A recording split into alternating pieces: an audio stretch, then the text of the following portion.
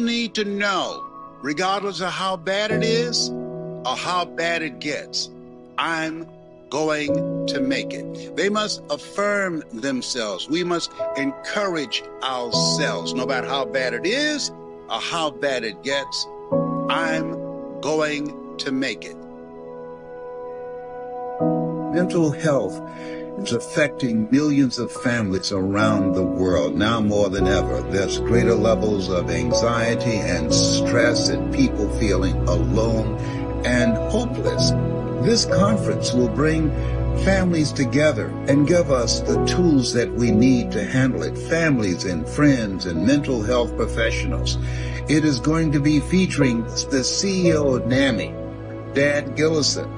As you may know, NAMI is the nation's largest grassroots mental health organization, dedicated to building better lives for the millions of Americans affected by mental illness. It's going to be an incredible experience. You are not alone. Mental Health Summit.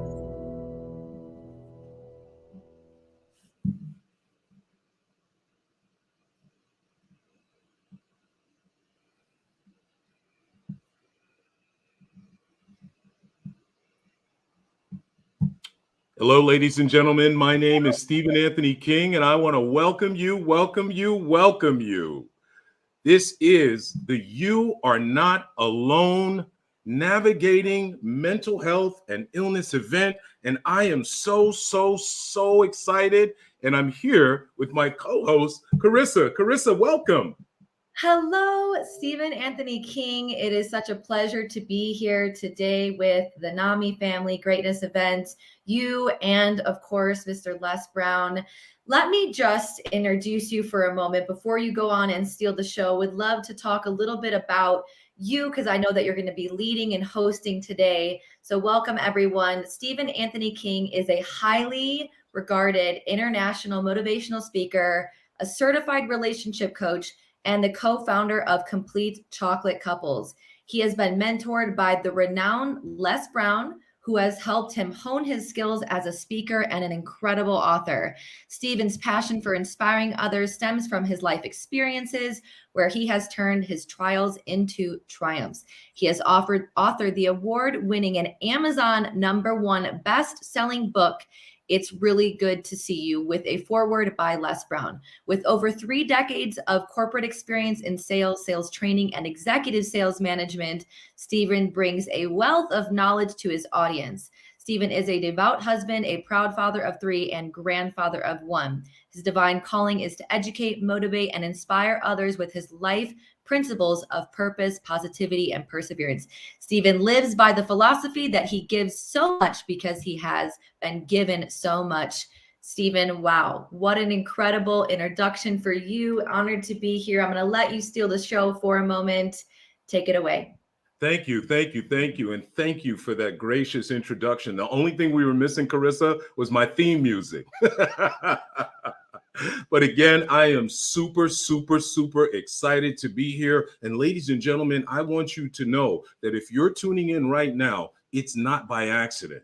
This is divinely ordered for you to be here right now, because there is a message directly for you, specifically for you. And if it's not for you, it's for you to take for someone else to have.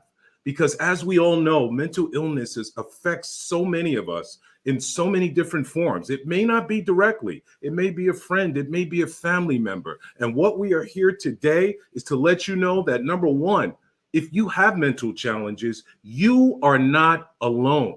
And number two, we are here to stomp out the negative stigma that mental illness carries or mental health challenges carry. It is okay not to be okay. You do not have to suffer in silence. And we are here and have phenomenal speakers to share their experiences, their strength, and their hope, where they were, so you can identify with them, how they got through, and where they are now. That's our message. There is hope. You are not alone. You do not have to suffer in silence. And we are going to stomp out the stigma that mental challenges have. So everybody okay with that? If you are, I want to see some fires in the chat. I want to see you guys pumped up. Let me know that you're ready. I want to see somebody type in the chat, I'm ready. I'm ready. I'm ready. Let me see it. Yes, yes, yes, yes, yes. And do me a favor, ladies and gentlemen, share this this link with somebody. Tell somebody to come on in. Tell a friend to tell a friend to tell a friend. I'm sure you know someone who is going through some challenges. I must say, before I really got involved with this type of work, my perception of people with mental challenges were, you know, maybe homeless people walking on the street talking to themselves. And I had to realize that mental illness and mental challenges is so much more. There's depression, there's anxiety, there's split personality disorder, things that I've suffered with myself.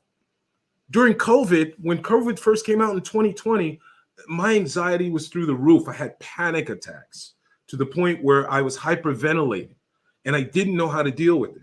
And again, being head of the household, being a male figure, having, you know, being misinformed by the misinformed, growing up with that macho kind of mentality, I didn't want to share it with anybody because I was afraid that it would make me look weak. And it's the exact opposite. When you share your vulnerability, you are really tapping into your true strength. That's what you are doing because there is help waiting for you. And it's like when you get on the plane and they're going through the instructions and the flight attendant tells you when the oxygen mask drops down, put yours on first. And why do they say that? Because it's impossible for you to help anybody else if you're not helping yourself first. So today is a day of us putting the oxygen mask on first. That's what we're going to do. So excited for you guys to be here. Put some more fires in the chat. Share this with people. We want people to come on in as much as they possibly can. I am so excited. We have a super lineup for you today. We have special guests like Les Brown. Les Brown will be speaking at this event today, ladies and gentlemen. We have the CEO of NAMI, who's going to come up in a few minutes. Mr. Dan Gillison will be speaking at this event today. Miss April Simpkins will be speaking at this event today. She is the mother of Miss USA, Chesley Christ. And we all know that story. And she is now turning her pain into purpose. So we've got an action-packed day ahead. Aside from that, we have so many powerful speakers. We have panel discussions that we're going to have. So grab your popcorn, grab your coffee, grab your water, grab whatever you need to grab, and sit tight and relax and enjoy the show. Now I'm going to bring up, I can't just say that this is a good friend of mine. He's actually my brother.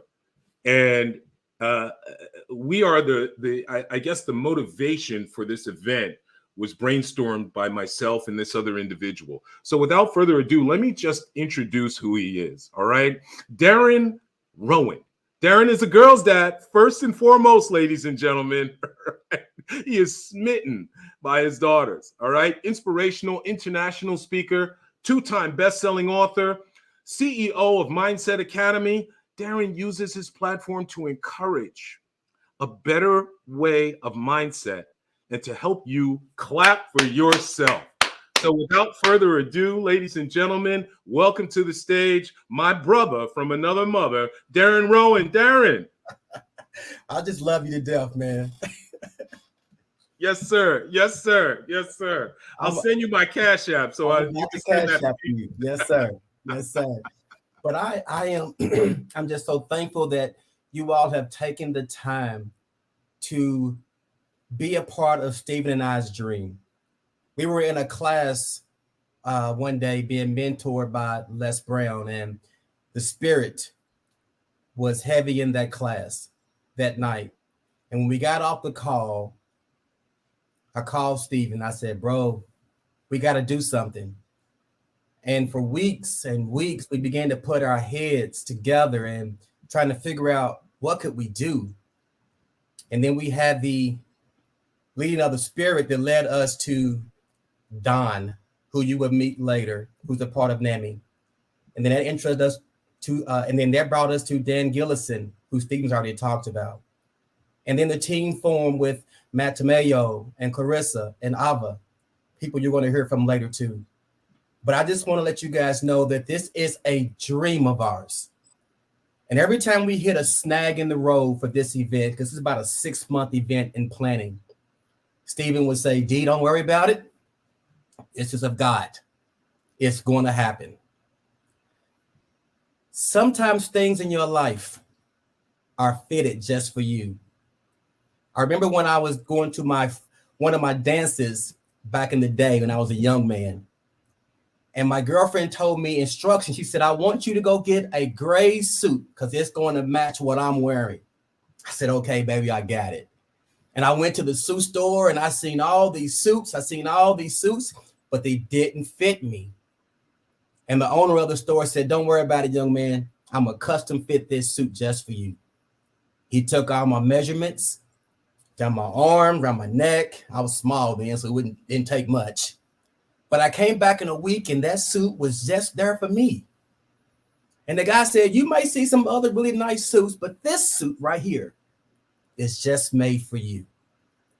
There are things in our life that God wants to bring us through, and they're custom fitted just for you. There are things that God is going to give you in this program today, this event today, that you need to hear that's custom fitted just for you. We just didn't do this by adding all speakers, but we wanted to be creative. And we added a panel that's going to feature Dr. Yasmin, April Simpkins, and some other wonderful special psychologists. You're going to be blessed.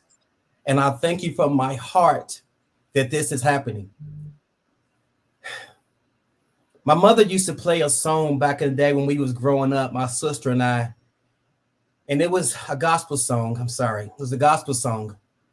And it said, Lord, if we ever needed you, we sure do need you now.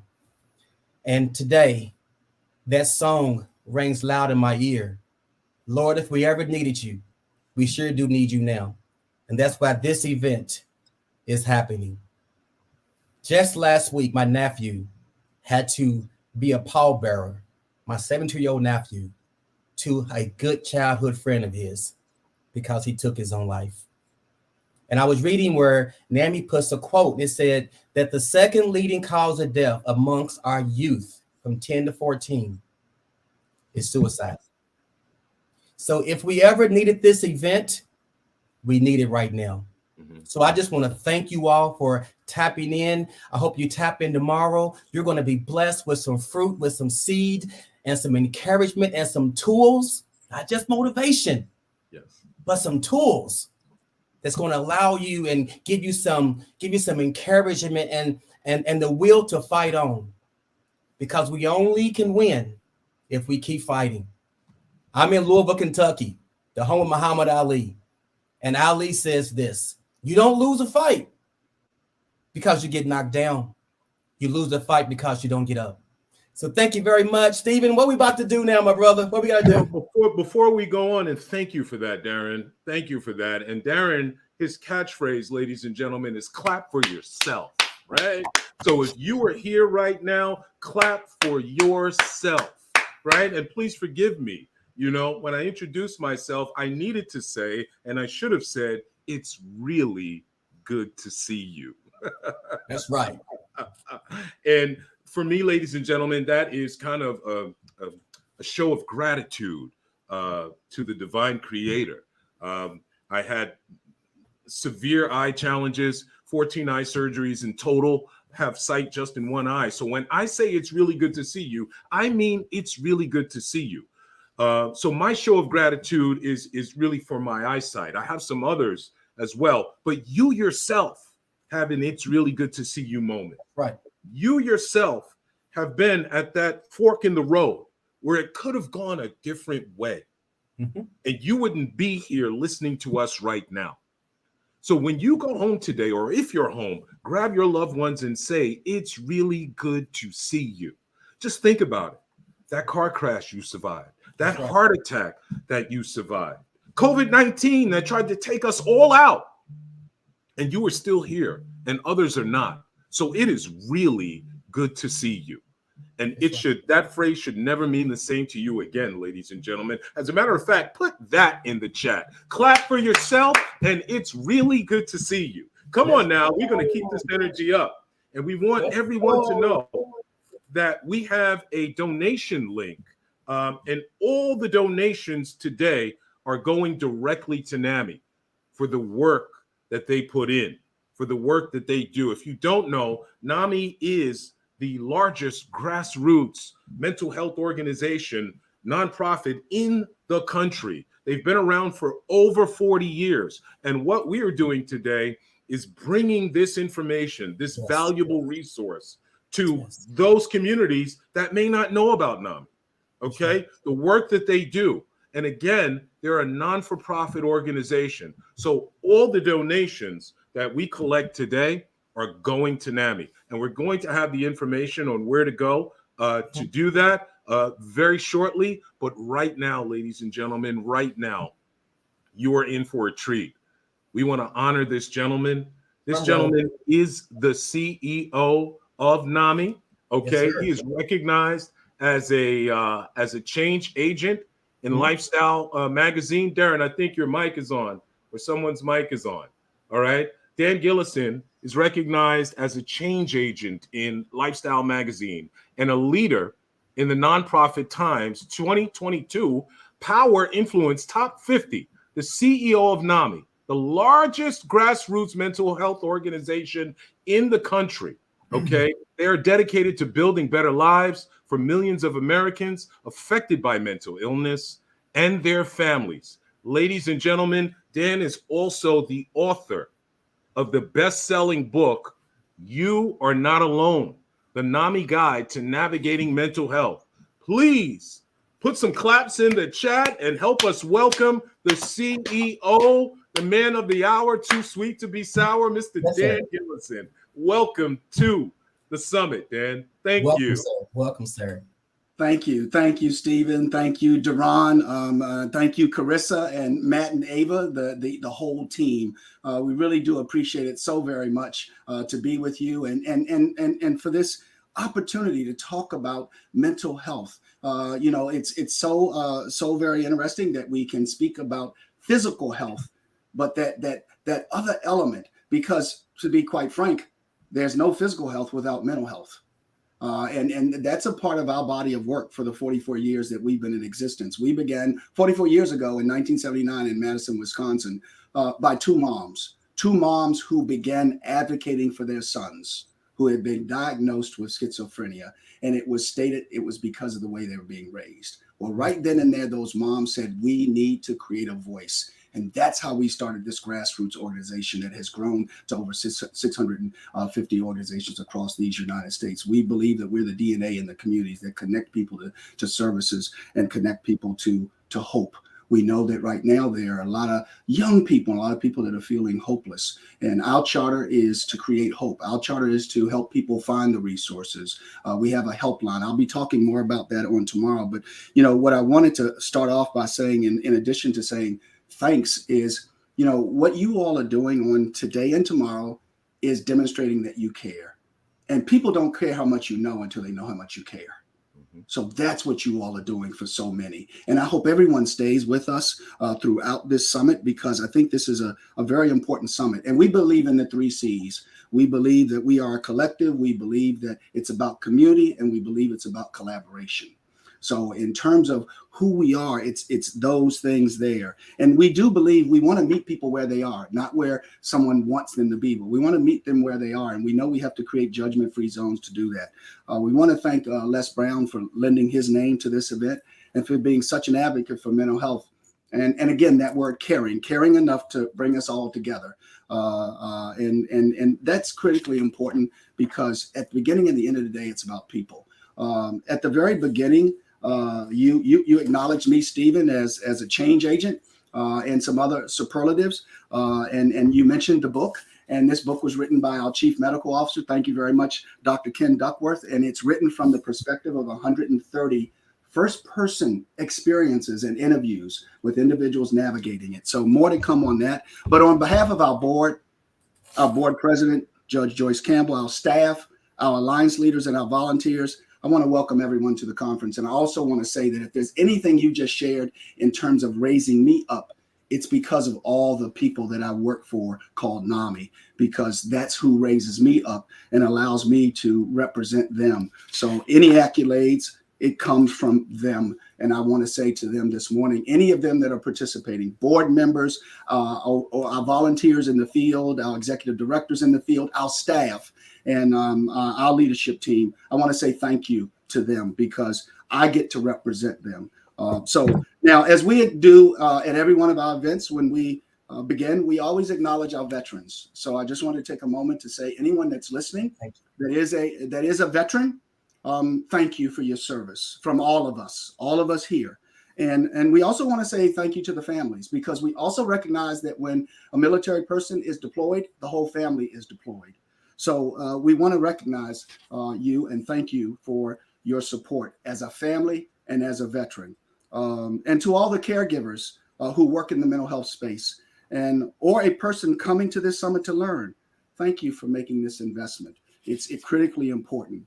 And we can talk about some of our initiatives, and I'll just begin by saying that we have several different initiatives that are critically important to us. But also want to say to you, we have support groups in communities across the U.S. in where we are, and those support groups can actually help you. You know, nothing about us without us. And sometimes you feel like you're the only one going through something, and that's why we say you are not alone, because you're not.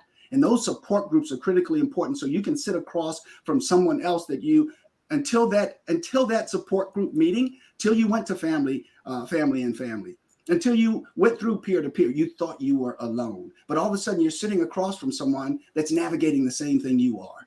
And that builds the collective, that builds the community. And we also give you resources. So now let me speak, and I'll wrap up in just a minute, but I want to say something to you about some of the work we're doing.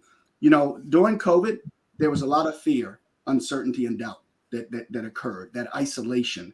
All of a sudden, everybody was virtual, either in a workplace or in academia, schools. And moms were also now challenged to be, you know, not only many of them working, but also now having to be that educator of their child/student that's being educated from home.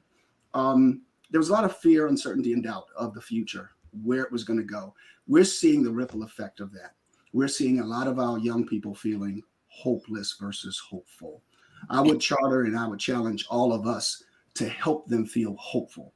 To that extent, we are doing some significant work in the youth and young adult space because we recognize while in COVID, that was critically important. Our advocacy and the work we're doing from a legislative standpoint and our voice on Capitol Hill is critically important. And that voice is pushed from our states. It's pushed from our local groups. And we use that voice. We say that we want to make sure people get help early, people get the best possible care, and people get diverted from justice system involvement. We say that people that are living with mental illness, they need help, not handcuffs. So to that extent, the other work that we're doing is in our diversity space. Well, amongst our other work in our diversity space, I'll pause for a second. I want to say thank you to Jessica Edwards, to Dawn Brown and her team, to Darcy Gurudero for the work that they're doing as well in terms of diversity, equity, and inclusion. We have a couple of programs inside of that, and I'll speak to them more tomorrow, but Sharing Hope and Compartiendo Esperanza are specifically targeted for select communities, and we're reaching those communities. We have another campaign, Reimagine Crisis Response, 988. Like 911, we now have 988. And this is the new number for someone that is experiencing a mental health crisis and or a suicide prevention. So instead of that 10-digit number, that's National Suicide Prevention number, now it's a 3-digit number. And there's some other information I'll share about that, but we're reimagining crisis response. You know, someone to be on the other end of that call that's a certified crisis counselor. And if they can't de-escalate, a mobile crisis team trained that can respond. And after that response, somewhere for them to take that person that is decompensating, someplace safe. Now, in terms of our programming, I can talk more about it, but I think it's time to give the mic back and just say that we're so excited to be here. We know what this means, and it all begins with us having the conversation. We need to demystify mental health.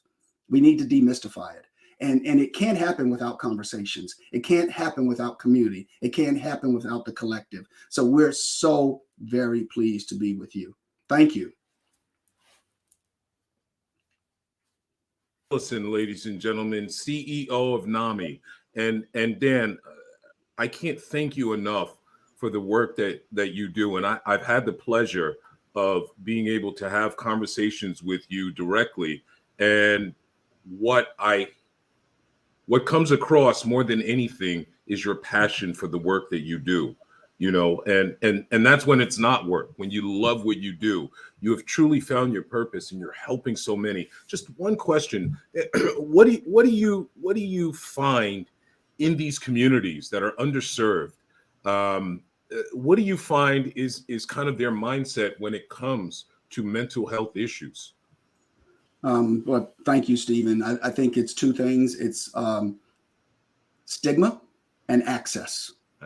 So let me speak to the stigma first, from the standpoint of growing up in the and Duran, you said earlier when you were a young man. I would say when you were a younger man. So I grew up in the 50s and the 60s, and my family's old school. Shake it off. What's wrong with you?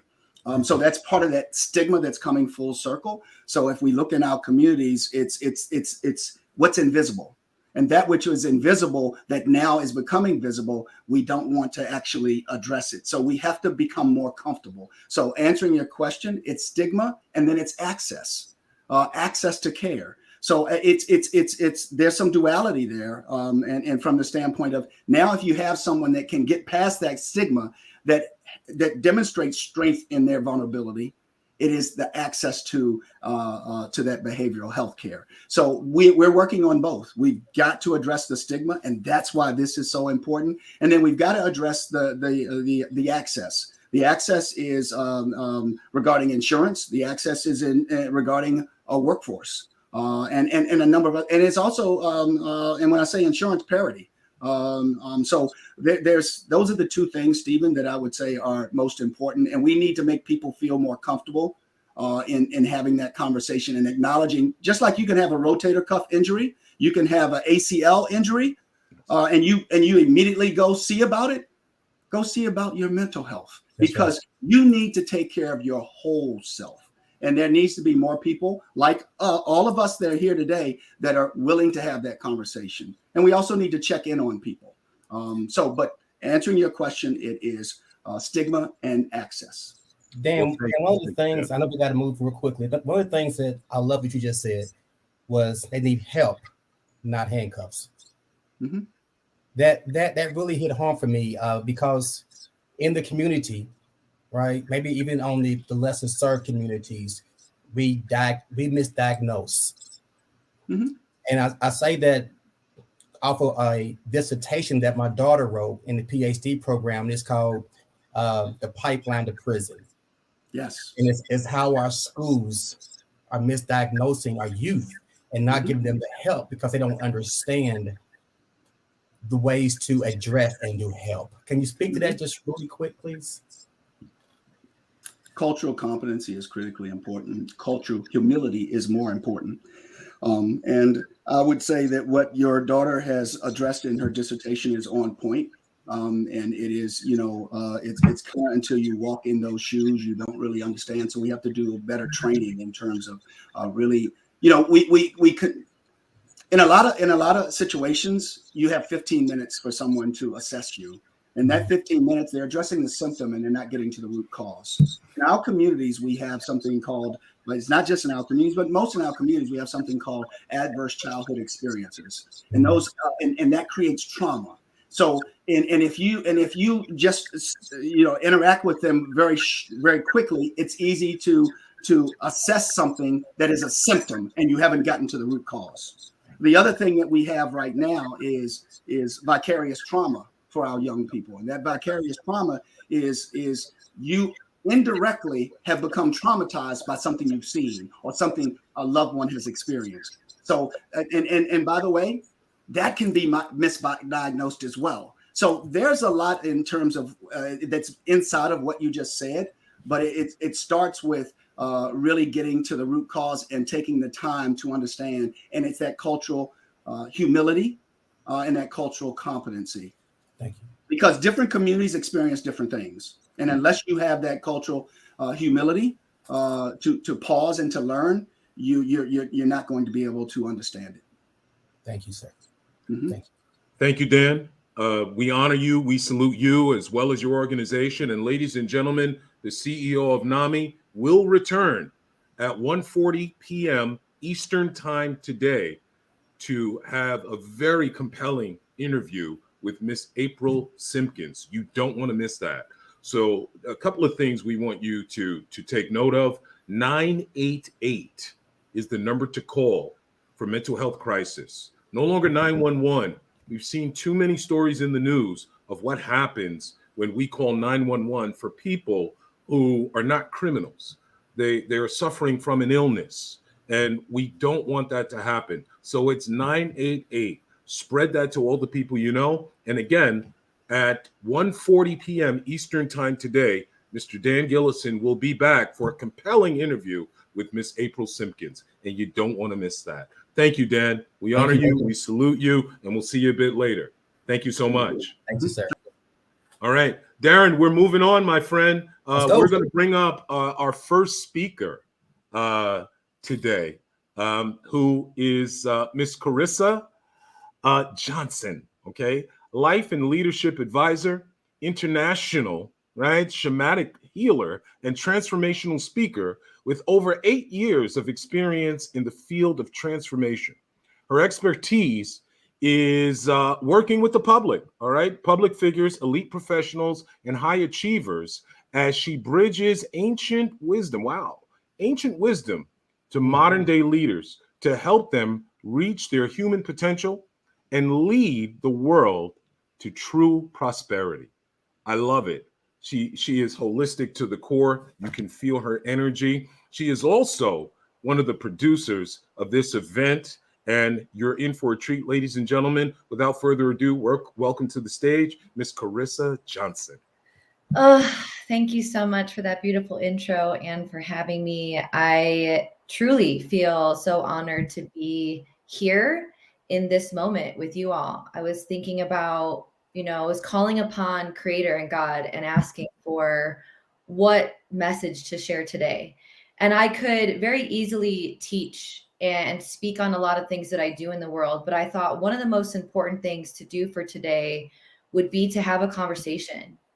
And have a conversation from a person that is in the public eye, to have a conversation from a person who really understands both being on one end of the spectrum, being as somebody who has dealt with severe mental health challenges as well as substance abuse issues, and somebody who has triumphed and somebody who has overcome them. So when I say, similar to Stephen King, when I say it's good to see you, when I say it's good to be here today, it's not just good to be here on this broadcast today. It's good to be here in this moment, because there was a time in my life when I wasn't sure if I was actually going to make it.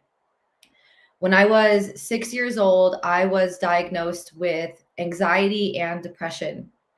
Can you imagine a 6-year-old being diagnosed with something? My parents didn't know what to do, as I was a very highly sensitive person. And I would go into rooms and I would feel other people's energy. I'd be really impacted by the world around me. I was overwhelmed by life. I was overwhelmed as a little girl by my emotions, and I was lacking tools, resources, and access.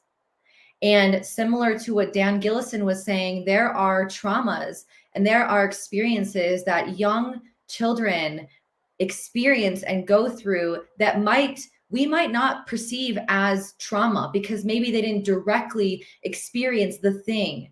But even being a witness to the thing can severely impact our mental health.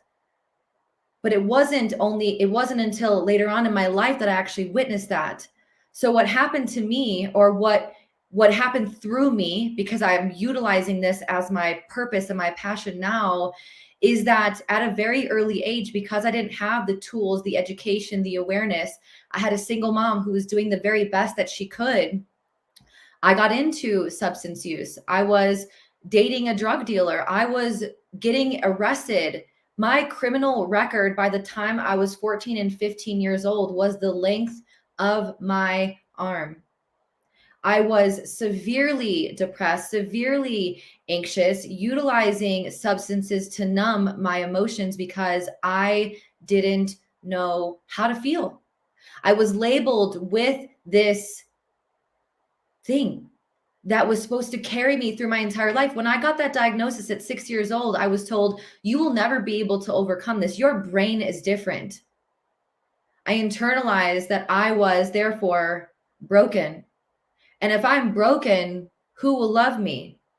So that misinterpretation of brokenness, I outsourced my power. I outsourced my need to belong. I outsourced my love to people, to things, to substances. And I was heading down a path of suicide. It was one of the moments that I had been arrested with my drug dealer boyfriend at the age of 14 years old, that I sat in a jail cell. And I remember being in absolute disarray, confused about who I was as a young woman, confused about why I felt broken, confused about how I would actually make it in a world where I was so stigmatized. I have this issue. I am this thing. This label is carried with me forever. And in that jail cell, I contemplated suicide. I thought that my life wasn't worth saving. I thought that I wouldn't be able to see another day. And when I went home that evening, luckily, by the grace of God, my mom sat me down and she said, honey, I realize that this is happening in your life. I realize that there are ways that I might not be able to, and I haven't been able to show up for you. Her lack of awareness was not her fault, but it is her responsibility. She had her own trauma, but having that vulnerable conversation really allowed me to say, okay, maybe people do care. That was one moment of a glimpse of hope. And you know what she did? She took me out of that environment. She decided to relocate me to a new school, to get me access to new resources, to give me a fresh start. So I went to a new high school. And there became a new and fresh opportunity. There became new and fresh resources and abilities and ways that I could see myself differently. And it was there that I was introduced to my first mentor. His name was Mr. Micheletto. And even though I was showing up to school high and I was still not becoming the best version of myself, he saw me. He saw me in a way where he didn't speak down to me. He looked at me and said, Carissa, I know who you are. I know your story. I have dealt with the same things. He said, me too. He said, you are not alone. He said that I will be here for you. He extended an olive branch in a way in which I needed somebody to support me. Because you see, they say that it takes a village to raise a child, and I think it does. It takes community. It takes people coming together to have these hard conversations, because my mom might not have been able to do it by herself. And so through his mentorship, through his willingness to commit to my potential and to see me, he helped pull me out of one of the darkest times of my life. He stayed with me after school. He supported me in getting up my grades because I was not a good student. I showed up to school less than I didn't. So that means I didn't show up to school the majority of the time. I didn't see the point. I didn't see my potential. I felt no one saw my potential. They saw my illness. They saw my disease, but he didn't. And so when he saw me and I started seeing myself, I started to realize that there are possibilities, even though I couldn't see the full way out. I saw a glimmer of hope. I saw a potential opportunity. I saw that maybe things could be different because he had dealt with the same thing. He had dealt with mental health issues, challenges. He had overcome them. He had become one of the best teachers in our district. If he could do it, I could also do it. And so even reluctantly, I applied to college. Even though I had seen all of my friends, many of my friends, die from a drug overdose or get pregnant at an early age when their whole lives changed or not live up to their potential, I reluctantly was like, okay, I will apply myself. I will try because at the very least, it's worth a shot. And when I applied to college, I got into an institution. I did not think I was going to get into college, and I did. And guess what? I became a first-generation college student. And I went to school primarily with the desire to heal me, with the desire to understand mental health challenges, with the desire to know more information. And maybe that one day I could serve other people. But I primarily went into this work because I wanted to understand me. If I couldn't love me, if I couldn't understand me, how would I live in a world that I thought other people couldn't? So I translated and reversed my addiction and my obsession with numbing my pain to understanding my pain. I was reading books, like devouring books. I was showing up to class. I was having conversations, and I started realizing that I was getting lit up.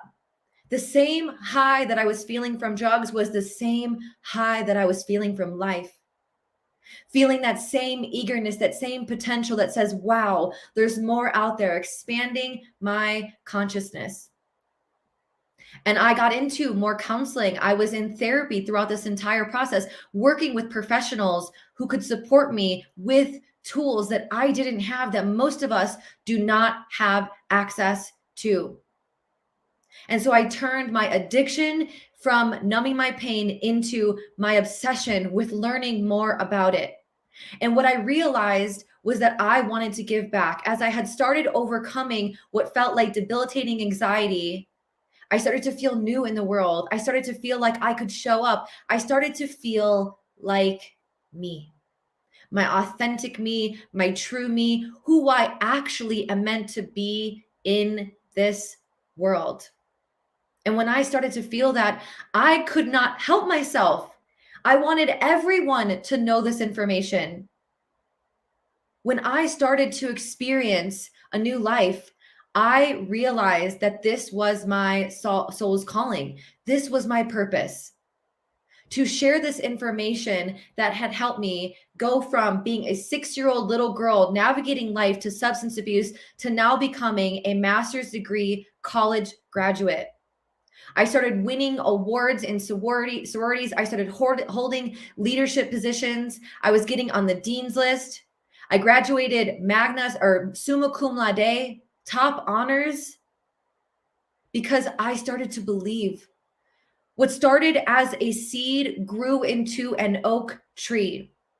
And I was surrounded by people who nurtured that oak tree, people who poured into that oak tree, people who believed that even as a seed that I was an oak tree.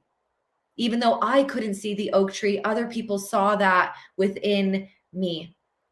So I ended up getting my master's degree in clinical psychology. And I went into community mental health. And I became obsessed with helping other people. And I noticed that the field of psychology also was growing. We were seeing that this isn't just a mind issue. This isn't a mental health issue always. There is a body and a spirit. We get to look at each other holistically. So I started studying nutrition and exercise science. And at this time, I was still on antidepressant medication. And I believe in modern medicine, but I wanted to say, is there a way? Is there something else that I'm missing here? So I started to overcome anxiety. I started to get really curious about what else is possible. If I can manage my anxiety, can I actually feel even more alive? So I started doing testing on myself, realizing that I had nutritional deficiencies in magnesium, in vitamin B, in vitamin D, the sun. I was lacking all of these nutrients that were not only making my life harder, but were getting in the way of my tools even being more amplified. So I got to more research and I was studying the body and how do we move energy? Does exercise actually impact our mental health? And I realized that serotonin production happens, that actually serotonin production is more impactful. There's 80% of serotonin production, which is one of the key neurotransmitters that are impactful for mental health, is actually in our gut. So it's not just a fallacy that when they say that you are what you eat. When I started changing my nutrition and I started moving my body, not only did I start overcoming my mental health even more, but I went from surviving to thriving. And I saw what else was possible. And then I went into spirituality and I was like, okay, God, how can we amplify this even more? I've studied the mind, I've studied the body. Now let's bring in the spirit. And I started studying ancient wisdom and practices that get in touch with the soul and the spirit. Things as simple as going outside and putting your feet on the ground. This is not even spirituality. This is science. There's an electromagnetic field that is in the ground. It's called the Schumann resonance. It is science. There's a frequency that emits from Mother Earth. And when we get too disconnected from it, from technology, from being on our phones, that is when we feel even more chaotic in our body. The sun has that vitamin D that goes into our body that can support us in navigating, even amplifying the efforts that we already have. So when I started studying the mind and the body and bringing in ancient wisdom and the spirit and spirituality and consciousness and meditation, I realized that we are whole-bodied beings, that we can no longer live in a medical system that simply just separates the mind from the rest of our body. We have trauma, whether it's little t trauma or capital T trauma. And the way that we navigate moving through this is recognizing that we have a whole body, that we get to thrive in communities, that everyone deals with mental health issues. One of my biggest awakenings in this process of overcoming these challenges was not identifying with my illness. I still don't. I don't say, and this is my prerogative, but I don't say I have anxiety or I have depression. I don't say that I'm struggling with mental health issues. I say that I am currently experiencing anxiety. I am currently experiencing depression. I am currently navigating challenges because I am Carissa. I am not a mental health issue. I am not a label, and neither are you. So when you can see the totality of your being, when you can surround yourself with other like-minded people, when you can start to treat your full body as an intelligent, divine being that needs love, that needs nourishment, that needs access to resources, which is why we are here today, you will see incredible things in your life. So today I am grateful to be here, and I stand here as a life and leadership advisor, as a shamanic practitioner, really bringing in the ancient wisdom, and as a transformational speaker. All these accolades I have are irrelevant, but I stand here as a testament that you can and your family can overcome these challenges, that you are not your mental health issue, that you are not this label.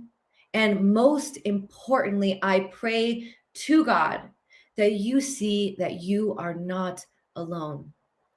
Thank you so much for the opportunity to serve you today. If you are enjoying this conversation, please, please, please share it with your loved ones. And most importantly, donate.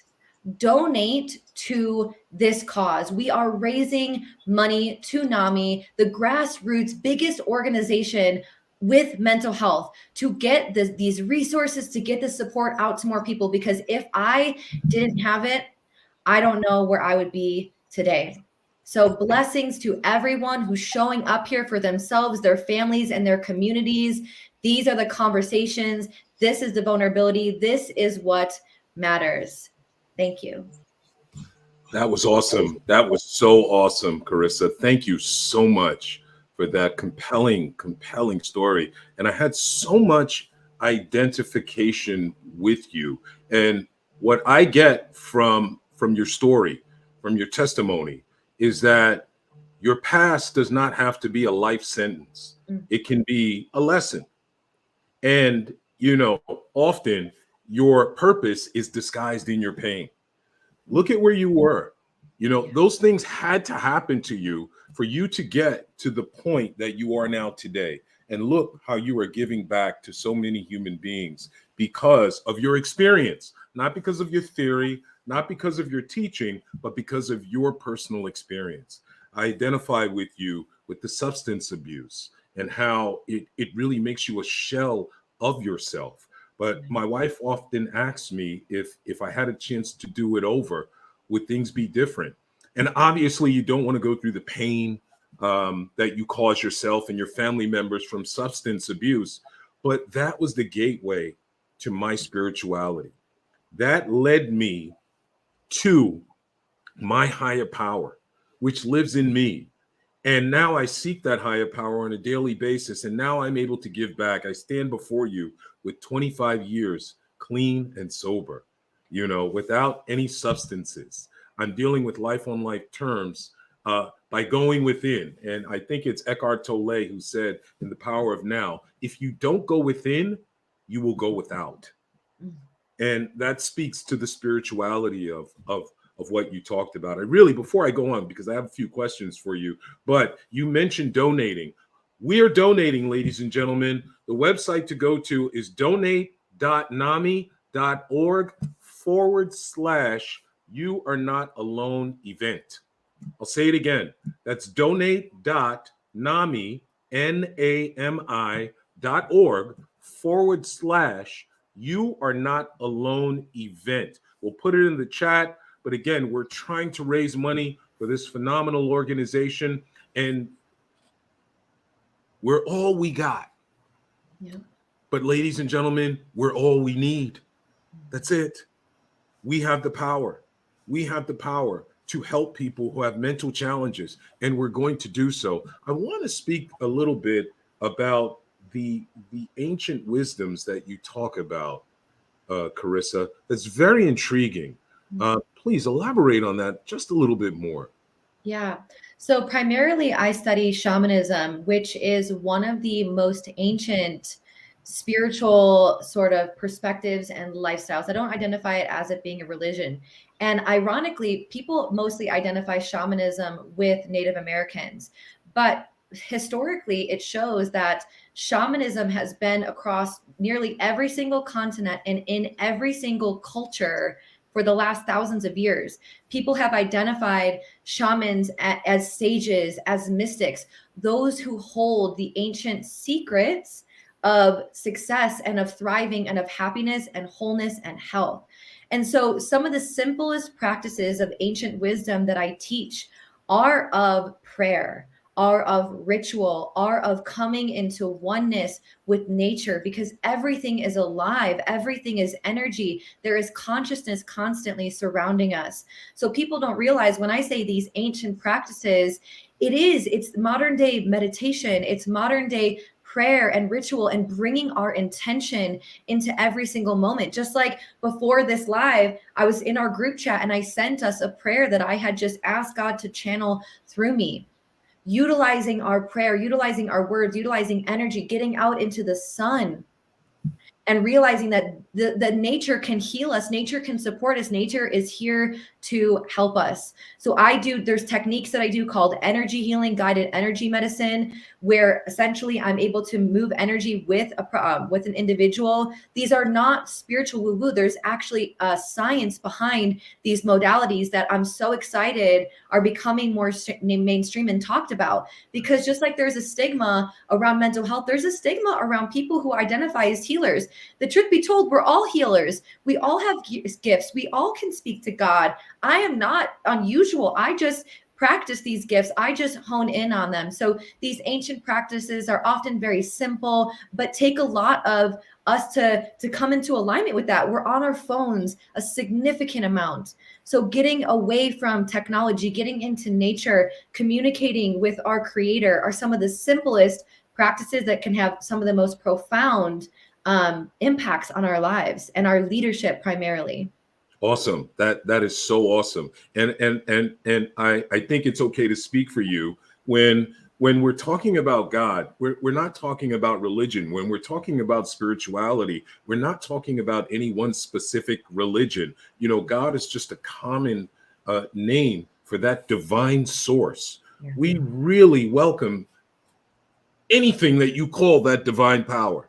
It doesn't matter to us whatsoever. Whatever you believe is okay to believe, because my belief is that that divine power, as many people that are on this planet, is as many different interpretations and as many relationships that divine power has. So whatever you decide to call it, it's fine. We're not pushing any one religion. We just want to make the point that if you don't have a higher power, get one. Get in touch with one really quick, because it is so very, very important that you have one. My ritual in the morning, we talk about mental health, right? Part of my ritual in the morning, again, is going within. And, we talk a lot, you hear it's very trendy, self-care. And, the first thing that comes to mind is manicures, pedicures, treating yourself, going to the movies by yourself. That's all well and fine. But for me, self-care goes a little bit deeper.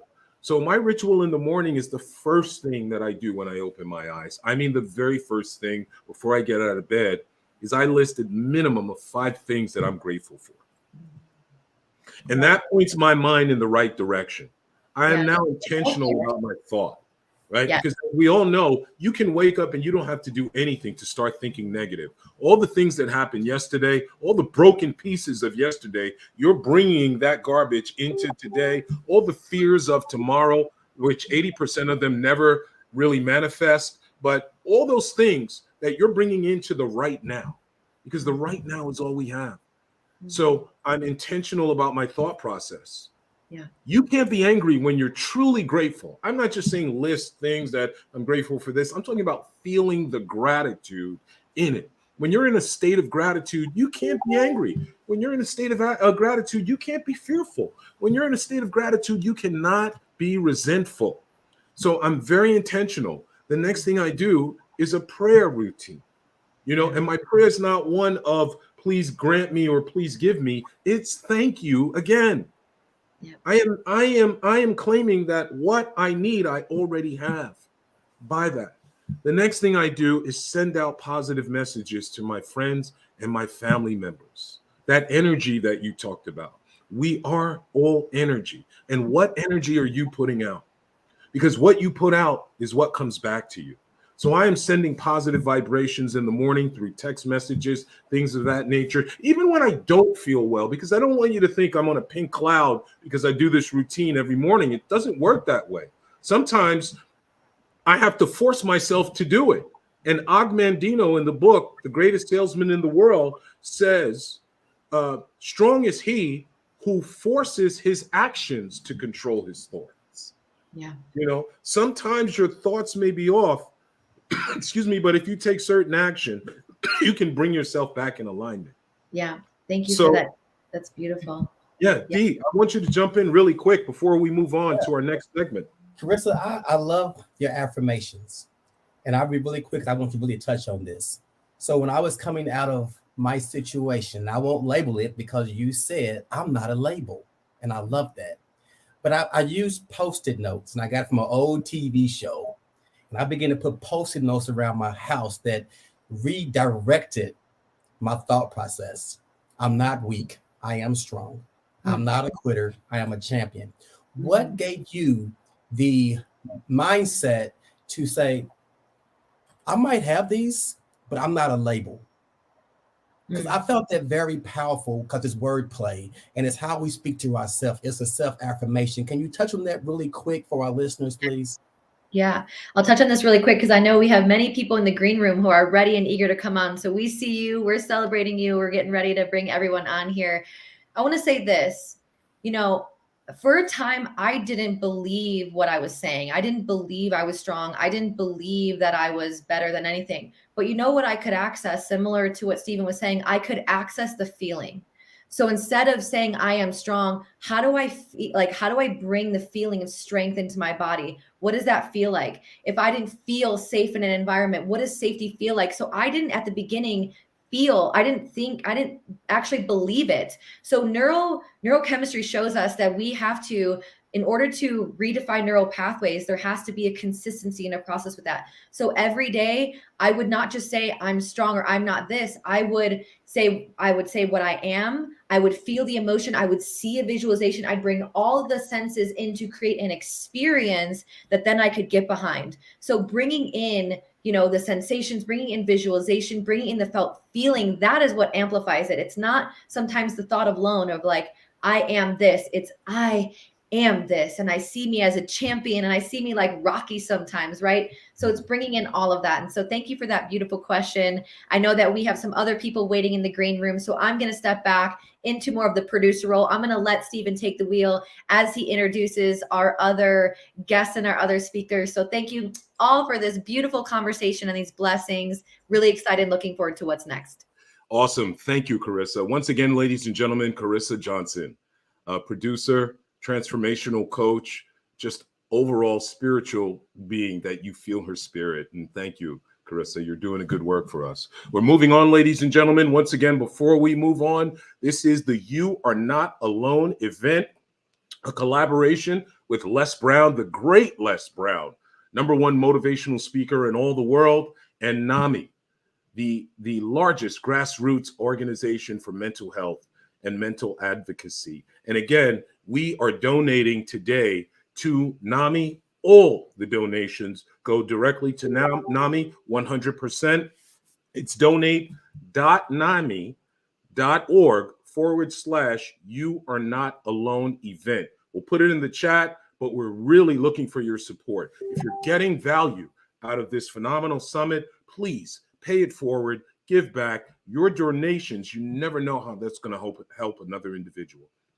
So thank you. So moving on, we've got an exciting segment. This is our coaches panel, ladies and gentlemen. We have 4 dynamic coaches who are coming up with us right now. The first is Miss Charlotte E. Terrell, transformational coach, speaker, author of Born to Break Barriers. She provides that when she steps into, she provides that powered by purpose, women, and unstoppable. Okay, she's very unstoppable. She has the purpose, and she's powered by that. Ladies and gentlemen, welcome Charlotte E. Terrell. Next up is Jania Barnes. Jania is a career transition and leadership coach who's helped hundreds of people step into lives and fulfilling careers that they love. Again, Jania Barnes. Okay, this is my guy right here. I love his name. Ronnie Tsunami, ladies and gentlemen, motivational speaker, business and technology strategist with more than 28 years of experience in building and launching learning solutions that have been implemented in thousands of academic institutions and enterprise organizations around the world. Ronnie Tsunami, you know he's going to bring the storm, ladies and gentlemen. Last but not least, we have Miss Katrina Hayes. Katrina is an autism advocate and certified mental health coach. She's on a mission to show women how to supercharge their confidence, amplify their powerful voices, and infuse their hectic lives with peace-inducing self-care. Ladies and gentlemen, welcome all of our panelists. Welcome, folks. Aloha. Hello. We thank you. How are you enjoying the summit so far? Awesome. Loving it. Energy's here. Energy's here. You can feel it. It is. It is. It is. It really is. It really is. So we're just going to have a conversation around a little bit about what you folks do, a bit about your story for 2 to 3 minutes, and then we'll dialogue amongst ourselves. So Charlotte, I want you to start off. Aside from what I read about you, tell us a little bit about what caused you to get into the work that you're doing right now. I've been in the field for a number of years as a mental health professional as well as an educator. And what I have been seeing is people struggling in the areas of what I like to call the 3 C's. I heard some C's earlier, but the C's I like to utilize and to help people with is to support them in communication, coping, confidence, and I've recently added compassion, because it's so important for people to have compassion, not only on others, but have compassion on yourself. Give yourself some grace. We've all been bumped around by life. And so it's important to understand that it's okay. Like I heard earlier also, it's okay to not be okay, but plug into those supports. Trust in that God that you believe in. Get into a situation where you are face to face with sitting in the pain, but utilizing the tools to navigate and to get out of the pain, get out of those situations, and surround yourself with people and situations that can assist you in doing that. So I really wanted to make sure that people are okay and knowing that they're not alone. Awesome. Do you yourself have any personal experiences that you draw on that motivated you? Oh, absolutely. I was in a situation with my then husband who threatened to kill me. And in the midst of that, I lost a baby. I had to run because he wanted to kill me. So I wound up leaving everything that I knew, my living situation, my job, my car even. And I was like, I'm hitting rock bottom. I got all these degrees and all this experience, and I was raised from good stock, and this is not me. But my former husband was on drugs, and after he threatened to kill me and after I ran, I was at rock bottom. And I said, why am I here? And I heard the voice of God say, you're worth saving. And from that instance on, I realized that not only am I worth saving, but I made it my mission and my charge to let other people know that they're worth saving and help them to identify that value, rediscover their peace, their power, and their happiness. Awesome. So that's been my charge. That's a powerful story. And it goes right back to my statement that your purpose is often disguised in your pain. Absolutely. It is. Often disguised. Jania, welcome. Hello, thank you. It's actually Janaea. Janaea, forgive me. It's okay. It happens. My name is Janaea Barnes. I'm a career empowerment coach, and I help people step into and find the right jobs and the right careers that light them up. We've been talking a lot about purpose here, and yes, so much of our purpose comes, I think, from our story. I know for me, my past, I definitely had, you could say, a big triple, quadruple, even bigger decker sandwich of different kinds of trauma. And I spent most of my life chasing, just trying to feel better. I did all the things. I walked 500 miles. I did ayahuasca ceremonies. I did therapy. I did hypnotherapy. Shamanic healings, you name it, I did it. And it took me 20 years before I could really tap into who I truly am, who I'm born to be, and really connect with what I'm here to do. And that's a really long road. And I don't think that everybody should have to walk that long of a path. And so when I started discovering the things that worked, I studied them so that I could make that path much shorter for all of you. And so that is why I'm here. I'm here to help evolve and heal. And, one of the things that we get to build our self-esteem and our self-worth is through our career. It's an important piece of how we survive. And so I've taken my skills and my learnings and really taken it to hone people into being able to access that part of their life fully, which of course ripples out into all of the other parts of life too. That's the side effect. Yes. Well, thank you for that. You bring up a good point, Janaea, about time and how 20 years conceivably seems like a lifetime. It could be a third or close to a third of someone's life, actually. But in reality, it takes as long as it takes. I heard from Les Brown, he made this point that a Chinese bamboo tree, right, it takes 5 years before it even breaks ground and starts to grow. But it needs to be watered every single day for 5 years. Now, you talk about faith, right? You talk about having vision and not just sight. Because what you see in front of you is nothing. But knowing that there is an end destination, it's quite so often. I want to make the point and tie it in. And by the way, it sprouts in 5 weeks after that. It grows to full length in 5 weeks. So 5 years underground, it must be watered every single day. And then in 5 weeks, it meets or it reaches its maximum potential. And we are so parallel to that as human beings. We're going through things and you can't see the results, but you can't give up. You have to keep going.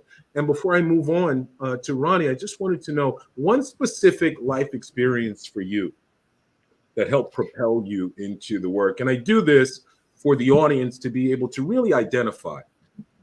Yeah, there were so many, and I'm speaking tomorrow, so I will share so many of those stories tomorrow. But I want to give you all this because I think everyone can tap into this. Yes. There was this point when I had this memory of myself at 3 years old, and it was before most of the terrible things that happened to me, and I could tap into what it felt like to be me before all of the pain.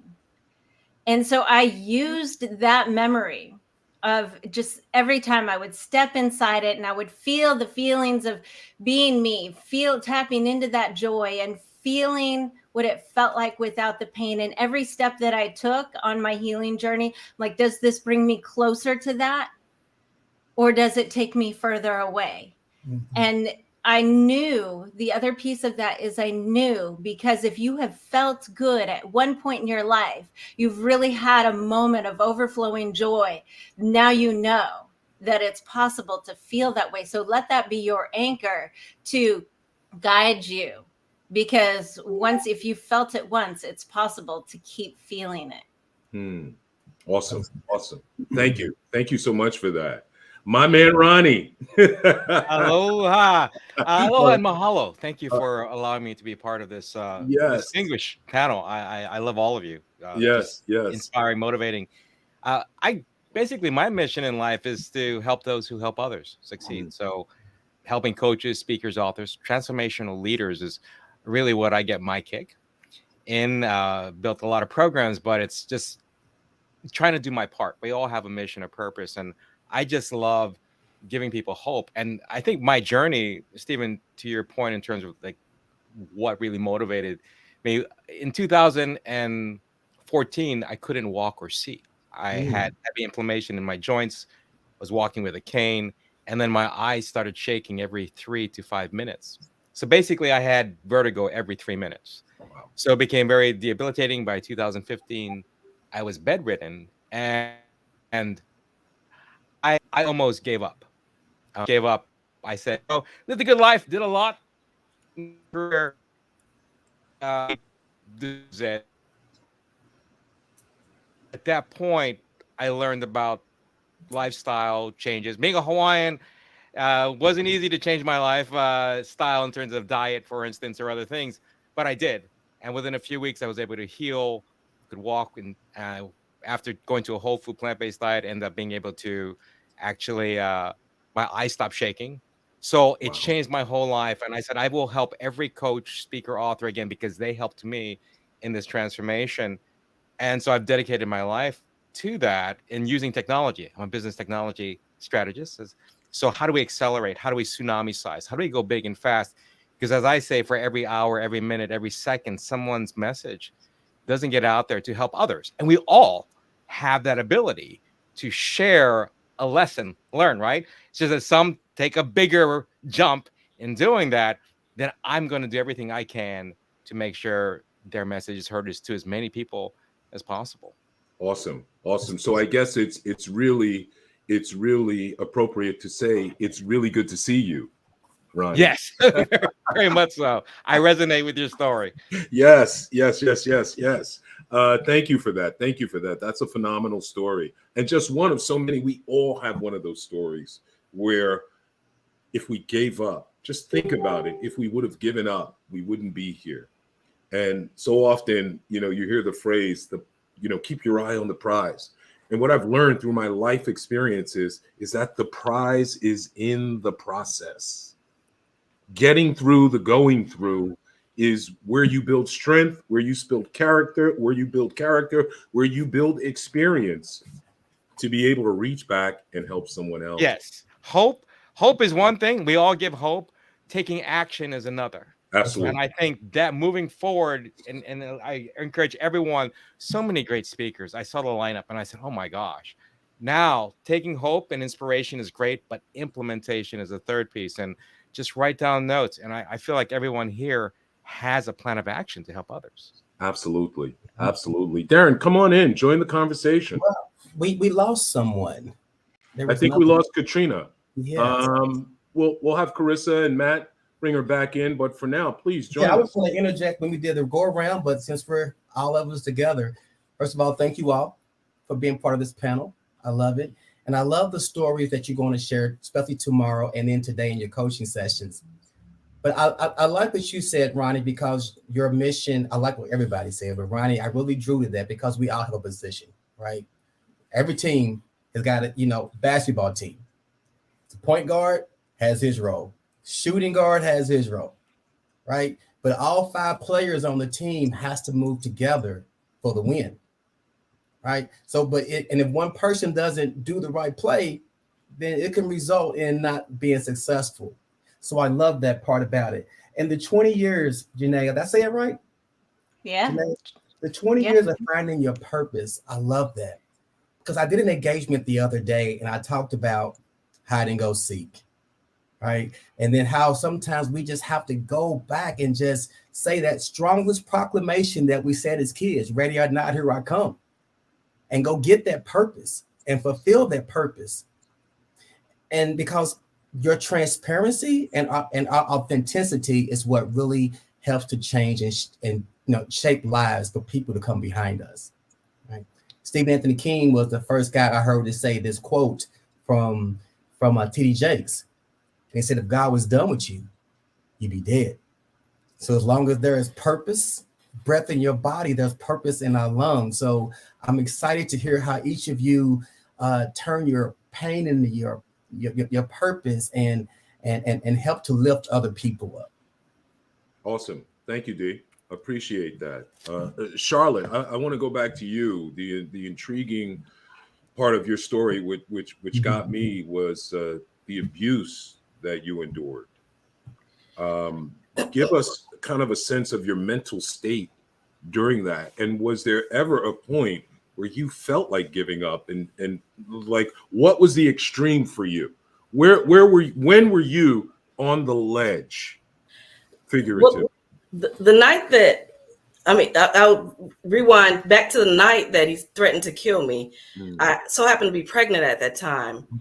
And when he threw something at me and I ducked, I was like, this is not my story. This is not what I know, that this is not the purpose that God has called me to. And so that was one of the pivotal moments where I said, I got to get out of here. Yeah. But I was afraid to leave and afraid to stay.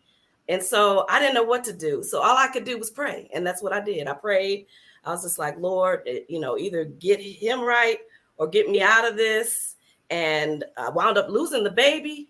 But again, I went home. I left my job. I had 2 jobs, and had left the car and just told my mama, I need to come home. So I went to Detroit and I stayed home. And that's when I was the lowest, where I was just like, look, I don't have the job. He's got the car because they said it was community property. And I don't know when or if I'll get that back.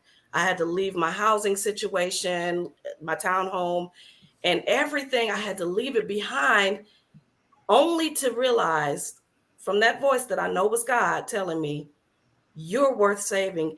It was all of the stuff, all of the degrees, all of the 25 years of experience as an educator and or therapist, that none of that mattered. It was all about me at that point. And that's when I realized that was the lowest and the darkest, but that was also the brightest, because I realized, look, I've got to get past this. I do believe that thoughts are a suggestion, and our thoughts are a direct correlation in our actions and what we see and what we say. So we have to be careful of our thoughts. And I always tell my clients, sometimes thoughts are suggestions. If somebody gives you a steak dinner and they present it on a garbage can lid, are you going to say, oh yeah, give it to me. I love steak. I want that on the garbage. No, I don't want it on the garbage can lid. So when those thoughts come, you can redirect those thoughts. Is it easy? No. But you can absolutely redirect those thoughts and turn them into thoughts that are positive and powerful and impactful. Awesome. Thank you. I want to make one point, and it's to Ronnie's point about action. You talked a lot about prayer, but prayer without action is wishing. You took action. Without works is dead. Absolutely. Absolutely. You took action. A lot of times, I'll speak for me. A lot of times in the past, I put too much of the responsibility on the divine source. Mm-hmm. And I sat back and while I'm waiting on God, I'm waiting on God. And I realized that God is waiting on me. Right. Yep. And I've learned that, through my challenges with my eyesight, that God will meet you at your level of effort. Absolutely. So keep going. Just keep going. When you think you can't, just take one more step. Anybody can take one more step. Just one more step. And I believe we've got back Katrina. Katrina, welcome. Yes. Thank How you. How are you? Good. Yes. And you? My I'm connection. well. Thank you. So thank you for getting back. Absolutely. I am Katrina Hayes. And you heard, I am a coach. I'm an author. I'm a speaker. And I am also an autism advocate. And how did the two have meshed? How? I am the mother and sister of individuals with special needs. And so when I started my advocacy business, women, mostly women, were contacting me. And the women were in a very heightened state, which is totally understandable, given that their children's needs were not being met. They were not feeling seen and heard. And so before I got to the advocacy part, I would have to actually coach people. And so it became a normal process of where a parent would call me at 100, and I would have to bring them down at a level to where they could hear me, they could process what I was saying, and take the plan and run with it, or either take the plan and have me advocate for their child. Awesome. That's awesome. When did you know you wanted to get into this work? And first of all, I commend you. I think it takes a very special individual to care for a child with special needs, and or a family member with special needs. I think it takes a heightened level of patience, compassion, empathy, and fortitude. When did you know you wanted to get into this work and kind of help the world? That is a good question. Being that I was a sister first, and dealing with behavioral issues, because a lot of children with special needs have challenges with social situations and have behavioral challenges. And it just became so natural that I was focusing on children. And then those children had parents. And so it just all became aligned. I always was the girlfriend that you can come to and confide in, and I won't run your business in the street. And so it's just been step after step after step. I volunteered with organizations where, again, I dealt with women in a telephonic nature when they were having challenges in their own lives. And so the process of professional, my profession, and then the personal experience just merged, and it just became very natural. Not many people who advocate in an educational capacity are able to have that same capacity to deal with mental health. Interesting. Very, very interesting. Well, we applaud you and what you're doing and your cause for sure. Ronnie, tell me a little bit. I'm the guy. I come to you. I come to you for business.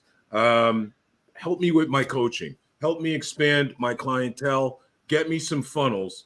But I start talking to you a little bit about, my life, and I don't know if I can do it, Ronnie. Life's coming down on me. Every day I'm waking up, life is not showing up with lipstick and makeup on. Life is getting very ugly. It's getting harder and harder to get out of the bed. I don't have motivation. What are you telling me? Comeback stories. Everyone loves a good comeback story. No matter how, we all have ups and downs. Let's face it. I've had health challenges, relationship challenges. So we all face those ups and downs. It's how quickly we can bounce back, right? Resiliency. And we all learn, right, from that. So some of the best business coaches are the ones who failed in business. Some of the best life coaches are the ones who failed in life. Best relationship coaches. Because what happens is we struggle, and we want to help others to skip the same struggles that we have, right? So we all have that.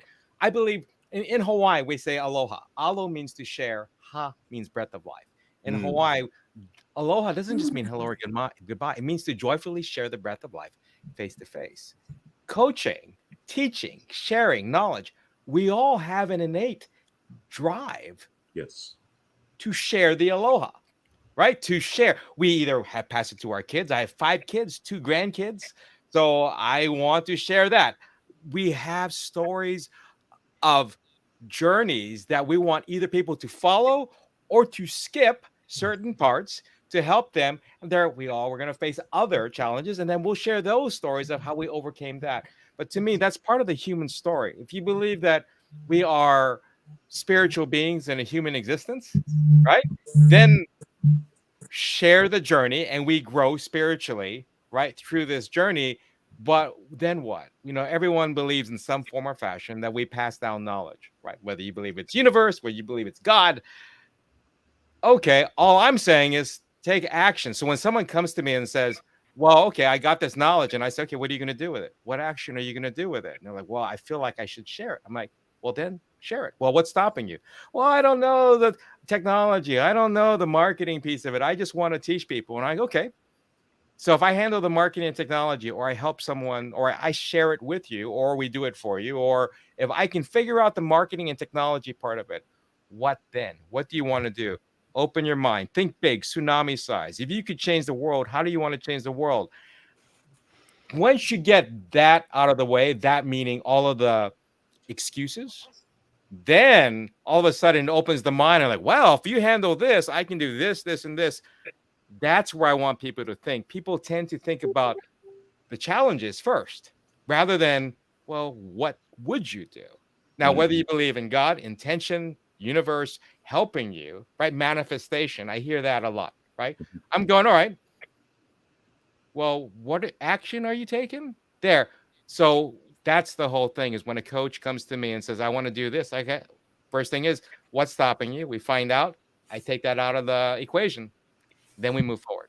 Awesome. That's great. I like to simplify it as well and just call it just do the next right thing, because plans and projections can be overwhelming if you're looking at the end result and all that has to be done to get to that end result. But it's really about just the next right thing. And that makes it much more palatable. It makes it less intimidating. Just do the next right thing. We want to jump to Janaea. Janaea, where does the coach go to be coached when you're having those down moments? Where do you go? What's your ritual to stay in a peak state of mind so that you're in position to give back to others? Well, it's always about identifying where I'm in my own way and then seeking out the right person for that. My everyday rituals, I wake up, I meditate for an hour to an hour and a half. I do some writing, I go sit in the park and drink a coffee, like all of these things that keep my mind clear and my focus clear. And because I take that space, which so many people do not, as Carissa said, we're on our phones, we're constantly going. We're not connecting to the ground, to the earth. We're not slowing down. We cannot hear what's the next right step.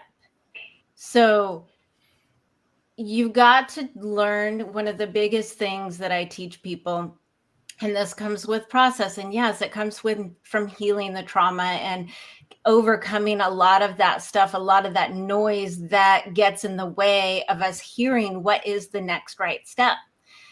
And so the more quiet you can be, the more you can actually hear and distinguish which is the good voice and which is the one that's led by fear. And here's the kicker, though. You can't make a wrong decision, because every decision is going to give you an opportunity to learn what you need to do to take the next right step. So there is actually no wrong step. If you choose to, as I did, not move to New York because maybe you want this relationship to work out, even though living in New York was your dream for however many years. Well, there were things I needed to learn that relationship taught me. And the previous and post things were not teaching me. So that me staying there set me up for being here. So just, we get so hung up on, I'm going to do it wrong or I have to do it perfect. Just trust that there is no wrong step. Just take a step. I love that. And that also say the same thing about Ronnie as well. But if I'm coming to you, right, and I'm saying, how would you get me through a situation where I'm trying to find my purpose? You know, what can I do? I might be having some limiting beliefs.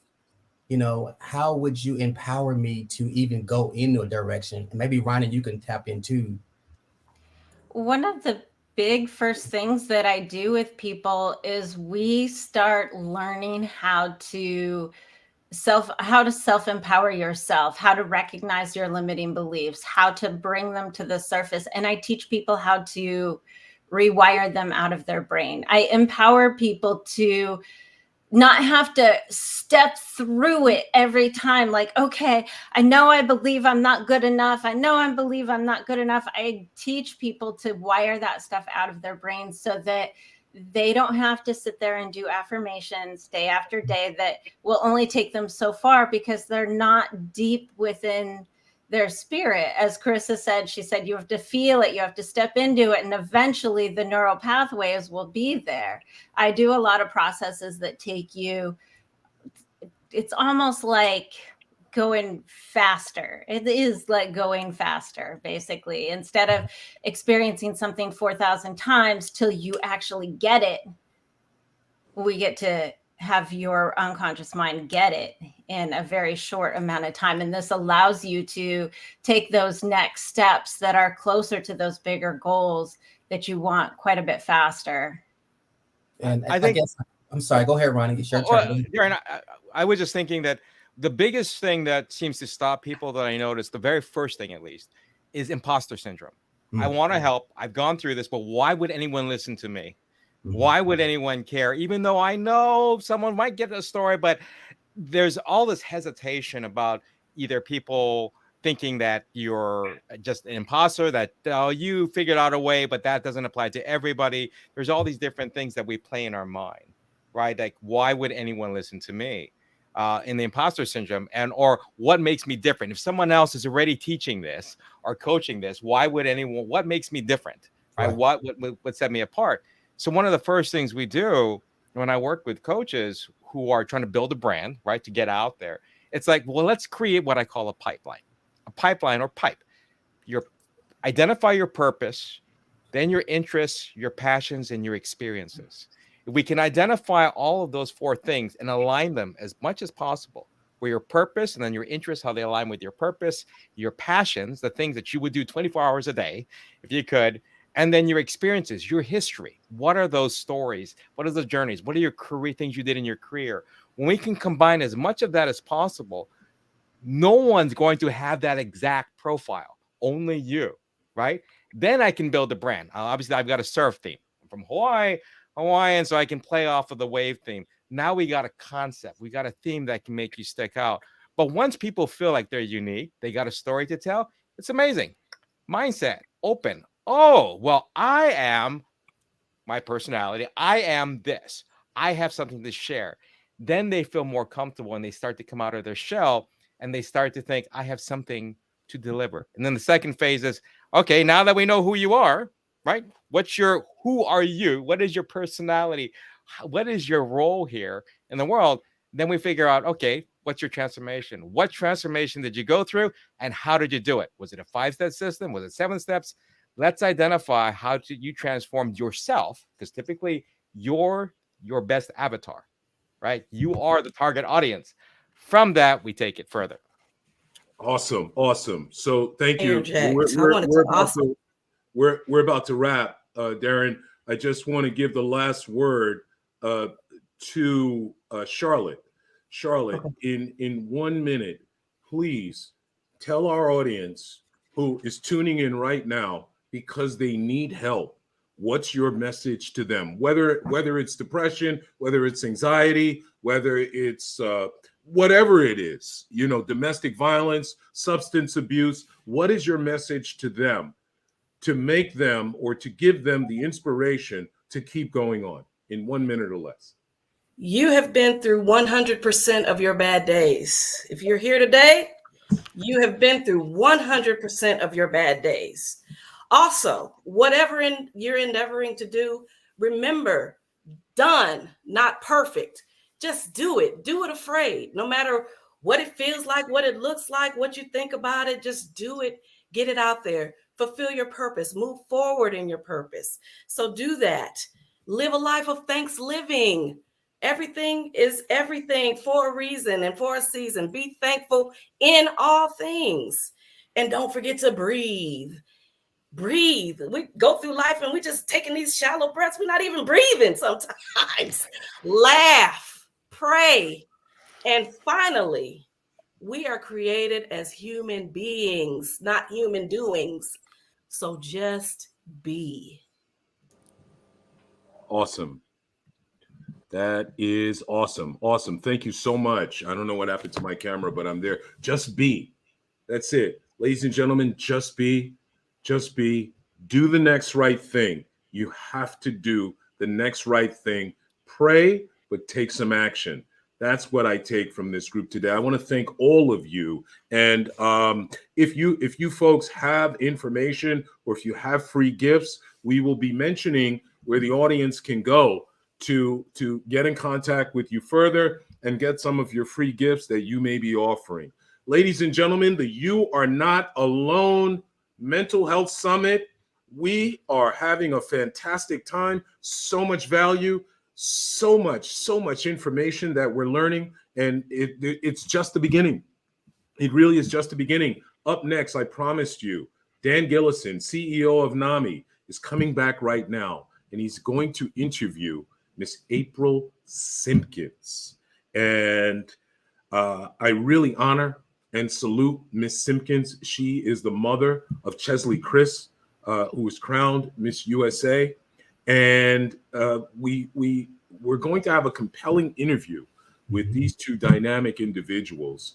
And without further ado, I'm going to bring them up. Please, Dan, April, thank you so much for joining us. Thank you so much for joining us. Thank you. April, we honor you. Quick story. We reached out to April, and at the last minute, the 12th hour, and this woman was so gracious. She didn't hem, she didn't haw, she didn't talk about, well, let me think about it. She said yes immediately. No, She Stephen, said yes. that's not what happened. What happened, Darren? I had stalked April for like 5 months, and she probably okay. Like, due to my DM. well, when she finally read the DM, she said yes. So it's all the same thing. I had to use Dan's name for her to respond back to my message. and that is a testament to Dan, because Dan, you need to know that when we had the opportunity to speak with April, I mean, her praise and honor and admiration for you was immense, and I second that. You just have a way about you and an energy that makes people feel safe. Yes. You know, you are one of the most genuine and authentic individuals that I have ever met. So I salute you, and you as well, Queen April. So without further ado, we will do we have the video queued up? Well, you talking about the April video? Yeah, if we don't, it's fine. We'll just let them get into it. It's fine. And Darren and I will take a step back, and we will let you two engage. Welcome, everyone. April Simpkins, Dan Gillison. Well, listen, I just want to say, as we welcome the Queen, April, and hello, April, and thank you for doing this. But I want to do something first. Is that you know, it's about what we just had was sharing your stories, and with Charlotte, with Janaea, Ronnie, and Katrina. I want to say thank you for sharing your stories. I think that was a very important thing, because by sharing your stories, you were helping so many others. I also want to thank everybody for donating and for being here on today. And your participation is going to help all of us. And again, we want to demystify mental health. And also, you know, as we talked about, and Ronnie mentioned hope, I believe that it is about execution. So it's about leadership, tone, and execution. So you can have the hope, but you've got to execute. The other thing is purpose, process, payoff. Purpose, passion, process, and payoff. So you know, there's a lot in what you just did. So I wanted to say that there. And also I mentioned a couple of our staff members earlier, Don Brown, Jessica Edwards, and Darcy Gudero. Another staff member I want to mention is April Cisneros, because without them, what I do is not possible, as well as the entire organization. So with that said, I want to talk to our good friend, April Simpkins, and really we're going to have an interview and a conversation. And if you'll just hang in there with me for a second, I want to tell you a little bit about April. Yes, we have this social media. You can look at LinkedIn, but I want to do the service that I believe that April deserves from the standpoint of speaking about April. So she as a professional, as an HR executive with over 30 years of experience. She is a certified diversity professional, is on the board of directors for her regional chamber of commerce, was recognized by the Mecklenburg Times as one of the 50 most influential women. She is an active member of the Women's President's Organization, and she's a NAMI ambassador. And most importantly, she's a mom. So that's it. She is all of that. And most importantly, she's a mom, and she's been lending her voice to this work. So first and foremost, we send love and appreciation to you for all you are doing regarding mental health. April, your schedule is incredible, and your voice is so incredibly important. And you and I both know we've been at different kinds of national events, and I've been in the audience and I've heard you speak. And what you've shared demonstrates an incredible amount of strength. So as I've said before, and I'll say again, thank you. And we appreciate you so much. Now, before we get into the conversation, I want to take a pause and in front of all of them, because you're doing a lot for us, but I don't know how often we actually slow down and ask you, how are you doing?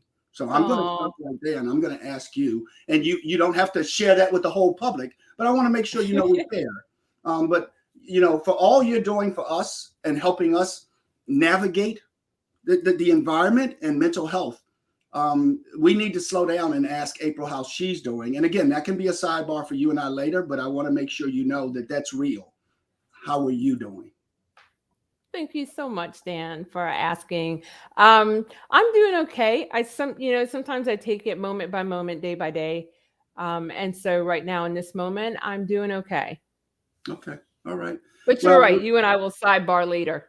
All right. I look forward to it. So, Yes. And we'll do that intentionally. So now let's talk about Chesley. Yes. And you know, the way I want to introduce Chesley here is, first of all, thanks for being here with us. And Chesley Chris, I want to introduce her as your daughter, not Miss USA. And I'm doing that on purpose because that's first who she was and who she is in our world. Now let's just speak about what an amazing and accomplished woman that she was. She was a licensed attorney, a D1 athlete, an Emmy Award nominated TV presenter, mentor, advocate, daughter, sister, and friend. She graduated cum laude from South Carolina University. Then she went on to Wake Forest University, where she got both an MBA and a Juris Doctorate.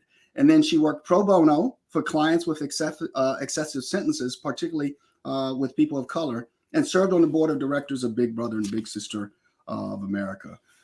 So with that as the backdrop, tell us about Chesley and what everyone needs to know about Chesley and you and what she navigated professionally and personally.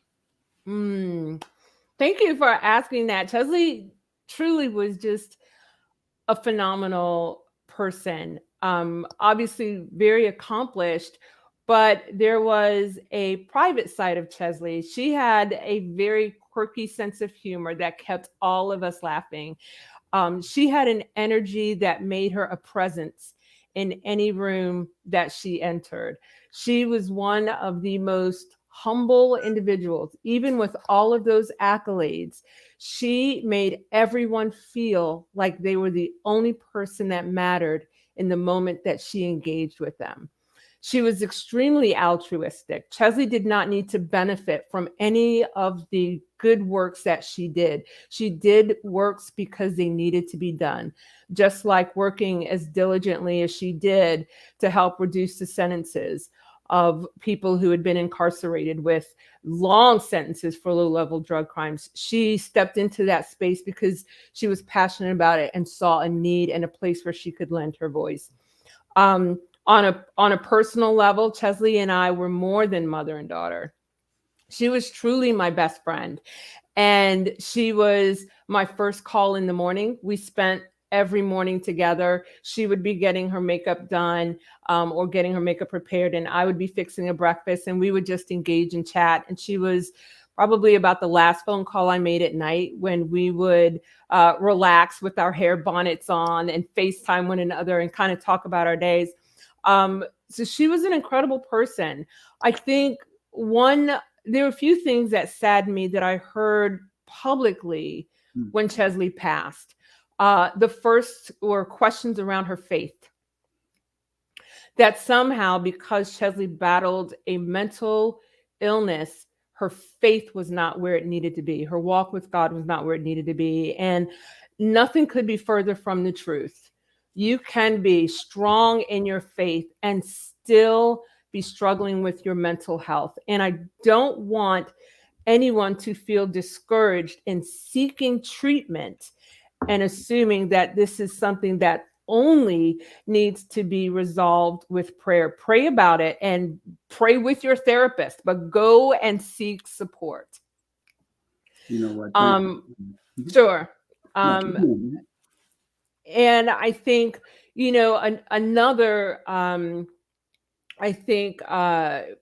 public assumption was that Chesley had so much on her plate, or that because she had been in pageant, she was so focused on what people saw with her, or that she was overburdened. And again, I would say that there are people like Chesley who do have a lot on their plate. And it's still important, even with that, to take care of your mental health. And Chesley did that.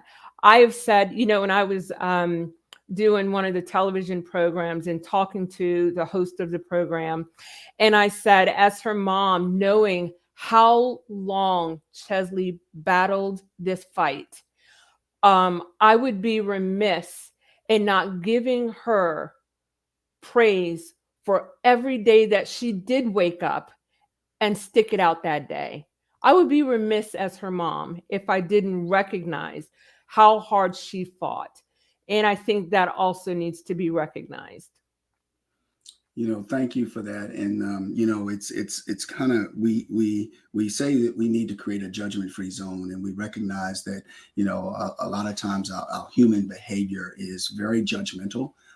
And it is predestined to look at the negative versus the positive. And what you just offered in terms of prayer without action, and also the question about faith, that is something that I'm so glad that you brought up, and as well as the journey and how Chesley navigated and the strength of that navigation. Many of us here are like Chesley from the standpoint type A's. We want a full plate.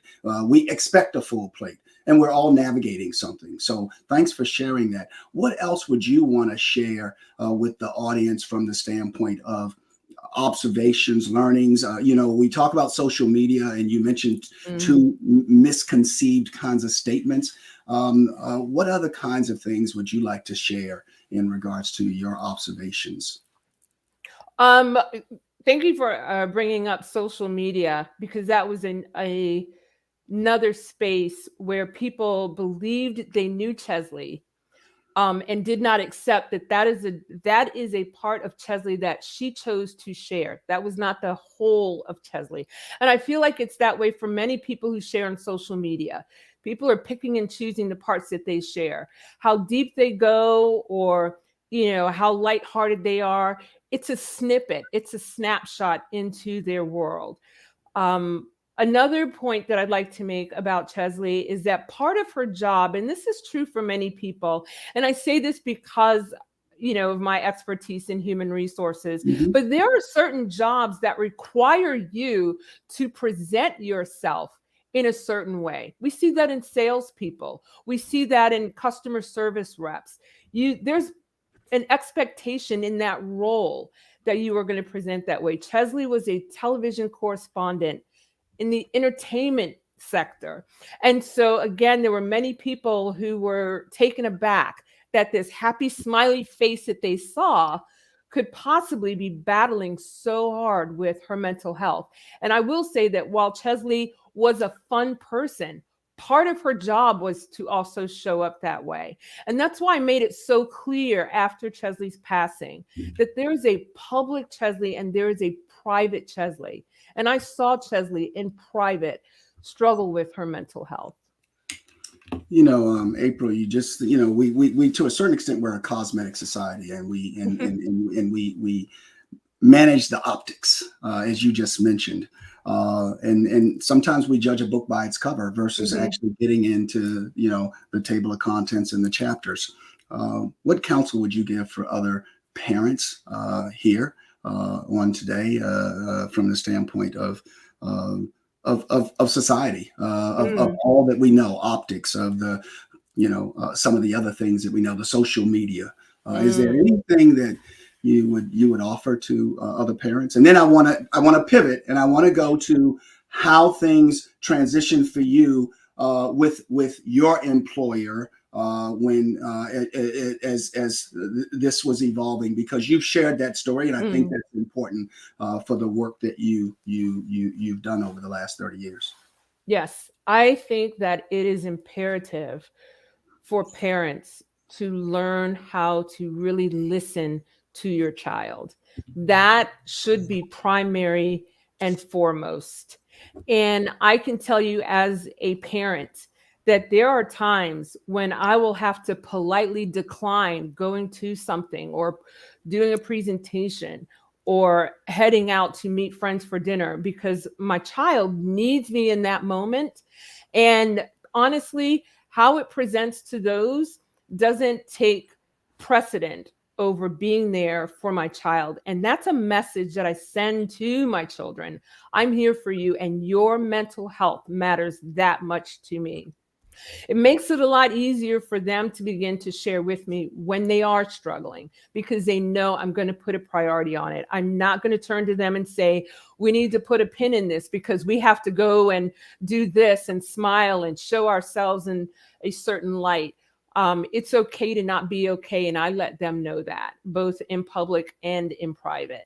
Listening to our children when our children are in pain or struggling is very hard as a parent. It feels counterintuitive. We want to rescue, we want to save.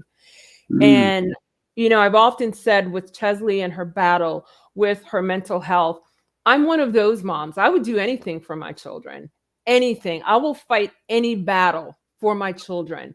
But her mental health was a battle that she was going to have to really lead a charge in. I could support her, but I personally could not fight that fight for her. And trying to reconcile that and really made me double down on being the best support person I could be for her, to make sure that I knew what resources were out there so that I could really put those tools in front of her and walk shoulder to shoulder with her when she said, I need to work out. Well, let's work out together.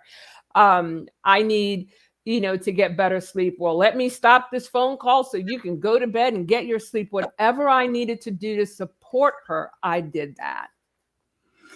As you mentioned this, you and I talked before, and you mentioned hearing versus listening, and it was so powerful, and you really took us through. Let me make sure you all understand what listening is. So I remember that very well when we had that conversation. So thank you for repeating that and actually saying, hey, you know what? Because the other thing that we have is we have all of these distractions. We have technology at the end of our hands, and it's very easy to say, like you said, oh, we got to go do this and that. You need to be fully checked in with your child and let them know you're right there. And to listen to, really listen to what they're saying, and then listen to what they're not saying, but be fully checked in.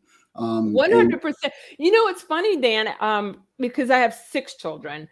And, sometimes it gets a little numb by the time you get to baby number 6. But I think for those who are parents, or for those who have heard a child cry, you will be able to follow me on this. The first thing you do is hear that child cry and you go into response, but then you listen, and you'll know whether that's a cry of I'm tired or a cry of I'm hurt and I need help. But when you really take that time to listen, you can then respond effectively. And so, as I was saying earlier, before, when you and I talked, there's a difference between hearing someone and really listening to someone. And we have to learn to listen. You spoke about, thank you very much. And I hope everyone takes away what April just said. That's critically important. Now, you mentioned, when your child is navigating something, you want to fix it. And you mentioned, you knew that's not what you could do, but you know that there's some pain that you're feeling for them. And you mentioned that you had to reconcile, and you talked about, well, hey, I'll work out with you. I'll do that. So are there some other examples of that from the standpoint of, for the parents, look, you can't go do it for them, but here are some examples. What would you like the audience to know about that reconciliation? Because I think that's a skill set, to be frank. That's a tool they need to have in their toolbox. And it's individual. I mentioned with 6 children, I honestly have to show up differently for each of them because they're individuals. And they teach me, we use that expression, we teach people how to treat us. There's so much truth in that. For one child, it's let me sit in my silence and be okay with that because they're processing. For another child, it's I don't want everything to be so quiet. Talk to me. help me talk, because when I talk and say out loud, I hear myself, and that helps me process. Another child might just say, be there with me, walk, but we don't necessarily need to talk. Whatever it is, they are teaching me what they need, what support looks like for them. There are some basics that, I talk about with the children, I talk about in general around nutrition. You got to get your nutrition right. It really does affect you as a person. And if your nutrition is off, it can affect your mental state. Get enough sleep. There is no such thing as I can survive on 2 hours of sleep. No, you can't. Your body, your brain, your mind, everything needs that rest. So give your body a shot by getting enough sleep. Get sunlight. Many of us work remotely, and it's so easy to sit hanging over your desk and not getting out to get fresh air. Get the fresh air. Move your body. So these are all things that I say that can help, and I can always step in and support them with just even those basics that they are going to need. Of course, right in the middle of that is counseling, and not just any counseling, but a counselor that works for them, a counselor that they can be truthful with and transparent with. And sometimes you got to figure out one or two. You got to go through a third to find that person that your child feels comfortable sharing with. I also tell my children, these are the people that are safe spaces for you, your counselor, your other siblings. So if you're not necessarily comfortable coming to mommy, he knows that I'm able to.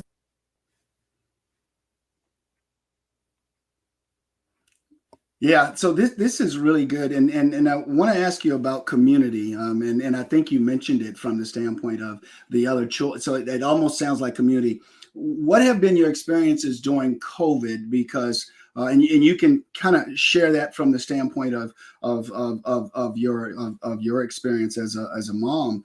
And then I'd love to know what your experience has been in helping different organizations from a human resources standpoint, because the world just turned upside down. And human resources for you is just been an incredible career. And you have been a consultant and done work at Clemson, at Harvard, and some other universities. So, and I look at human resources, I told you, as human relations, and there's nobody better at it than you. So can you tell us a little bit about COVID and what that has turned upside down in terms of this whole dynamic? COVID did a lot. And if I'm talking specifically about COVID and our mental health, for many, it meant leaving the office and working remotely. And I'm just going to tell you, frankly, everybody is not designed to work in isolation and work remotely. I am a total extrovert. My energy comes from being around people. And so even during COVID, if I had to do something as simple as make an appointment for my dog at the vet or myself, I would be on the phone with the poor receptionist for 30 minutes, just trying to have a conversation because I missed that kind of interaction. So COVID began to take a toll on our mental health. Not only were we afraid because there was a global pandemic and we really didn't know what the other side of that looked like. So that's weighing on you. There were businesses that were negatively impacted. So now you're wrestling with, am I going to lose my job? Am I going to keep my job? There were people who had to face after the pandemic and COVID shutdowns, we went right into the murder of George Floyd. Now outside is a whole different kind of place for many people. And even for some, and listening to the lady who was on beforehand, home is not a safe space for some people who might be dealing with issues of abuse in the home. So you have all of that really compiling on an employee, and it's going to impact your mental health. There's no way that it wouldn't impact your mental health on some level. And I was pleased to see how many counselors even went virtual. And while I think it's always best to be in person, if you can at least have someone that you can connect with, if your employer has these resources of an employee assistance program or mental health benefits mixed in with the with the medical benefits, leverage them and use them, because working remotely will in and of itself take a toll. I mentioned this recently when I was talking to a large group of HR professionals about remote work and mental health. And I said, you know, it's not just about the physical work for everyone. If I think about Black men and the commute to work, because now just being in your car and driving to the office can feel treacherous. For others, it's just the fear of road rage because of how many people are dealing with something and getting behind the wheel of their car. For women, it's walking through the parking lot or parking garage and your anxiety being heightened. It's the microaggressions in the office. So when we talk about mental health and the impact sometimes the office environment or work has on us, it behooves employers to do something to recognize that we need support in our mental health, even in the workplace. You know, I want to stay on that for a second. And by the way, you and I are both extroverts. We're almost like brother and sister. If you remember, we saw each other in Chicago. Because I'm very much like you, and I love the industry of people. And this and COVID and the isolation definitely did impact my mental well-being. And I have shared that publicly. I'm not one that navigates isolation well, but I didn't have an option.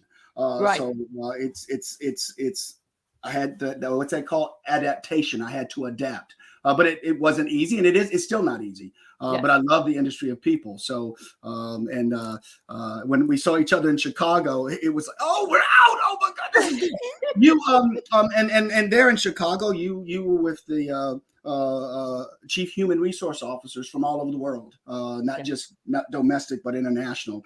And I want to go there for a second about workplace mental health. NAMI has and first of all, thank you for being a NAMI ambassador. We're so appreciative.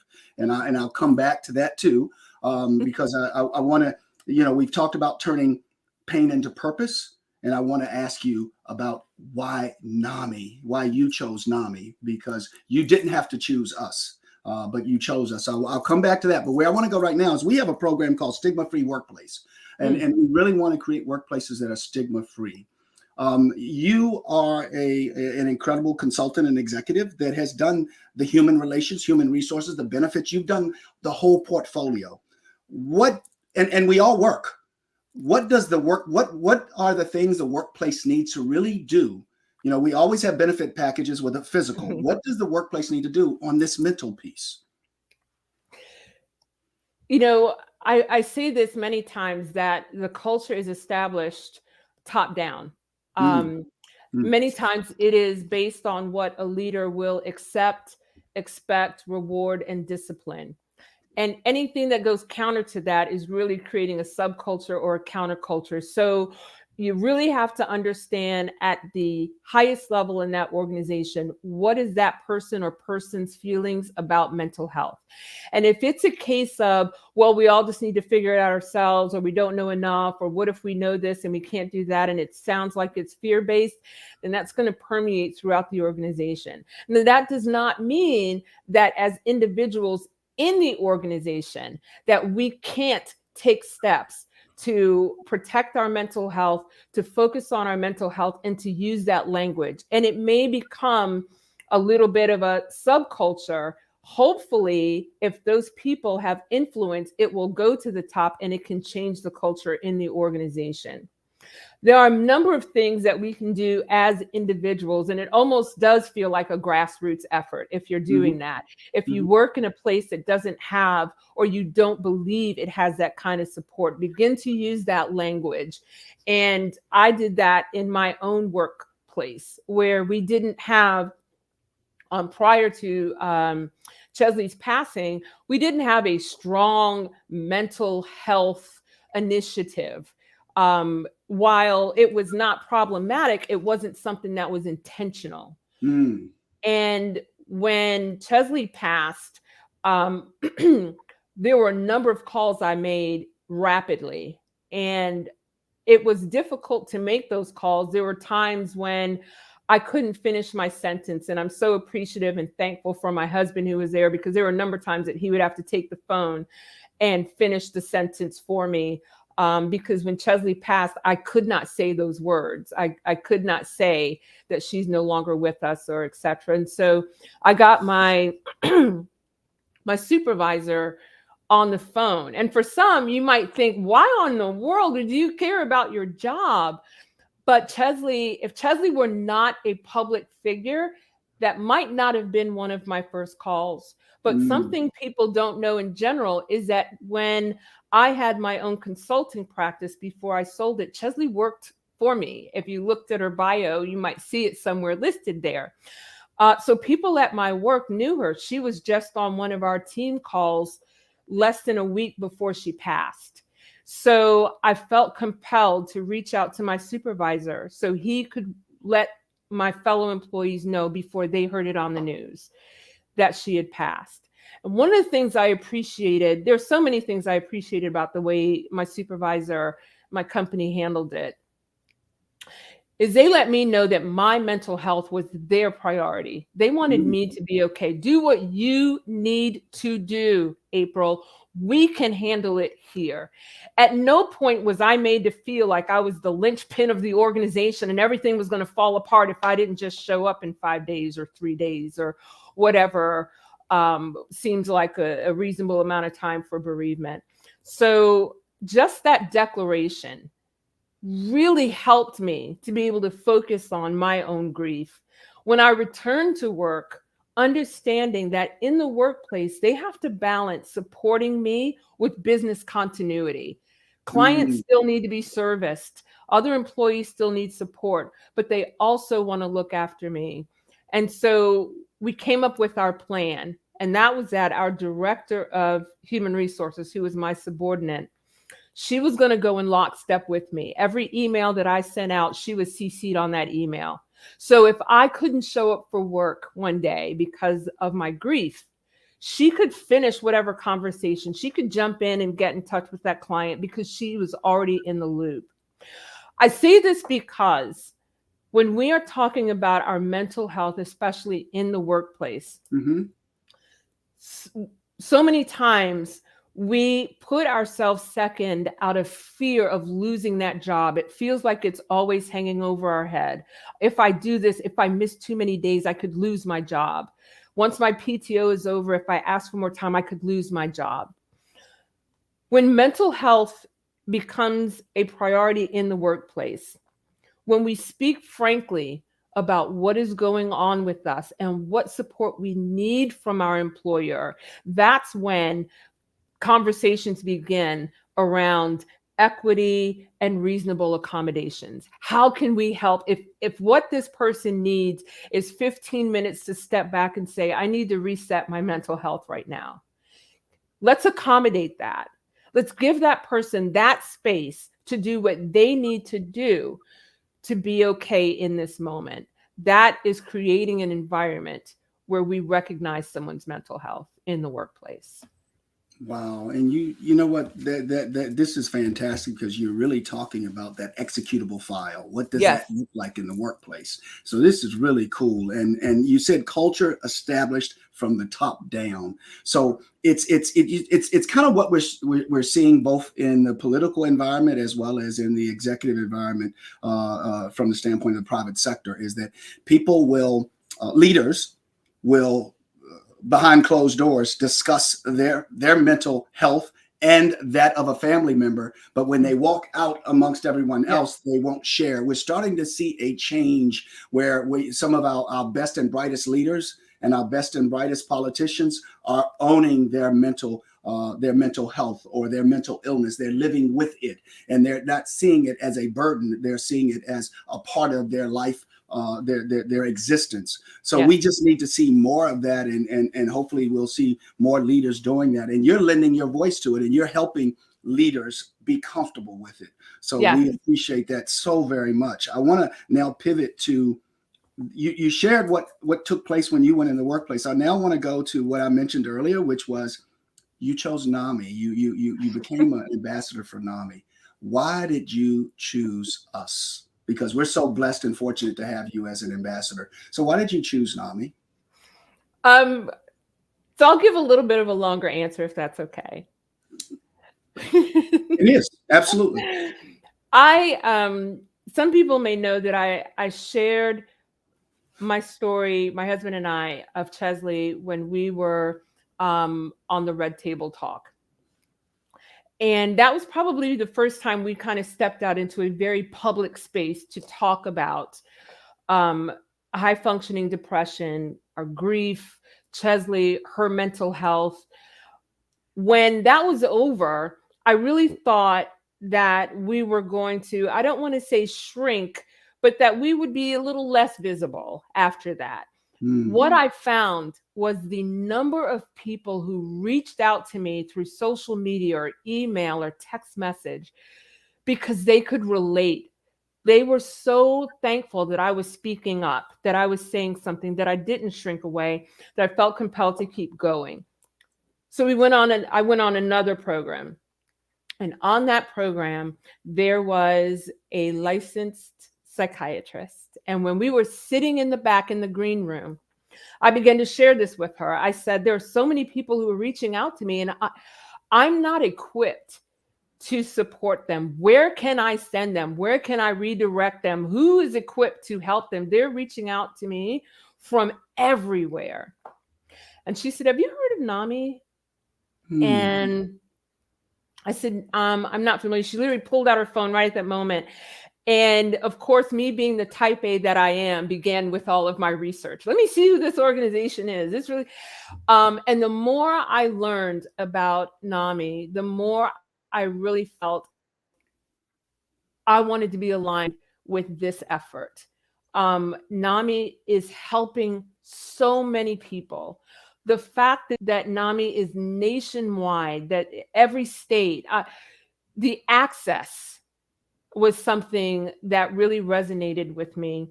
And so, of course, I was like, how do I get in touch with them? How do I reach out to them? And the minute I was able to sit down with you and your team, like, I just knew, I felt home. I felt like this is where I need to be. This is where I need to help others get to who might be listening and watching my story unfold. And that's how I came to be an ambassador for NAMI.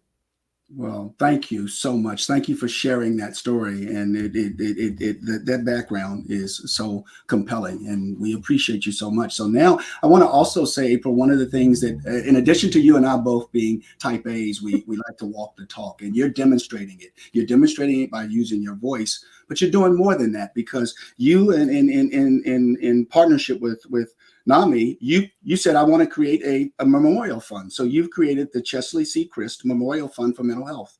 What's your, we talked about that word hope a little bit earlier, but hope without execution is just that. But what is, and Ronnie mentioned that, but what is your hope with that fund? But more importantly, let me just stop and also say thank you for creating that fund, because you're walking the talk. So what's your hope for that fund?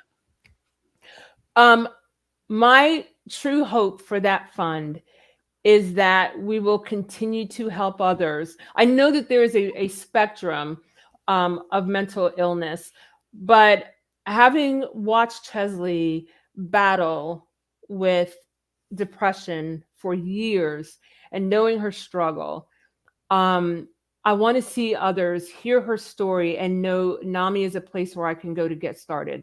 This is a place where there are resources available to help me and support me. The number of people, Dan, who, like Chesley, like me, like you, who are type A, who may not realize that you can be type A and you can be accomplished and you can still be battling with your mental health and feel like they can't step forward because expectations have been placed on them to show up. They are where the buck stops. To know that there's someone named Chesley Kareem Christ who battled like they are battling, and there's an organization that's going to support. If they're looking for, how do I get started? What do I do? Where do I go? I want them to be familiar with Chesley's story, and I want them to reach out for help. And I believe NAMI is a great place to start that. You know, I totally agree with you, and thank you for sharing that. And we try to walk the talk as well, as you know. And I think that as you did your vetting of NAMI, you saw this as well. 75% of our board, by our bylaws, has to be representative of lived experience, because nothing about us without us. And we want to make sure that our voices are at the table. So we try to demonstrate it with that. And there's something else we've done. Siri, I'm feeling depressed. I'm sorry to hear that. Talking to someone might help. If you'd like, I can help you call a friend or family member, or you can find help online at NAMI.org.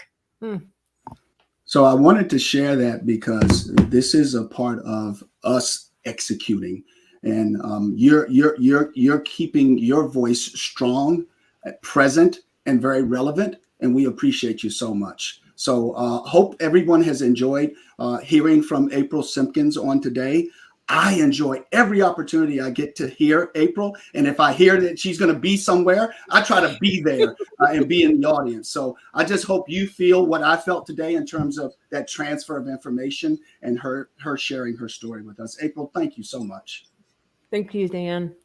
Oh, wow. Thank you. Thank you both. April Simpkins, Dan Gillison. I want to thank you both for, as what I predicted was a very compelling, informative, insightful, authentic, organic interview.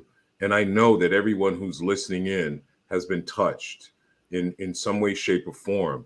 I want to say, April, you know, it's an honor to have you here. And I must commend you for how you walk in such grace with what you're carrying. You know, just your serenity shows that you're grounded. You have definitely turned your pain into purpose, and you're moving forward to help others. And it's admirable, it's respected, and most importantly, it's acknowledged. We see you. We see you, we back you, we support you. And if there's anything that any of us can do, and I think I speak for everyone on my team, I speak for Les Brown, I'll go out on a limb and speak for Dan. But if there's anything that you need, you know, we are here to support you just because of what you're doing. Thank you. And once again, please, can you mention what the foundation is so that we can have people support you as well?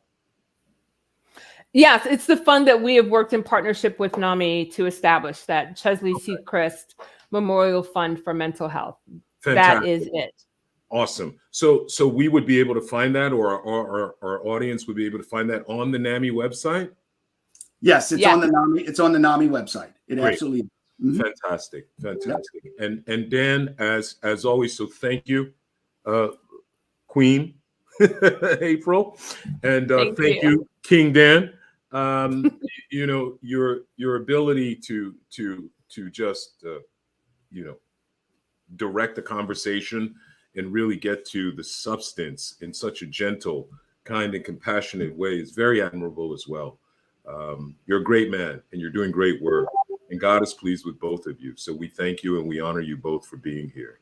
And just to let you know, Dan will be with us tomorrow for his keynote presentation. So please tune in. And while we're here, please donate. We're here for a cause. We're giving, but you don't know how much your gift of kindness, who it can help, and how it will be repaid to you.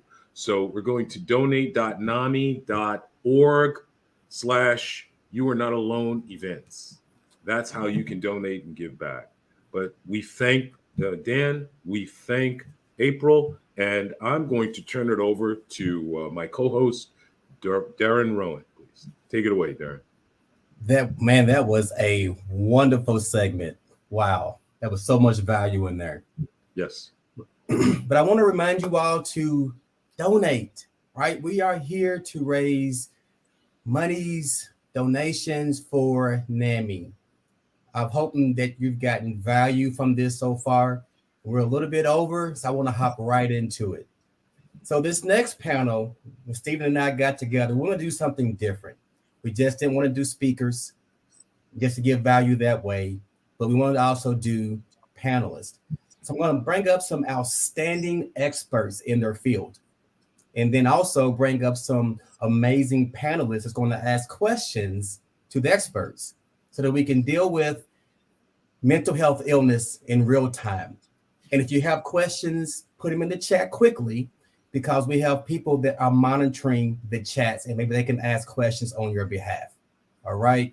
So without further ado, I want to bring up Dr. Yasmin. Dr. Yasmin Side is a top-rated New York City licensed psychologist with a globally renowned reputation and the two-time international best-selling author of Ignite Possibilities and Ignite Hunger in You, which she wrote with Les Brown.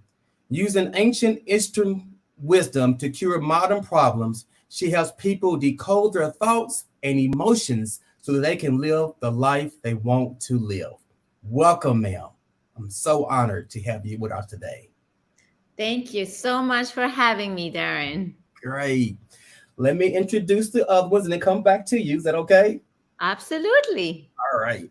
So my next expert is David Craig. David Craig is the CEO and co-founder at GRYT Health.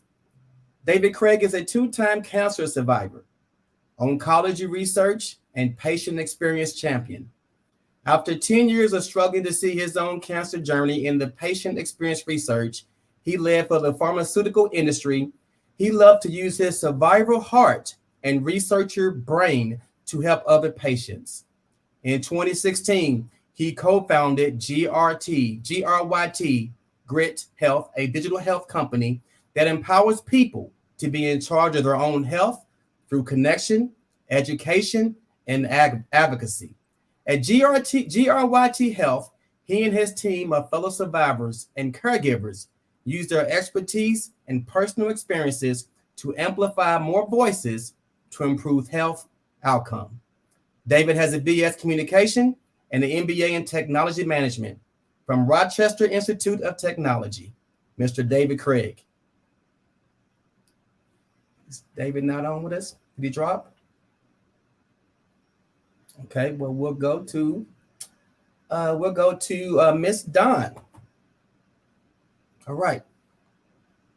So we got the bio for Miss Dawn. Give me 1 second, please. Okay.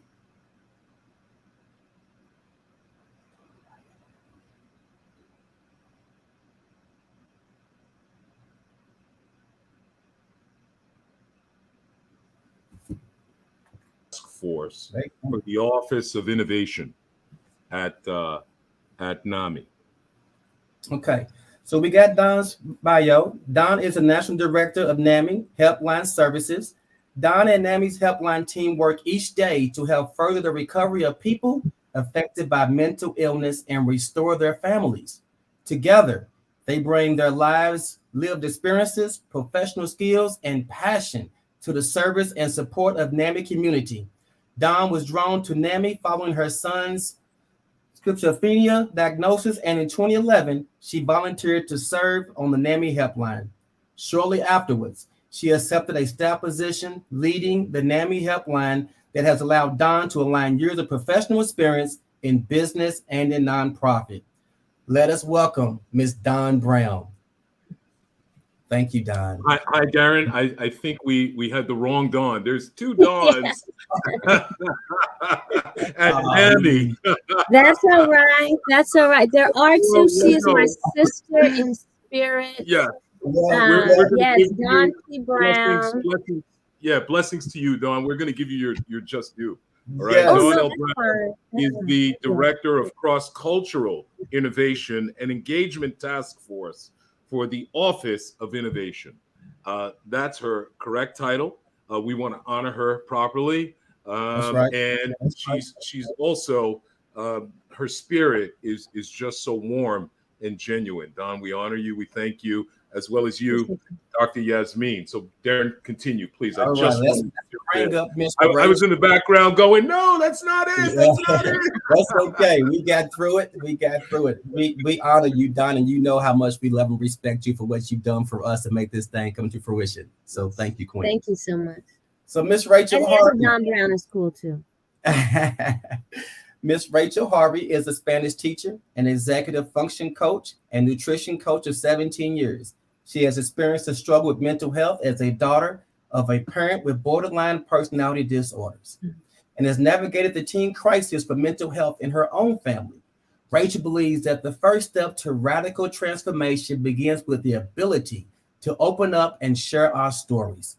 She is passionate about learning how to do the work and sharing with others, celebrating each other's victories. Let us welcome Miss Rachel Harvey. Hi, thank you so much for having me today. Did I get you right, Rachel? Did I get you right? You did. You did. Let's go to Mr. Arnold. I don't want to say your name wrong. So I'm going to say your first names. I don't want to butcher it. But Mr. Arnold, Mr. Arnold is a certified psychiatric mental health nurse practitioner with a Bachelor of Science in Nursing from San Jose State University and a master's degree from the University of California, San Francisco. He uses psychotropic medications on combinations with various treatments, modulates such as somatic processing, trauma-informed CBT, and EMDR for the treatment of mental illness. He has facilitated classes on stress, anxiety, conflict management, mindfulness, spirituality, and adverse childhood experiences. Mr. Arnold enjoys spending time with his wife, 3 children, and friends. He enjoys exercising outdoors. Thank you, sir. And I will allow you to please say your full name for me, please. Thank you so much for having me, by the way. Thank you. It's a great honor to be part of this panel. My full name is Arnold Tanguy Fossa. Arnold Fossa. Thank you, sir. I apologize. It's a pleasure to be here. My last panelist is someone that's near and dear to my heart. That's Mr. Craig. Let's go to Mr. Craig. Honored to be with you. Hello. Your bio already. So happy to be with you. Thank you. Okay, let's go to our last panelist. She's someone that's near and dear to my heart. Her name is Jasmine Rowan. She is my daughter. When she was born, I say that she gave me life because she was so busy and so active. We couldn't keep up with her. But Jasmine is in her 3rd year at the psychology doctoral program at Indiana University. She did her undergraduate degree in May of 2020 at Indiana State University. During her time at ISU, she worked as a public policy intern for Children's Policy and Law Initiative of Indiana. Jasmine is a member of American Psychological Association, Global Psychology Alliance, and with psychologists and world leaders from 65 various countries collaborate to address racial inequality and equitable access to mental health care. As a community collaborator, she has worked with Black students in Monroe County to identify and address racial equity issues in their school building by creating an anti-racist policy. Jasmine's research interests are focused on social justice advocacies, cultural adapted mindfulness behaviors, and policies and practices. Whew. Okay, I think we got all of them. So welcome and thank you all for being here. So the vision of this section here, right, is for us to be able to have an open and transparent conversation where we can dive into and ask Mr. David and Mrs. Jasmine and whoever, because we all have value, right? But we can talk about what it is how mental health looks, how we can address it, and some and some tools and strategies to overcome and cope. Okay, so who wants to go first? Well, Darren, if I can, I think we should have, for the audience sake, we have 3 experts. Actually, David, although he has expertise, is sitting in the capacity as one of the guests because he has a phenomenal story, very intriguing story. I had the opportunity and the good fortune to speak with him prior to. So just for clarity's sake, the experts are Dr. Yasmin, Dawn, and Arnold Fossa. Those are the experts. And and Rachel, your daughter, and David are the guest, if you will. That's right. That's right. But everybody can add value. I don't want to diminish anybody's title. Everybody can. No. I Absolutely. But just for the clarity's sake, and so maybe it might be a good idea to start off by having, the guests talk a little bit about their experiences and what they're bringing to this segment in terms of what brought them here. Well, Dr. Yasmin, I will yield the floor to you, please.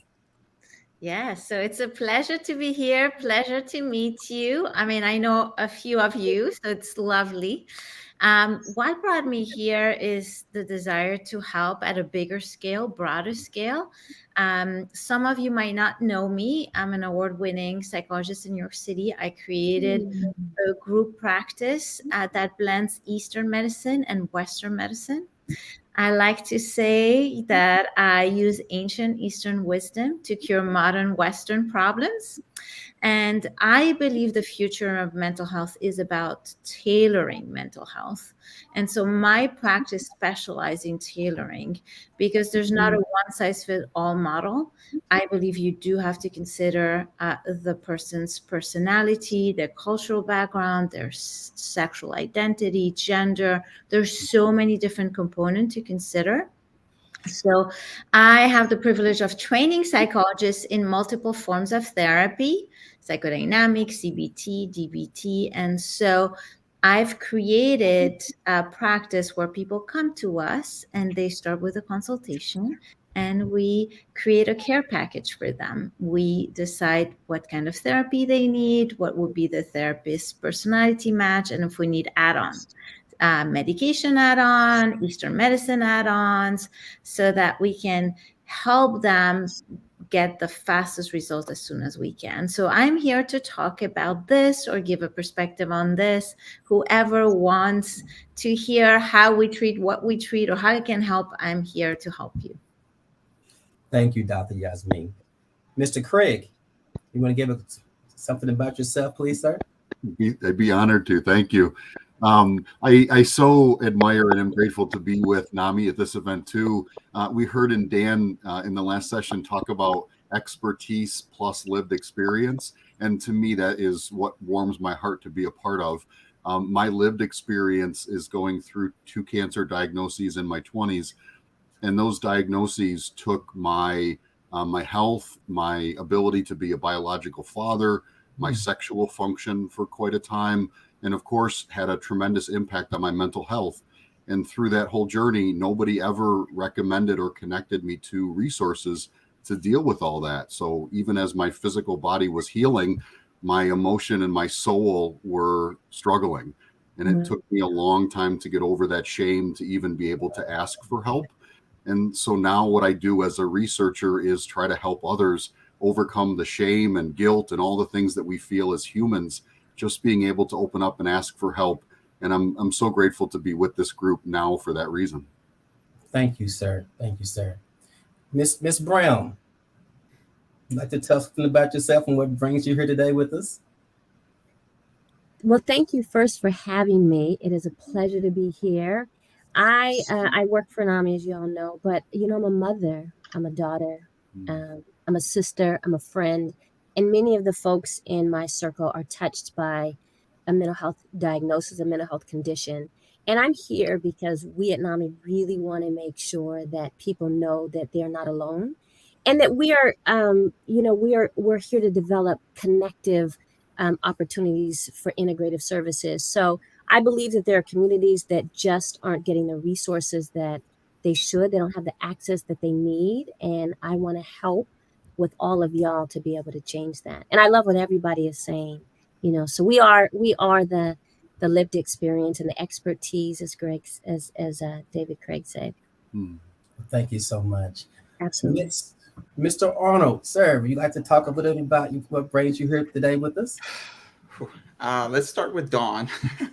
I just want to, first of all, just introduce myself. I work currently in the county of Santa Clara, which is in California.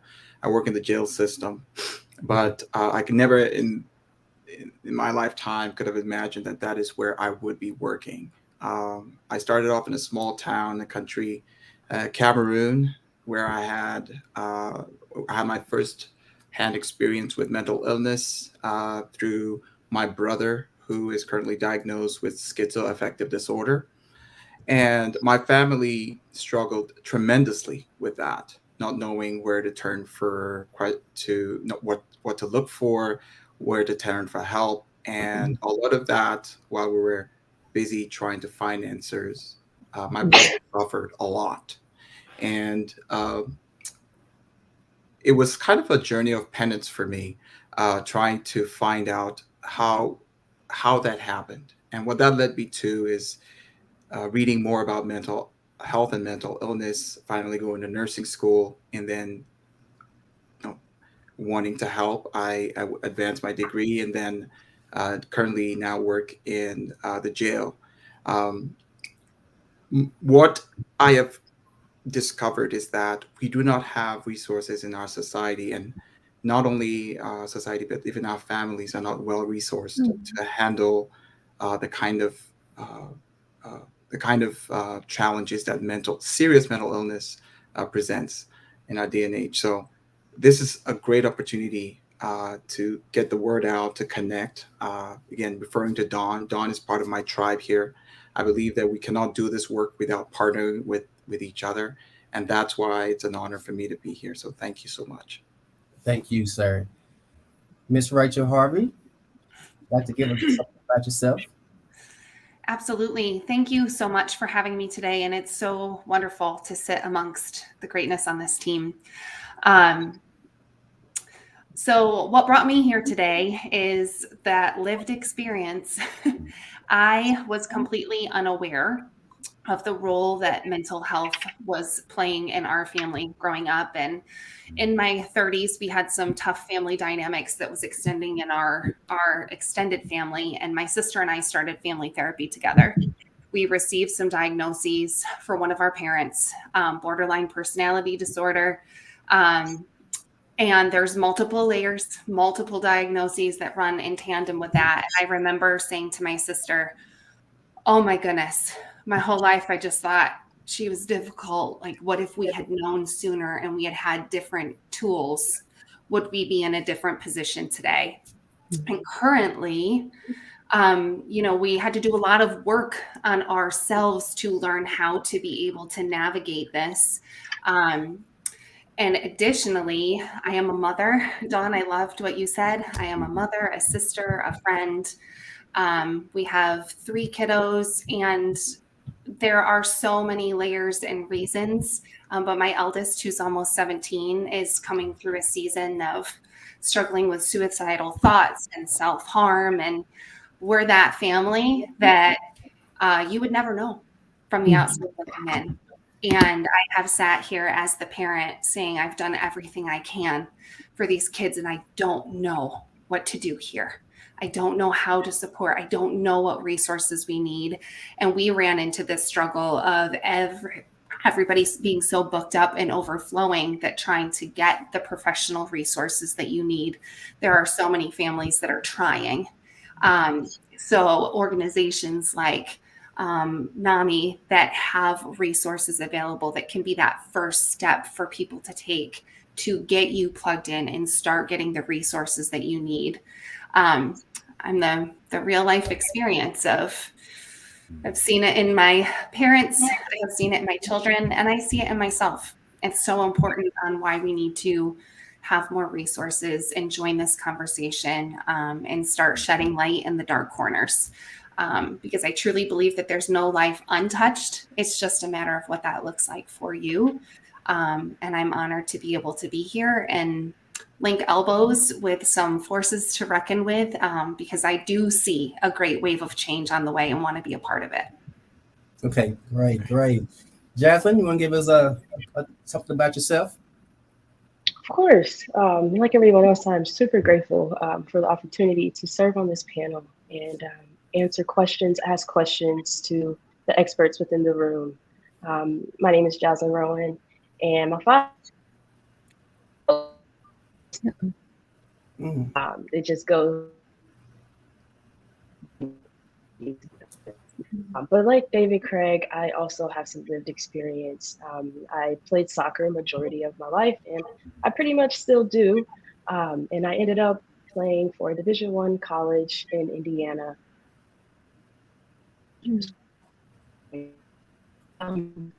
And possibly be being discriminated against, that what was going on was all happening within my mind. But I ended up filing an investigation in Title IX after some of my teammates had came forward and were asking questions and making me realize that what I was feeling was valid.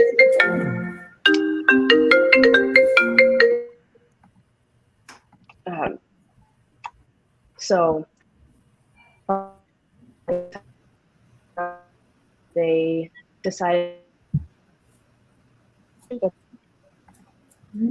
so the coaching staff asked me what I was looking for with all of this. And I simply just asked that I would like them to be culturally competent and know how to speak and deal with me. And they responded with kicking me off the team. And that was the last. And that and my mental health and my identity as well. So I moved on from that, had to, because I'm in college. Come on, Jess. Things. And so I ended up getting a master's of education degree, and now I am racial injustices and policies for mental health. Okay, so now can we let's move into some Q&A with our experts. Dr. Yasmin, Mr. David,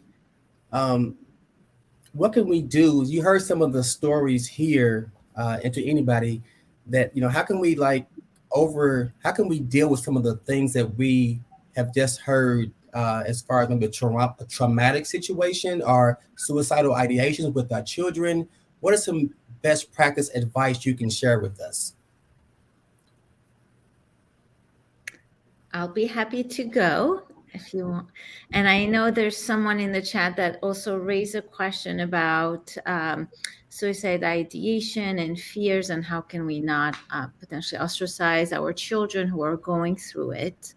I believe right now the number one problem we face, all of us, is negative thoughts. I think the world is a bit ill-equipped to deal with negative thoughts, and we need to equip our children, ourselves, to how to handle them. Because when you don't know how to handle them, they become bigger and they become bigger and bigger, and they start attacking you, and then you start believing them, and then you start wanting to act on them, and that's how we get suicidal ideation. So I believe that if you are, or you have somebody in your family right now with suicidal ideation, definitely reach out to a professional. This is not something you can handle on your own. But I also think that each and every one of us has a responsibility to learn how to deal with our negative thoughts and emotions, and learn a bit to pass that on.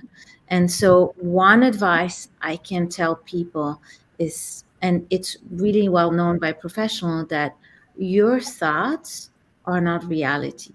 If you believe you're not good enough, it doesn't mean you're not good enough. Your mind is translating into problem, inner signal.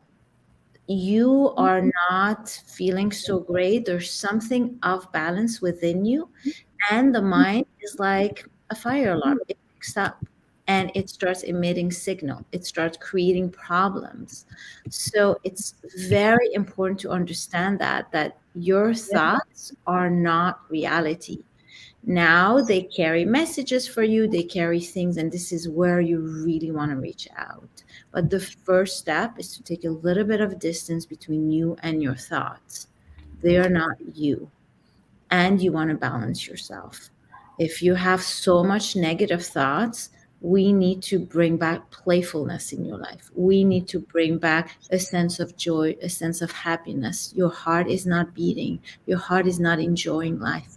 And so reach out we deal with that all the time. But those were my little bit of information that I could give here. And I'm happy to hear what, Don and David and Arnold and Rachel, Jaslyn, you have to share, and Darren too. Please, Mr. Craig. Oh, I was so listening to what Yasmin was saying. I lost my thought. I apologize. What I felt so strongly in several of these conversations was overcoming the family systems. So I grew up in a family system with a father who was in the military and had severe PTSD, and we were told not to talk about these issues. And so for me, actually finding courage to talk about them in the beginning felt like I was betraying my family. And I felt in so many of your comments that feeling of the family system and how do we honor what we're feeling, but also not feel like we're betraying our family. And so, Yasmin, I don't know if that connected to what you were just sharing, but I feel that so strongly in me. Absolutely. If I can hop in too, because I think what's so great about what both of y'all are saying is just the need to connect with other people and to understand that our thoughts may not be rooted necessarily in reality. But what stands out for me, David, that you're saying is just the kind of the socialization and the family experience. So for me, culturally, we just didn't talk about it. It just isn't something that you deal with. What goes on in our house stays in our house. So it takes a lot, not just, and my father actually was also in the military. I come from folks that are in the military as well. So you have this kind of duality of need versus alignment. And I think that's oftentimes where we might struggle, is the need to get support, as you're talking about, Dr. Yasmin, and then the alignment with what our cultural belief system is, our grounding, what our family says is right or wrong, because we still are connected to that tribe. So I know, Arnold, you and I have talked about that also in different settings. Yeah, let me just follow you, Dawn. Again, we're echoing similar opinions, but from different perspectives. My perspective really grounds me in the perspective of trauma, treating trauma. And the aspect of trauma has to do with how our body responds to stress. And depending on what stage of growth we are, how intense the stress is, how long the stress lasts, the damage can be seen in different situations. And the stress is not only just a reaction, it changes our brain structure and function. And so when you're approaching a client, oftentimes we could be asking them things that you're just incapable of doing, even as we tell them to separate thoughts. Some of them are they just need that grounding work. And so when I would start working with clients, sometimes I would just spend hours and hours getting them to do some breath work to connect with their bodies. And just that feeling of safety in their own bodies kind of sets the stage for them to work on some of the more cognitive and skill and socialization that needs to be built off of that. We also live in a society that's driven not by our sense of community, but more like, individuality, materialism, get it fast and now. And so we don't have a good way of connecting with other people that are in our similar situations. So we end up being isolated. And isolation, just like Dr. Yasmin said, can really worsen the trauma. So our ability to connect becomes really vital. So again, echoing what everybody else is saying, that we have to be able to connect, but we also have to be able to recognize what the trauma is, how long it's been there, and what effect it's had on our body. Yeah. I love that. I just want to just drop this real quick that my producer just told me that we're going to extend this segment by 10 minutes. If you all can stay on so that we can dig a little deeper into some issues, some questions. So that's the part of this panel, right, is to ask some questions. So let's be transparent if we can, because remember, we're reaching out to people who are watching and they're seeking us for answers so that they can help. with themselves. So is there any questions that may arise that we can ask while we got this illustrious panel together to educate our listeners? I have some, for sure. So piggybacking off of what Arnold was just saying, and this is all interconnected. I love what you're saying about isolation. And I know in the instance, both for my own healing with the situation with my parent and now continuing, this is an ongoing work with my teenager. And I remember saying to myself, okay, this is not going to be a 6-week, 12-week, 90-day program and he's good. This is a way of life. And that means there's going to be peaks and valleys, and we need to look at how we come at this together. And in one of our valleys, fortunately, we are plugged in with a group within our church, lots of parents, lots of kids. And in starting to open up and discuss some of what we're going through, there were 4 other moms that were like, you're going through that too. Oh my God, goodness. So are we. What are you doing? We don't know what to do. So there are so many different underlying reasons why a child may be presented through this. But I know for us, we really began to correlate the time of isolation during COVID. I know for my son, he tried to take an online course again this semester after being 2 years back in school person, and it re-triggered all kinds of traumatic behaviors. And he was like, Mom, I can't do this. This is too much of a reminder of when I was in the pits. I have to do in person. I can't do virtual. And I was like, buddy, that's a win that you're starting to correlate and connect your need for human connection and prioritize that over digital convenience. But that's an easy one to talk about. When we're talking about, for us, self-harm, suicidal ideations, where would you recommend a parent start for, let's say this parent has called all of their local therapists and network. They can't get their child in. What do they do? Wow. Let me jump in there to jump into the deep end. Can I do this real quick though, Mr. Arnold? Can we give effective and valuable answers in a short frame so we can get as many questions as we can? Okay. I'm sorry. Thank you. All right. So one of the most important things when responding to any crisis situation is being present and offering safety. Yes, as a sibling or a family member may be feeling suicidal. One of the things that is most important is for them to be in the presence of a calm body. And that calm body should stay with them. Again, I think I'll just leave it at that. I will piggyback on that a little bit, that when you have somebody in distress, someone in your life in distress, it's very easy to go yourself into helplessness and hopelessness. And this is what you want to counter within you, because there are resources. So if you tried calling every therapist in your network, your insurance has the obligation to match you. So you can call your insurance and tell them, this is the situation, I need help, you need to find me someone. Everybody I'm calling in your network is unavailable. They have an obligation to recommend someone in their network or give you an authorization to go out of network, because they cannot provide.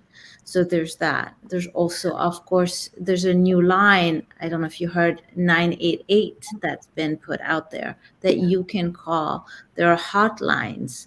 There are a lot. But once your mindset get into there is hope and I will find it, you will find it.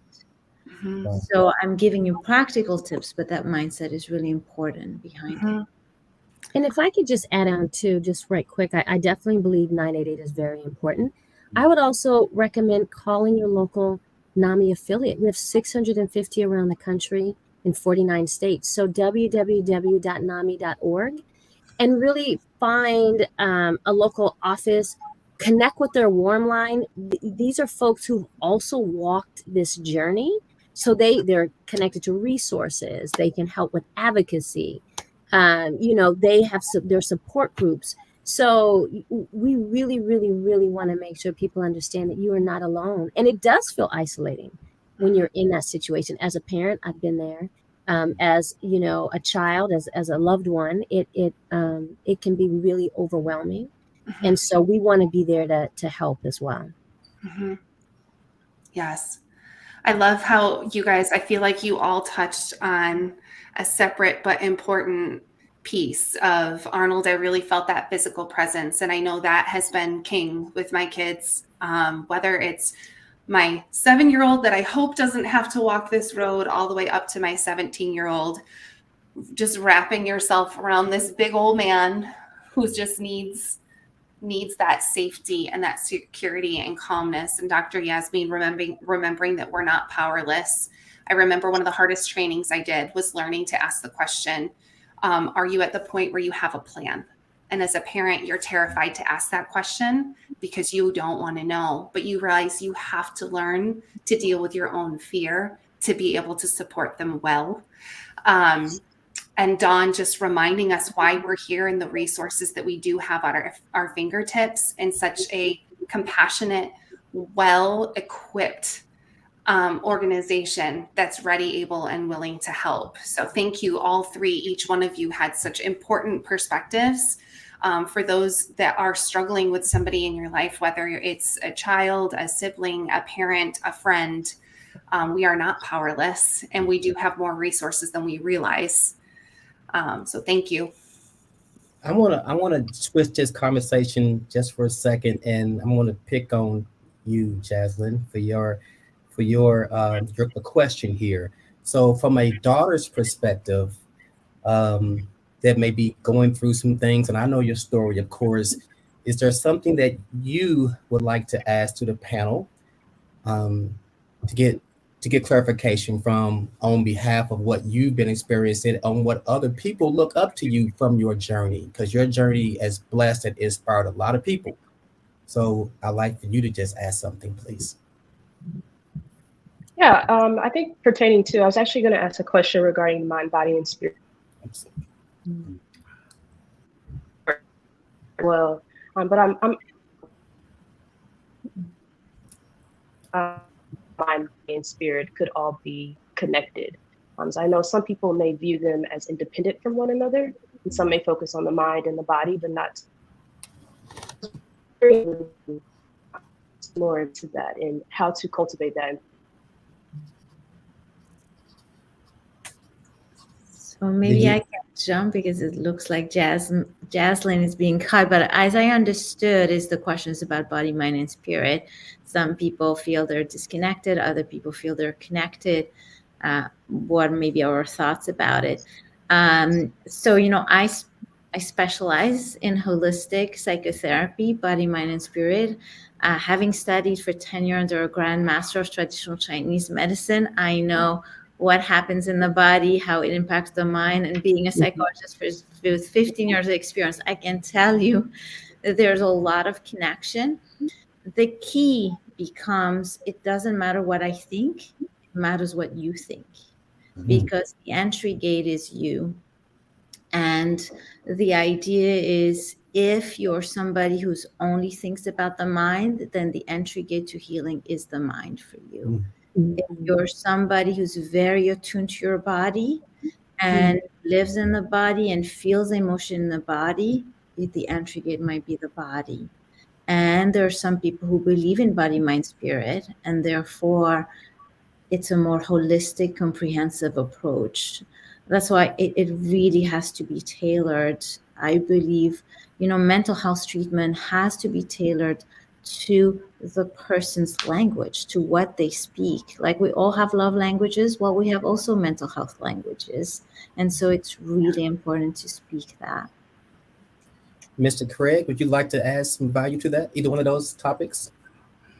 From my experience, my mind can lie to me when I'm in trauma. And so I know it's not always telling me the truth. And my body doesn't always represent my experience or my truth. But our souls are the place that I can find most connection with people. And so I love that as a language, Dr. Yasmin. When you think about our souls as a way to connect with one another, I feel the greatest strength and truth from that. I love that. Any other questions you can think of? I can add a little bit to what Craig said, because this is something that a lot of people feel that their mind is lying to them, where they're in activated states, trauma states. What happened, the mind is a problem solver. So it's like a fire alarm that starts ringing stronger and stronger and stronger. And so it will go higher on the negative realm. It's not necessarily lying to you. It's almost like the mind is like dreams. It needs to be decoded. It carries messages for you, but the dream is not reality. The thought is not reality, but it does carry a kernel, and decoded well, it gives really your imprint. Like I often, we talked about depression, like, for example, people think that they're not good enough. They are using like aggression to kick themselves in the butt, to motivate themselves. Unfortunately, kicking the butt ends up being a kick in the ground. So you want to understand what you're doing through your thoughts. It does give a blueprint of how you motivate yourself in life, what you learn, your past, where you want to be going, and all of it. But of course, you need the help of a professional for that. But at the core, think that your thoughts come from somewhere deep within, and they're just translated into big problems as a fire alarm. I love that. We have to wrap up, but Mr. Craig, I want to ask you, because your opening, you gave a little of your story and how you felt, not having all of the functions going through your situation. How, as a man, because we're taught to be tough and masculine, how did you overcome that, and how did you prevent yourself to falling or coming out of that deep depression or anxiety? The first time I did it, it was the scariest thing I'd ever faced. I felt like I was going to be judged and even ridiculed. And I actually found that people pointed out that it was strong to share things. And that shocked me, And now even when I connect with men, usually in quieter settings where we can be vulnerable, it's almost like a new depth to be able to talk about those things. And it takes practice like everything else, but to have conversations as a man, to really admit vulnerability and being scared, it's beautiful to be on this side of being okay with that. Well, thank you, sir. So our time is up. I really appreciate each one of you all. So, but we're going to bring on the next speaker. So I hope you all stay tuned. Thank you for all the comments in the section that you all have done. I thank you for your vulnerability and your transparency in this segment. And if you're around tomorrow, I'm sure that we can make some room for you on our panel. So thank you all a lot. Appreciate you. Carissa, are you coming up?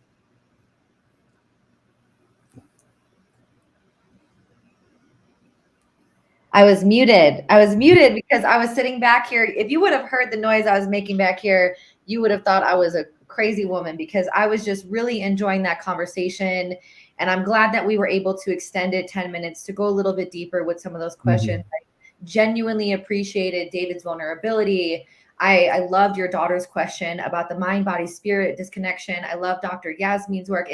That conversation was really, really, really powerful. And I'm just lit up about all of this. So thank you everyone for being here. Remember that we are coming together to raise awareness as well as raise funds and resources for NAMI. So we're going to have our producers put the link in the chat to donate to support this organization, to support those who are coming together. And we have an amazing next guest coming up here. Her name is Holly Galligan, and she is an assist interventionist internationally certified life and mental performance coach and mindfulness and trauma-informed facilitator, which is incredibly important as a coach to be trauma-informed. And she helps individuals discover clarity to make empowered decisions to bring their deepest desire to life. So we are going to bring Holly up here, and she is going to take away the stage. And I know that she's going to have some really impactful and important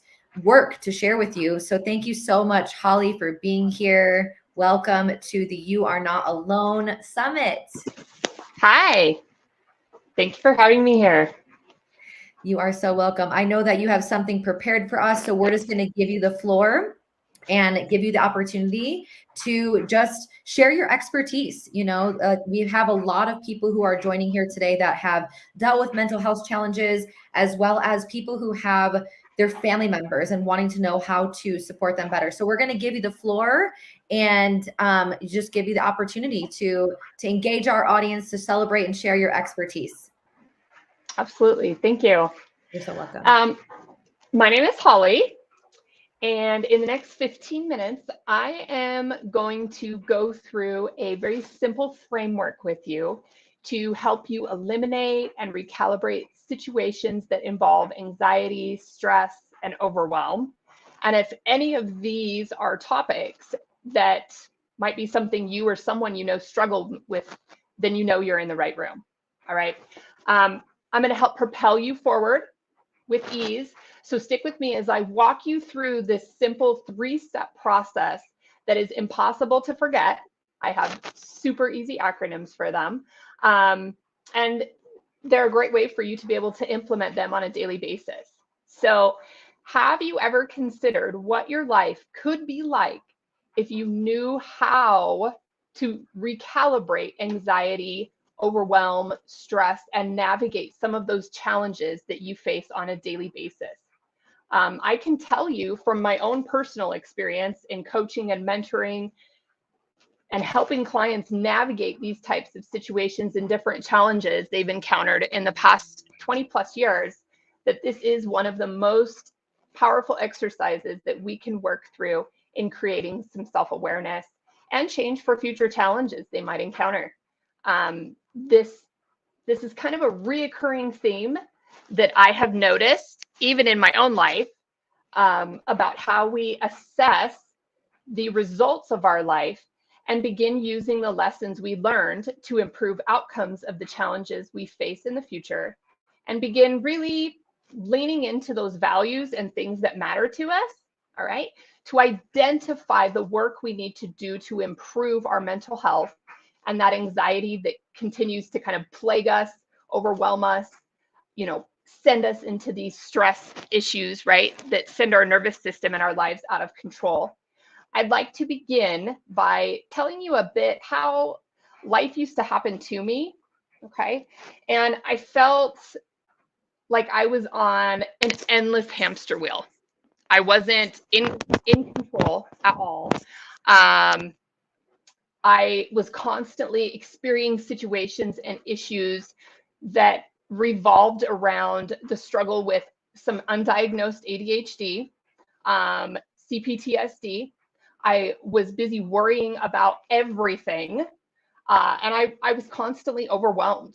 My life was basically an endless cycle of just that reaction process instead of more of a thriving and more of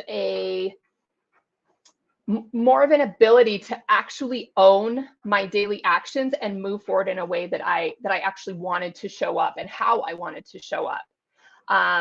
A lot of the power that I had was completely taken from me, in terms of how all of these situations came about. I lost my mom at a super young age. She was 25 years old, or excuse me, I was 25 years old. She was 49. And she navigated a breast cancer journey that was devastating for us to watch. The life that I was living in those moments when I was 25 years old is something that I have been able to work through and recalibrate. But it took a lot of realization for me to be able to do that. It took a lot of work for me to be able to do that. My childhood sounds amazing to most people. It consisted of me being born in rural Montana and then moving out to rural northern Nevada when I was about 5 years old. I grew up and now live in a small community made up of about 8,000 people who work in agriculture, ranching, mining. And in this same community, we have a whopping 4 stoplights. And the literal highlight of my childhood was when we were able to get a Walmart here and we didn't have to drive 2.5 hours anymore to Reno for groceries. I have 2 younger sisters, of which I am the oldest of the guinea pigs. And my parents were married for 25 years until my mom passed away. One of the things that she taught us growing up was that we needed to hold on to our dreams and we needed to hold on to the things that mattered and to be present for as much as we possibly could. She was such an inspiration, and she always stepped up and helped anybody. There were a lot of youth growing up that did not grow up in a household like I did. And so my mom always made sure that those kids and those youth were always included in the activities that we did. They were always able to kind of be able to be present in our activities. I started a paintball club when I was a freshman in high school so that I could be able to spend more time helping other youth. It was one of the more beautiful moments in life. My mom loved this movie called A Knight's Tale. I don't know if you've ever watched it, but it features the character named William Thatcher, who was a lowly peasant, and he had massive dreams of becoming becoming a knight. He went against all of the societal and cultural norms to be able to do that. And there's a moment when he is a child and he's standing there watching this parade for this knight go through this town where they live. And he quizzes his father and he says, "Can it be done, father? Can a man really change his stars?" And his father so confidently replies to him and says, "Yes, William, if he believes enough, he can do anything." Okay. And my mom, thankfully, helped us do that. She helped us and encouraged us in those things. After she passed away, I realized so many things about the information and the mistakes that I had in my own life that I had up to that point were a direct result of me not taking action for my own mental health. And to this day, that always makes me emotional. But now it's not an emotion from sadness, but it's an emotion of incredible gladness. It is knowing what I survived and what I was able to recalibrate and use for power is what matters. To be able to take all of that stuff and then use it for strength and use it to be able to help other people. I think one of the biggest things that we deal with is we don't understand that recalibration and that readjustment and how our responses go and how all of the outcomes that come after that stuff are a result of what we do and don't do, of the response that we take or choose not to take. So for me, I made it a goal for myself that I would take all of this pain, all of these things that happened, and I was going to come back stronger and create and uphold the legacy that my mom already had left for us. I would like for you to kind of have an example, an experience of what some of my clients go through with me. There is something that I love to use that's called an anchor image. in coaching.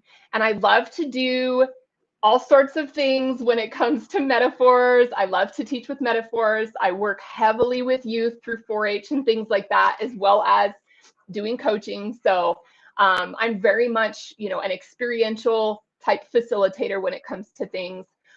So I'd love to invite you to just kind of sit back and relax for a moment and just spend some time with me out on the ocean. Okay, I don't know if you've ever traveled there, but I'm going to describe it for you so you know where you're at.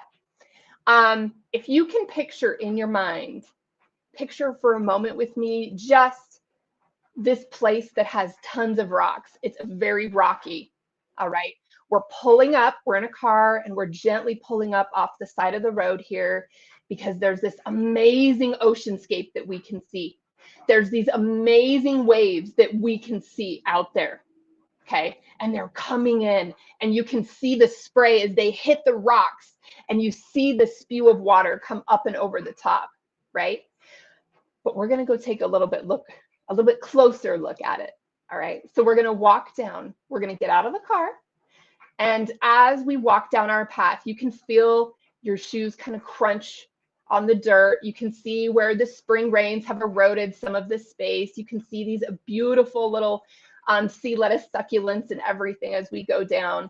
And when we get to the end of this, there's this clearing, and you can see that beautiful dark blue oceanscape out there, okay? You can see that, and now you can feel it with me. You can feel that ocean breeze coming off, and it's lifting your hair and moving your hair back.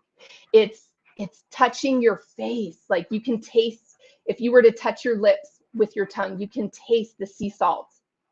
And the most important piece is as you look out, you see these waves, and they're coming towards us, and they hold power underneath the water. You can see the swirls. You can see all of that movement, right? You might even be able to see some blow spouts from some whales out there, right? Or some sea otters or whatever sea life is running out there. But you notice these waves are coming towards the shore, and they're coming for us. But you notice these rocky outcroppings that are out inside the ocean and the water, and you think to yourself, holy cow, what's going to happen when they hit those? Those waves hit those rocks, and it's like a freight train smashing through a wall, right? They hit those rocks, and here they come. They go in and around and over and through, and they're eroding away at these waves that are, at these rocks that are trying to stop them right now. And they're filling all around, and then they hit the rocks right next to us, and we're safe. But the interesting thing that we notice about life is we are the events, okay? We are involved in these different events that happen, whether it's something that's traumatic, whether it's something that's scary, whether it's something that we have no way of controlling. It's out of our control. However, what we do have control over is our response in those moments to change those outcomes, okay? So the way that works is we have these waves coming. These are our events. These rocks are our obstacles that are below us that we're watching. And as we notice the waves hit those rocks, it is in our response, we are able to pivot around them, over them, through them, right? Maybe we completely obliterate whatever is happening below us, okay? And we continue to do this. And then, depending on how that ocean and those waves pivot and move around those rocky outcroppings, it determines the outcome of where that ocean wave goes afterwards before it gets to the shore.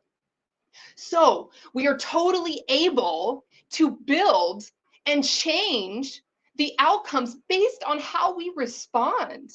So when we have things that happen in our life that are terrible, you know, our mom dies at 49 and she doesn't get to see you marry the man of your dreams or watch your children grow up, or whether it's us working through anxiety on a daily basis, or anything else that might come up. Maybe it's the way that we know that, oh my gosh, like I have all these things going on and I just can't handle it anymore. I want to offer you this simple tool to be able to go from, oh my goodness, this happened, to let's change the outcome. And this is what I call E plus R equals O. It's something that we're taught in mental performance coaching as an example. And it helps you create an anchor in your brain, which is just a fancy way of saying that you have this visual that you will be able to take this and you're going to be able to get past it, right? It's that way that we're going to be able to take whatever that event is and then go ahead and tackle it through the lens of, 1, this is the event. 2, our response. Okay, so we have first our event, second our response. Response, you're going to just identify how you responded to that event, challenge, or situation, and be very specific. Okay, and then step 3, our outcome. Identify what happened as a result of you changing your response. Maybe that response is something that you do with your body, or how you focus on, okay, you know what, I'm not going to react in anger right now, or maybe I'm just going to walk away from this situation, or maybe I'm going to take, like, as an example, you know, you want to save money for a house, right? This is what we want, but this event happened and I totally had to get new tires on my car today. But the response can be, oh my goodness, okay, thank you, yes. And how are we going to now change it and readjust this so that we can look at this as okay, well, at least next time we don't have to buy new tires anymore, right? So if you do this work, if you work through these kinds of things and you pause and think and reflect and use these responses and these situations to create self-awareness, to better learn these lessons, I'm here to tell you, these lessons are going to keep repeating over and over and over again until we master them, unfortunately. So when you do that and you are able to pivot through these, just like these waves, pivot around those rocky outcroppings, whether you have to erode it away or smash through that rocky outcropping, the more that you do that, that allows you to better use your mental health muscles to react and handle anything that comes your way. My hope is that this presentation and the simple and super easy workbook that I created will give you some of these tangible tools you can walk away with that you can use on a daily basis to fully empower yourself and embody that control that you have over the outcomes in the events that you encounter every day. It's something you can use daily, you can use it weekly, and it's totally going to become your new favorite tool to help recalibrate yourself. Like, it's awesome. Wonderful. I hope you know that your mental health and your life matters to me. And I hope that you know that you are not alone in this, and that there's so many of us out here who have battled these battles and all of these dark days to get where we are now. And I just invite you to lean into that growth and that process and that understanding of yourself, and just continue eroding away at all of the anxiety and stress and overwhelm that you've been experiencing. Wow, beautiful. Thank you so much, Holly, for your presentation, your heart, your passion, your purpose. For those of you who are interested in taking advantage of the workbook, that's going to be in an email that you'll get separately. So thank you so much for that. Want to just acknowledge her vulnerability and her truth. So please go ahead and drop us some fires, some hearts, some love, just really honoring that, you know, this woman's been through a lot, and she is really here as an educator, as well as somebody who's gone through a lot of these mental health challenges herself. So go ahead and just give her some love in the comments. Thank you so much for being here, Holly. We have been an honor to have you here, and we're going to move on to the next segment now. So thank you so much for being here. Take care. Thank you. Absolutely. Thank you. Wow. Wonderful. Well, how are we feeling, everyone?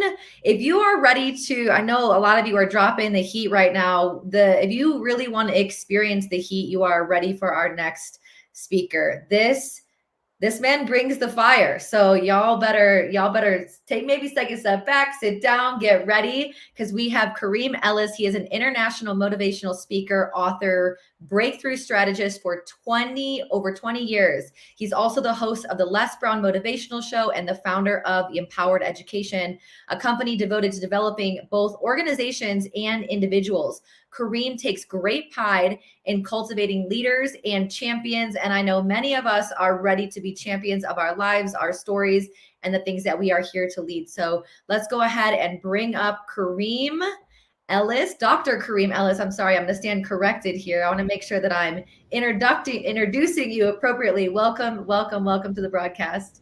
Well, it's a pleasure, it's a privilege, and most importantly, it's always an honor to be able to take part in something as magnanimous as what this is this weekend. So it's an honor and privilege to be here. Beautiful. Well, I know that you have a lot of things to say. I know you have a lot of heart to share. So I'm going to give you the floor. I'll pop in a few minutes towards the end, and I'd love to ask you a few questions if you have space. So thank you so much for being here. The floor is yours. Absolutely. Absolutely. So first of all, I want to say thank you guys so much for being part of this colossal 2-day event.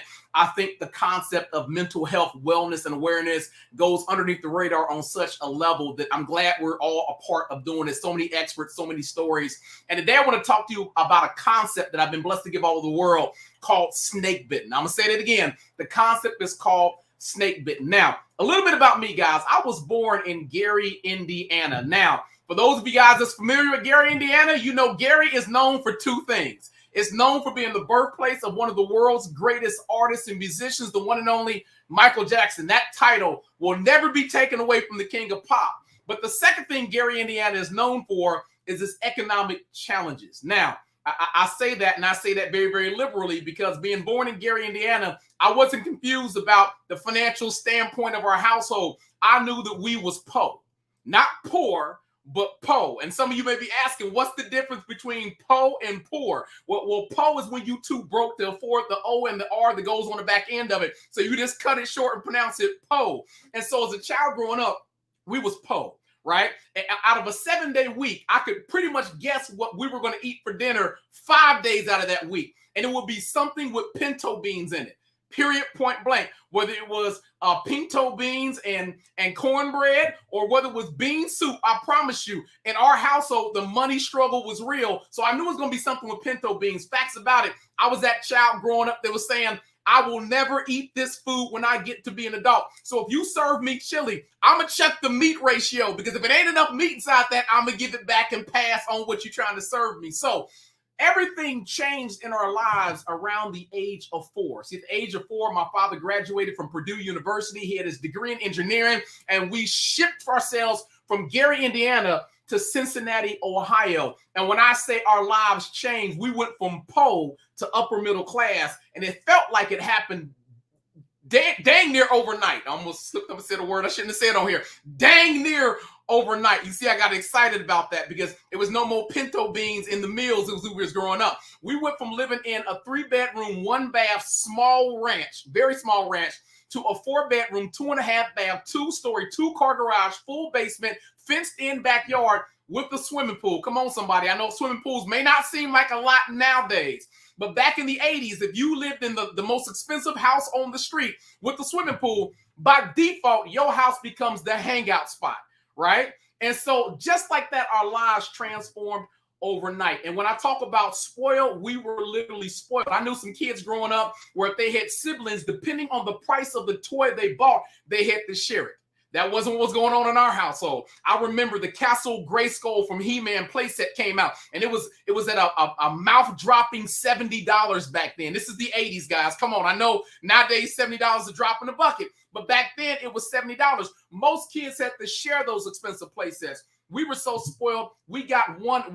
Every kid got their own. So I got one. My older brother got one. We didn't have to share anything inside the household. And so most of our peers knew us for having a hangout spot and knew us for being spoiled beyond recognition. And then we also had what I call the cool mom. What's the cool mom? Well, the cool mom would be like Claire Huxtable on the Cosby Show back in the day, where everybody liked hanging out at your house because you had that cool mom. Facts about it. being that we had that type of hangout position and hangout spot, that a lot of my friends would want to come over on Friday night once school was out, and we hang out and do slumber parties Friday, Saturday, and they would go home on Sunday. And I remember this one Friday in detail. Two of my buddies came over. They brought their duffel bags. We sat up all night laughing and having fun. I remember my mom telling us to go to bed because it was going on 2 o'clock in the morning. The next day we got up. It's Saturday. Y'all know the ritual on Saturday, right? You go downstairs and you watch Saturday morning cartoons. So we all went into the kitchen, pulled out that bowl, poured some Lucky Charms, grabbed our spoons, and sat down in front of the TV just to enjoy Saturday morning. And then the unthinkable happens. My mother, who's in the kitchen cleaning up after the spills and the messes that we left on the countertop, begins to have a conversation with herself. Now, let me be honest with you. This is not something that was new to me. Growing up in my household, I saw it happen a couple times. But this is the first time it's going to happen while I got outside guests. So in my mind, I'm watching the TV. I'm looking at my peers on the couch, and I'm hoping they're not paying attention to the noises coming from the kitchen.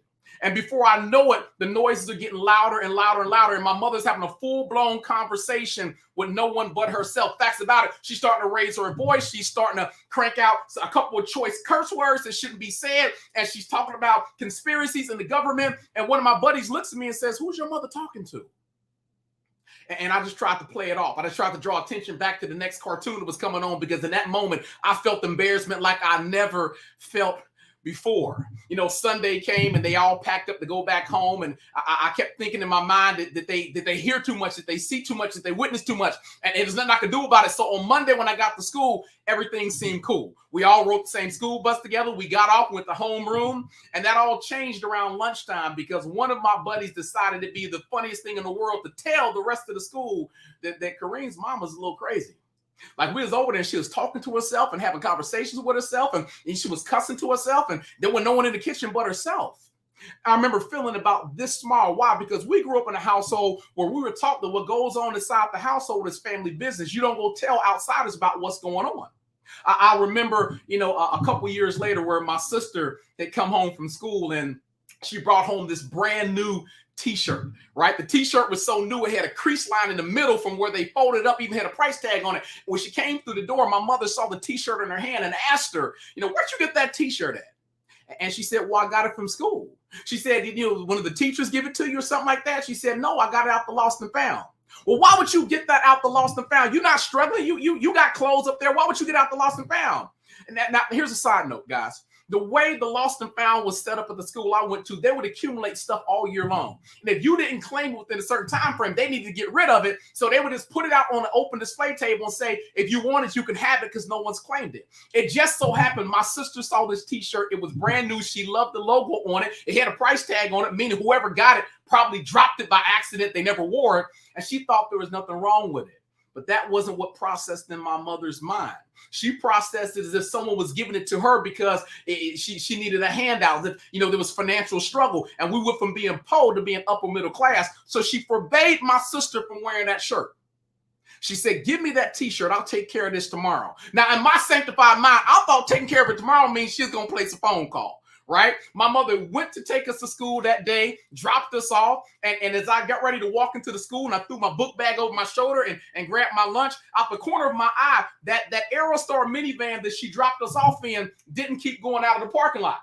So I turned around, and to my chagrin, she's actually pulling into a parking spot and getting out the car. Now, I got a problem with this.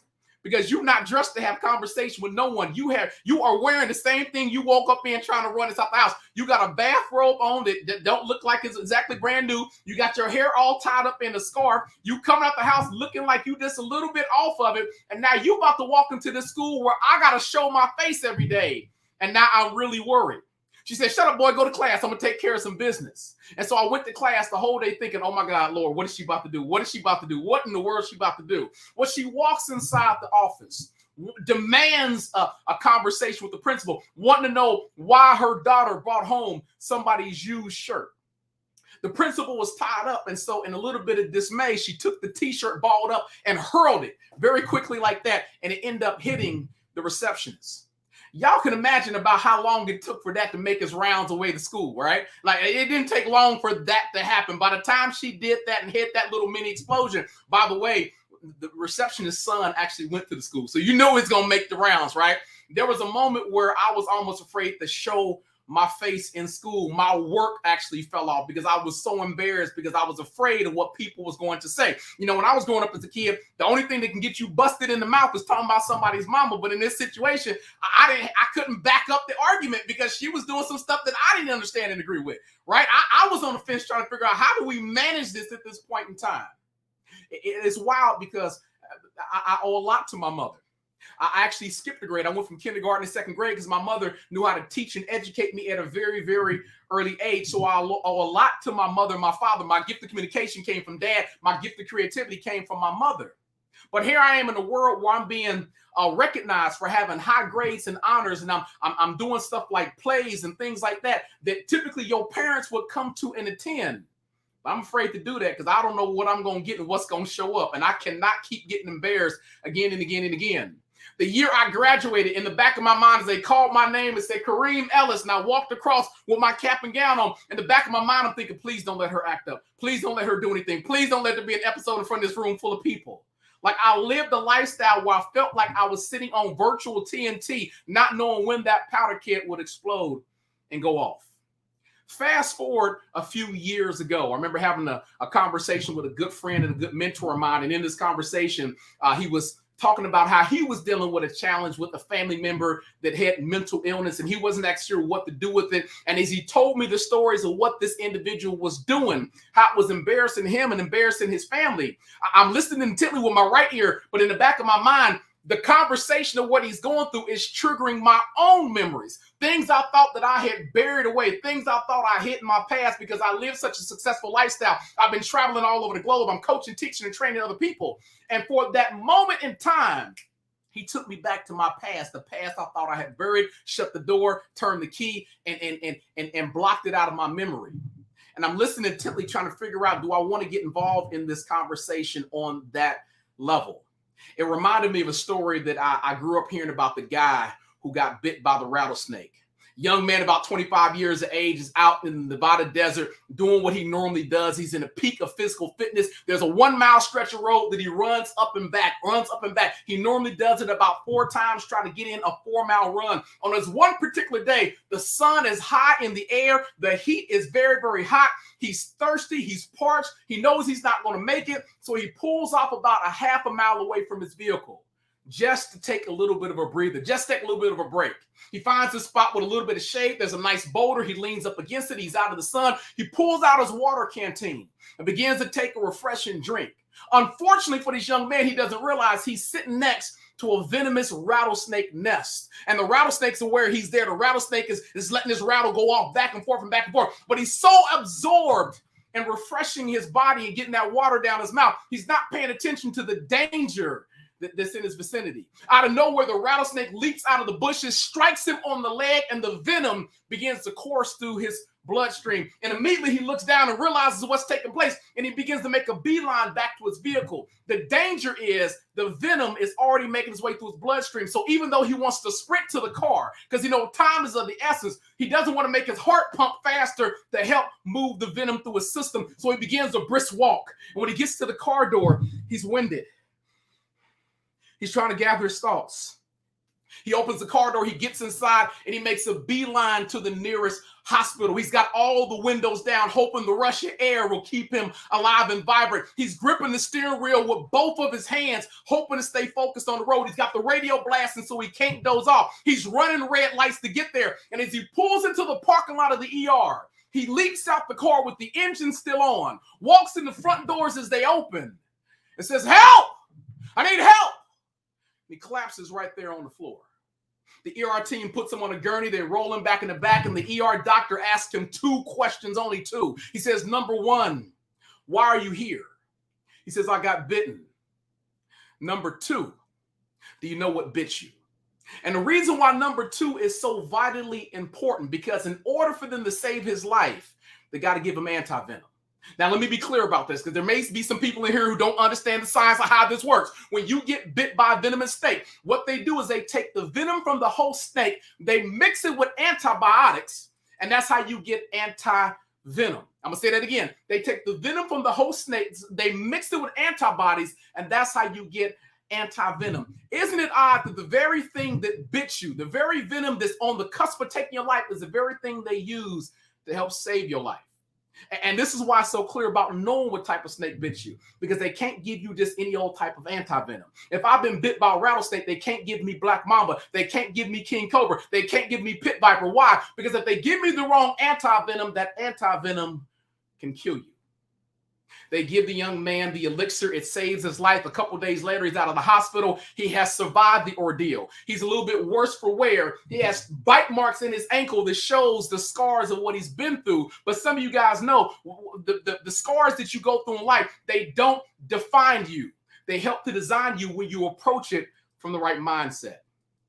As I let back into the conversation, and I'm hearing this gentleman talk about the challenges he's dealing with, and he's not sure exactly what to do. In that moment, I knew clearly what I had to do in that conversation. For the first time in a long time, I bared my soul. I opened up about all the challenges, all the setbacks, all the things I went through in my childhood. Why? Because you cannot conquer what you refuse to confront.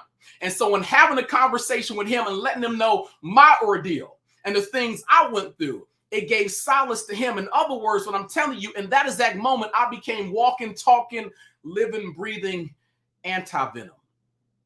Anti-venom designed to save and change the trajectory of someone else's life who may be in dire straits. The question I have for you today, because you're here, you're deciding to give us your most valuable resource. The most valuable resource in the world is not your money. Money is an idea. That's not what we're here today. It's not necessarily even education, because education, honestly, is free. You can Google and get anything you want access to. You ain't got to go to Harvard University at this point in time to get an education. I'm not saying you have the best education in the world, but I'm saying you can get an education because it's at your fingertips. You don't have to go to a library or own a set of Encyclopedia Britannicas to figure stuff out in this day and age. The most valuable resource you will ever have is going to be your time. Once it's gone, and you can never get it back. But in relation to the story of the individual who got bitten by that poisonous venomous snake, he knew that time was of the essence. That if he let time run out, then he knew his life was going to be forfeit. The thing I have for you today as we get ready to bring this thing around the bend and get ready to bring it to a close, I want to challenge you to become the anti-venom, not only as a result of showing up today and showing up tomorrow. I believe there's folks out there that grew up in a household like me. I heard some of the panelists earlier today, and the biggest challenge of being in a household that you're dealing with mental health challenges and situations and circumstances and setbacks, as a lot of times we tend to keep that closed because we don't understand. Some of us may be embarrassed about it. And like I said earlier, you cannot conquer what you refuse to confront. My job today in the cusp of this mission is give you encouragement to not only challenge the things, challenge the status quo, get educated about the situation, whether you are an individual on here today that deals with mental health, meaning you've been diagnosed with it, or if you are a family member or relative, maybe you are a neighbor, you live in a neighborhood, maybe you are a colleague at the workplace, the more education and insights you have, the better the chance you will be to be that walking, talking, living, breathing antivenom. The question being is when people come into your sphere, people come into your space, how long will you allow them to wait? Guys, my name is Dr. Kareem Ellis. I am that #1 breakthrough strategist. I encourage you to follow me on all social media channels. It's been a pleasure. It's been an honor. Remember, you are empowered to win. Stop playing to lose. And all that you do this season, I encourage you, most important of all, to be blessed. Carissa, what you got for me? Wow. If you really enjoyed this, I feel like I had a breakthrough. No wonder you're the breakthrough strategist. My mind was blown. And I want to tell the audience, if you felt like you had a breakthrough, if you felt like you got something away from this, if something was lit up in you, please comment in the chat. I know that he would love to hear, as well as we would all love to know what was something that you took away from that conversation. And before I bring up my co-host, who I didn't know but felt that you have a connection with here. Okay. I want to talk about for a moment that the story that you were telling about the venom and how the same venom that poisons you is the same thing that's going to save you. Can you elaborate a little bit more on that concept for us? Absolutely. So when I talk about the concept of the venom, And this goes outside the scope of mental health. This is for everything. The same thing that threatens to take you out is the very thing you can harness to save your life or change the trajectory of your life. But we have a choice on it. We have a choice. There are some people that get bit by venomous situations. They sit back and do absolutely nothing and they hope for the best. Then there's those of us out there that say, I demand more for myself. I have a lot of things to do. My time is not up and I'm blessed to be a blessing. And so my job is to go out there, learn from the situations and circumstances I've been exposed to, and then help other people navigate through this thing called life. The thing that's so powerful about this conversation, because I know he's coming up here in like an hour or so, the conversation that I was having with the individual that was dealing with some mental health challenges in his family was none other than my good friend and mentor, Mr. Les Brown. Yeah. Absolutely. Wow. Yeah. It sort of reminds me of the same philosophy that I have, which I said differently is the thing that you are struggling with is the thing that you're becoming a master of, right? Yes. So you're being prepared, you're being prepped, you're being primed for your purpose. And I know somebody here who's here on purpose and who would like to join this conversation is Darren. So we're going to add him here. Hold on. When greatness enters the room, it's an explosion. It's this explosion going on right now. Come on, somebody. Come on, somebody. This man right here is the man with the plan. I'm excited to see you here, young man. As always. Yes, sir. Carissa, this is my mentor and my speaking coach. This is my man right he here. popped on and you and I are in the background. We're like, what? Like fire. I was like, there's something unique between them. And so I messaged him like, I want to bring you up. And he's like, that's my mentor. So I had no doubt the chemistry between you two is amazing. So go ahead. What would you like to say? I tell you what he would be doing right now if he was not speaking and I was in the room. He would be texting me, telling me to pay attention. Listen, he knows me. He knows me. So as Lester said, some things are taught, some things are called. He knows me very, very well. I'd have been on that phone like. But mentor, I do have one question for you because we do have to move on. Sure. You mentioned that our scars don't define us. Yes. And you know my story well. I do. Then you said that our anti-venom can be the very thing that heals us. Why do we have a hard time confronting what is scarred us and then using that as anti-venom to birth us into our purpose? Well, two reasons come to mind off the bat. Number one, we don't think that confronting it has a valuable purpose behind it. I'm going to say it again. We don't believe that confronting the very challenges that threaten to take us out has a powerful, powerful lesson behind it. Off the bat, I tell people, if the bite was designed to take you out, you wouldn't be here right now. Come on, somebody. If the bite was designed to take you out, you would not be here right now. There's something more powerful than the bite. And that's what happens on the tail end of the story. But you are the person that decides how you want that story to play out. I know a lot of people that have been bitten through the challenges of mental health awareness, whether they have been diagnosed with it or if they're in a situation where they know about it, but they haven't said anything about it, much like I did for many years of my life. And God says to me, I didn't let you go through that for you to keep that to yourself. You can't have testimony without being part of the test, and you passed the test. So you got to go out there and tell people how they passed the test as well. So number one, we don't associate the value behind it. And then number two, it also means we got to give up our current state of comfort zone. For a lot of people, the comfort zone is making it up into the scar, and the scar is a reminder of what I made it to. But there's always another layer. There's always another level of growth that we have to be willing to go after. So number two is all about exceeding your comfort zone. I love that. And something that you teach us as well is to own our stories. Yes. So I want to ask about how difficult is it for us to be realistic with ourselves? What advice would you give to us when we hear the snake rattling, but we are afraid to move because we are comfortable where we are, and being comfortable can give us the poison? That's true, because that poison can be delivered many different ways. The one thing that's always pushed me forward is thinking about the story of Joseph. And at the end of the story of Joseph, he sat on high before his brothers who have done him wrong. Let's be real. His brothers got so angry at him, so venom-filled by his favor, because sometimes the venom is the favor you got, and other people see it. They were so venom-filled that they went from disliking him to wanting to kill him. There was a plot and a plan to take his life. It just got thwarted at the last minute to sell him into bondage, right? And at the end of it all, he had the ability to take the same venom that put him in that position and redistribute it back out to other people. And this is key because there's a lot of folks out there that have been bit by venomous snakes, but they haven't gone through the healing process. And if you've not gone through the healing process, whether you got bit 30 seconds ago, a year ago, 5 years ago, 10 years ago, you'll walk around spitting venom at everyone else around you because you haven't healed and learned from the circumstance to put you there in the first place. To quote the words of Joseph, that which my enemy meant for evil, God meant for good. That means even through the bite, there's a bigger level of success at play, but I got to heal from it. That means I got to be accepting of it and then find out what's the reason why I survived the bite. And I think that's vital too, because sometimes we don't allow ourselves to heal. And because we don't heal, we misplace our purpose. Yes. Right? Maybe we're not misplaced, but because we haven't healed yet, we can't fully accept where God's trying to take us to into a different season of our life. So how can we avoid that pitfall? Well, I honestly believe this. Sit your butt down and take the time needed to reflect on the situation and heal. If you need to meet with counselors, meet with counselors. The problem with a lot of folks from our generation, we believed in self-healing, which was keep your mouth shut and keep it pushing like it never happened.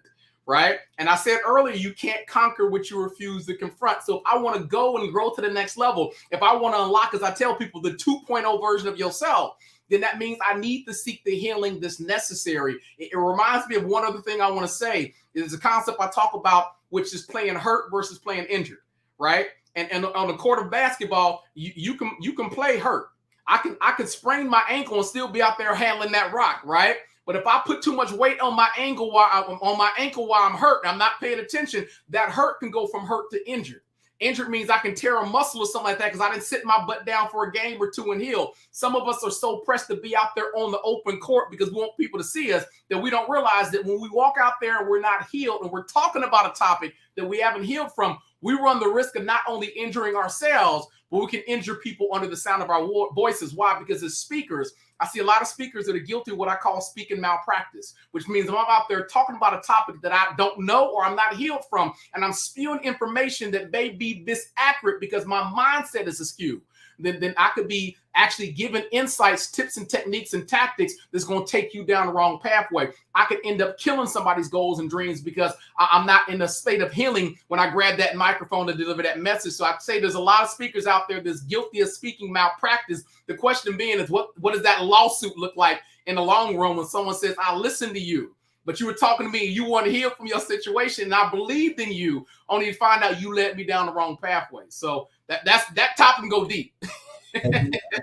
I know. So this is my last question before Carissa pulls me off stage. You teach a concept called GPS. GPS by success.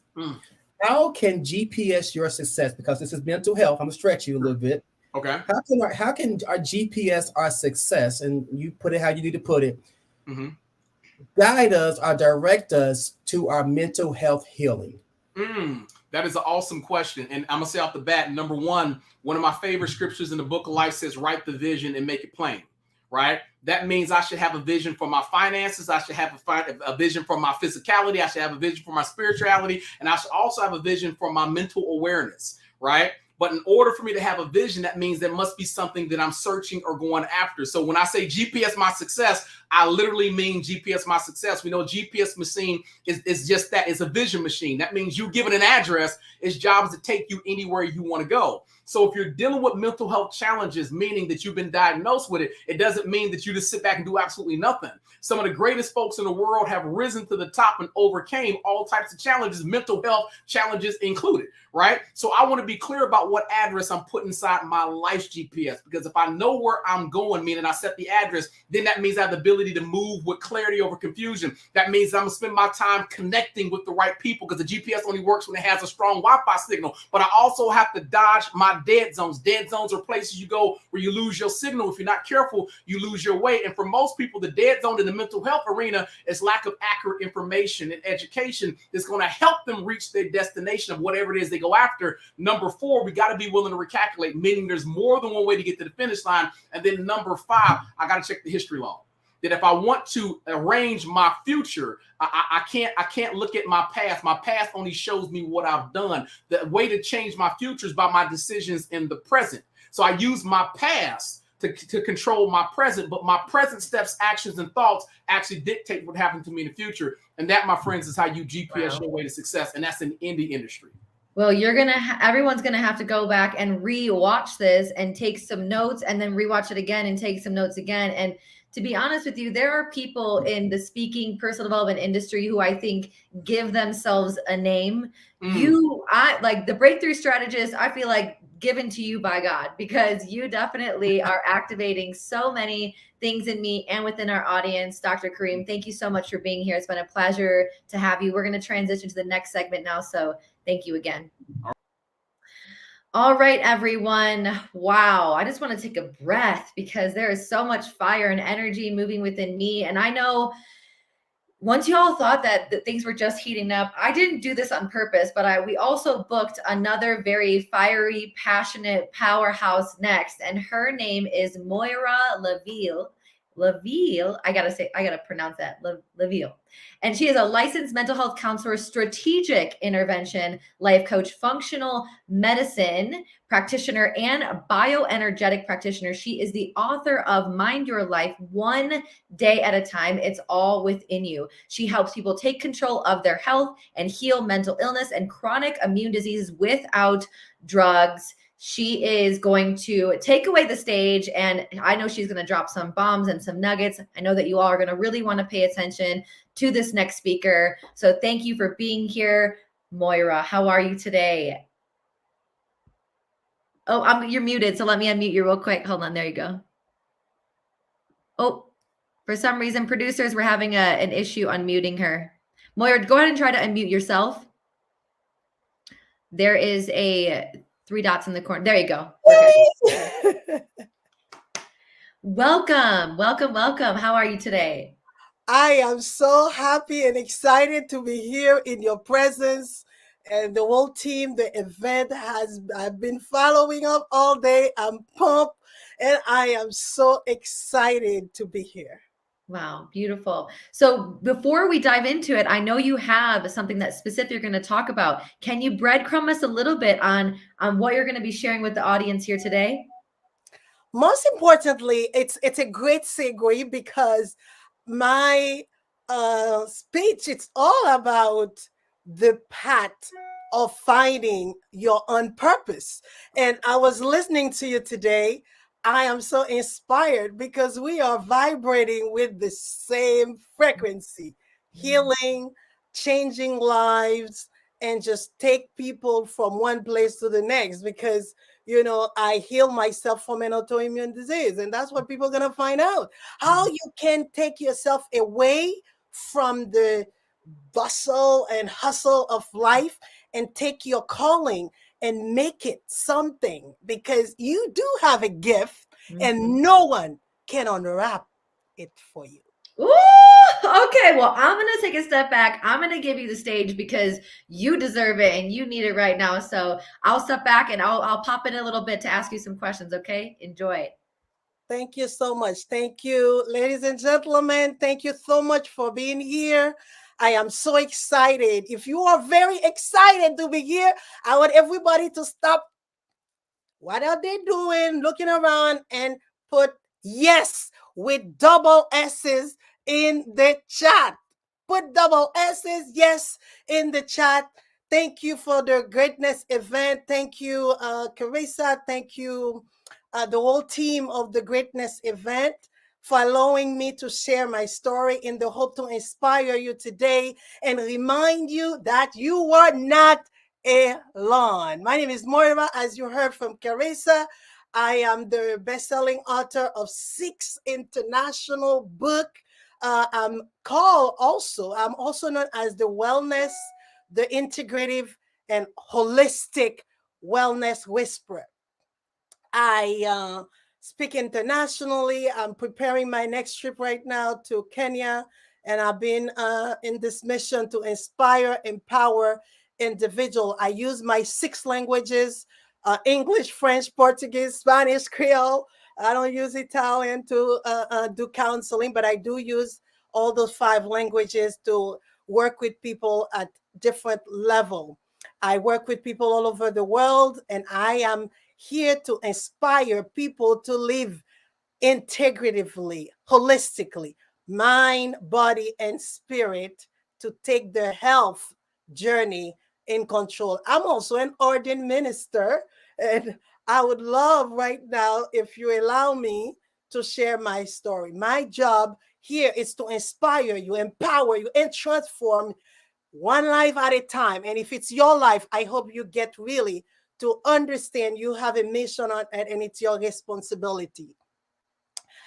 Ladies and gentlemen, I moved in the United States in 1999, and due to a stressful work environment and my long hours of work, I got very sick. It took 3 years for me to get diagnosed, and another 7 grueling years, I embarked in a journey to my endocrinologist from Nantucket, where I live, to leave the island every 6 weeks, like a prisoner charging, toward the cell, searching for a cure that was always impossible. The prescription I received were like bitter pills that only added to the weight of my burden, weighing me down until I fell.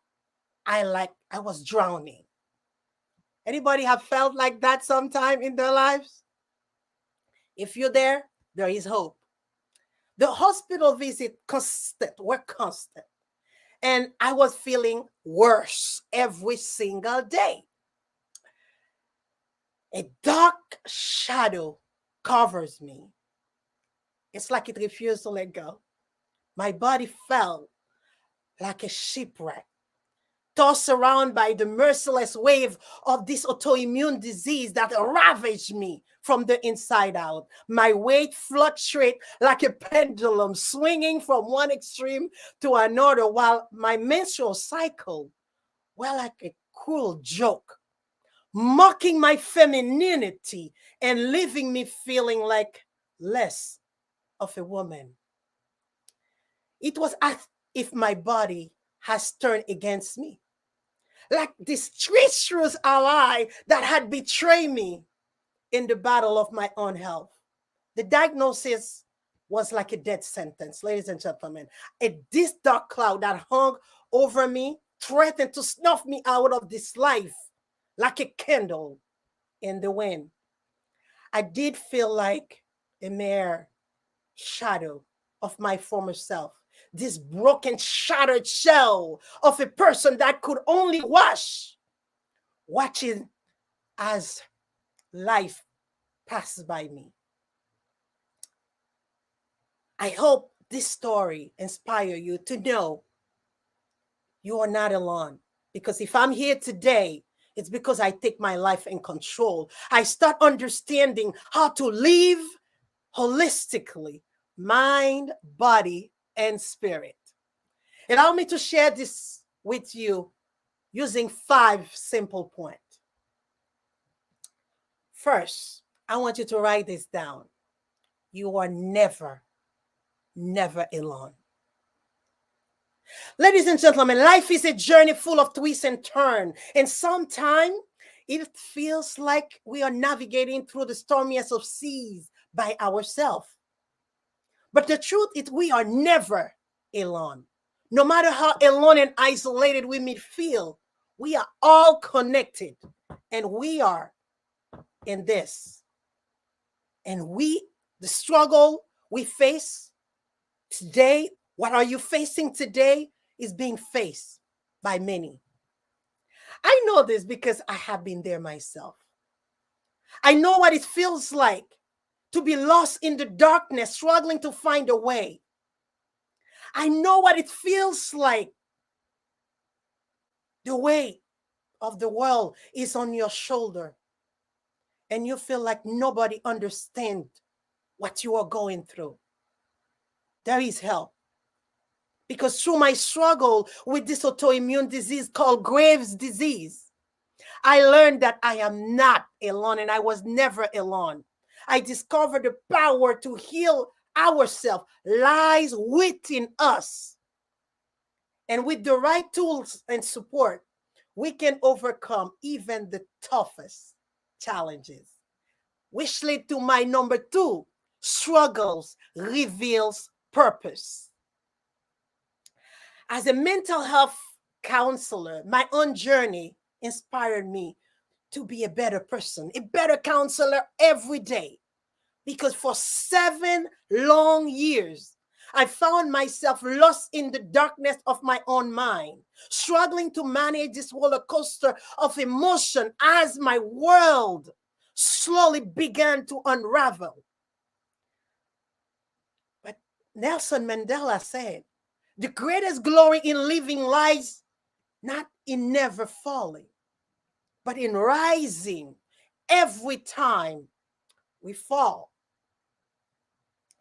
I was broken, raising a toddler and battling this disease that threatened to tear me apart from the inside out. Even the pill where the doctor was trying to help me, they couldn't. That constant fear and anxiety that consumed me. Sometimes realize the smallest steps we take in the right direction end up being the biggest step in our life.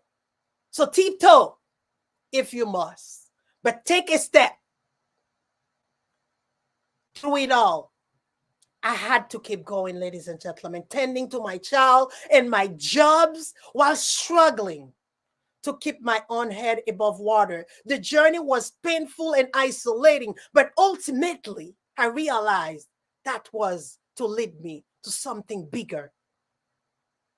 It has helped me become the Moira you see right now in front of you, with a new direction in my life.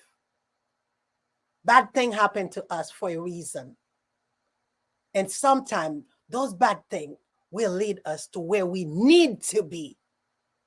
Even painful the journey might be, the only way to do great work is just keep on going. Do not settle. Keep going. I'm proud to say that my experiences have shaped me into not only the person I am today, but to become a helper to the people that I serve. One who is dedicated on helping others to find their way out of their own darkness and to find the light of healing and hope. The greatest healing therapy, ladies and gentlemen, is healing. It's friendship and love. I love what I do. I say to many, I found my purpose, then I quit my job. I get to share my greatest gift with others by offering the gift of friendship and love. Because through my struggle, I found my purpose. As Maya Angelou said once, I have learned that people will forget what you said. People will forget what you did. But people will never forget how you made them feel. I realize this is a way, the way you approach people in your life, whether you're a counselor, whether you're a coach. Sometimes we have to take the hat of our profession out to serve in our authenticity. And I want to share with you today how I felt during my journey in hope that it might help you on yours. I remember I felt like a ship lost at sea, tossed by the wave and unable to find my way. But I learned to navigate by the stars, to trust my intuition and to stay the course, even when the winds were against me. I felt like a tree battered by the storm, its branches bending and breaking under the weight of the wind. But I learned to bend without breaking, to find my strength in flexibility, and to weather even the fiercest storms. Well, also I felt like a phoenix, rising from the ashes, reborn and renewed from the fires of my struggle. As the great Rumi said once, the wound is the place where the light enters you. So I'm inviting you today to embrace your wound, to let them be the gateway to your own transformation and healing. Remember, no matter how alone and isolated you may feel, you are not alone. We are all in this together, navigating through the stormy seas of life. And with the right tools, support, and mindset, you can overcome the toughest challenge and emerge stronger and more resilient you'll ever be. Your assignment, it's the number 3, is your responsibility. You have a divine assignment. It deeply weave in your DNA. And it is your duty to compute the code and find it. It requires those 3 Ds. Ladies and gentlemen, write this down: discipline, determination, and decision. Jim Rohn said, we must all suffer one or two things: the pain of discipline or the pain of regret or disappointment. Which one are you choosing today? And I top it up with you. Les Brown said, if life knock you down, land in your back. Because if you can look up, you can stand up. Don't stay down. Don't stop. Whatever you are going through, there is a purpose for it. And if you determine, no matter what it is, you will find your purpose. Don't stop when you are tired. Stop when you are done. And when we make our decision, then our decision make us. The decision you make today will determine how you show up in the world and how you play your part on this earth. Don't build your dream based on the situation you are dealing with today. And use those 3 words: discipline, determination, and decision, to rise up from where you are. Don't downgrade your dream to fit your reality. Upgrade your conviction to match your destiny. Whether bold or shy, whatever you are doing, do it scared until you are careless.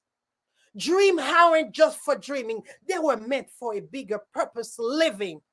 So, ladies and gentlemen, I'm inviting you to let fear energize you. Let failure inspire you wherever you are, whatever you're going through. And step into your greatness and start winning by owning your life. Because by doing so, you can inspire others. By doing so, let me share with you, I am happy now that I have not taken any prescription drug with horrible side effect for over a decade. And I have released over 50 pounds. And I live happy with joy and gratitude every single day because I answered to the call, because I said yes. You are unique. This is my number 4. And divine, and you are love. You are love. How do you discover your purpose and your uniqueness? Just by accessing your inner power. You are an unparalleled being with some unique blend of experiences, skill, and strength that make you invaluable. Within you, there is a divine essence where you were created, unique, connected with that power that can guide you to your purpose. Trust. At your very core, you embody love. Not love just as an emotion, but as a state of being. Can you sit and embrace your uniqueness? Can you connect with your divine essence and share your inner love with the world? That will serve to unleash the fiery brilliance of your unique divinity and to let the love within you burn as brightly as the sun. can cast his radiant light upon those around you.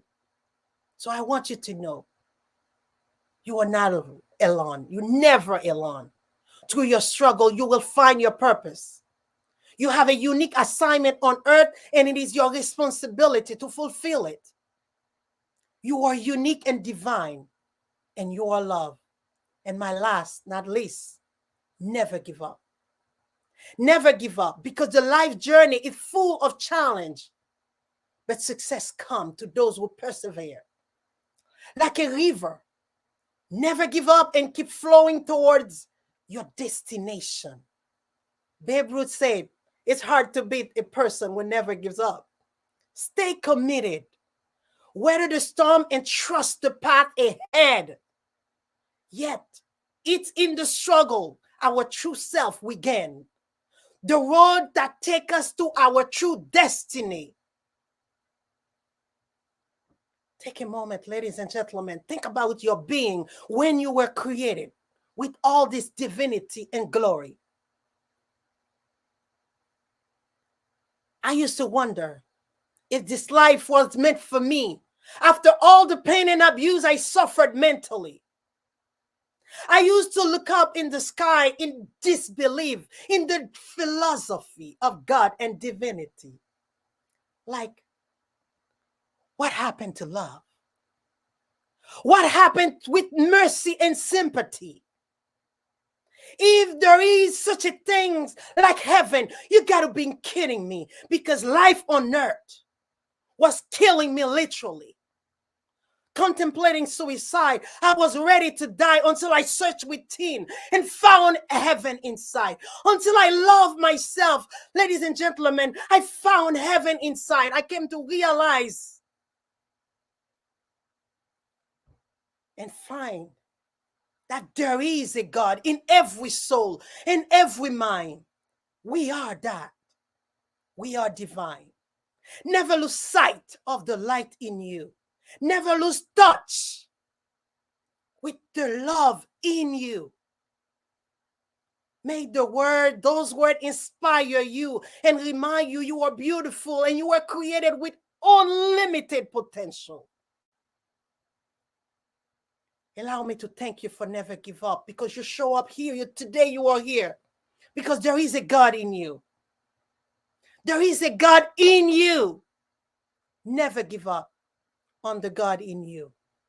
I'm encouraging you to go and donate to NAMI. I have been privileged to work with the most amazing NAMI collaborators where I live on Nantucket. They are changing lives. No small amount is too small. If you are ready, if you feel there is hope, if you feel after this day you are not on your own, reach out. I'm always available. There's always someone available. Those counselors are looking forward to meet with you.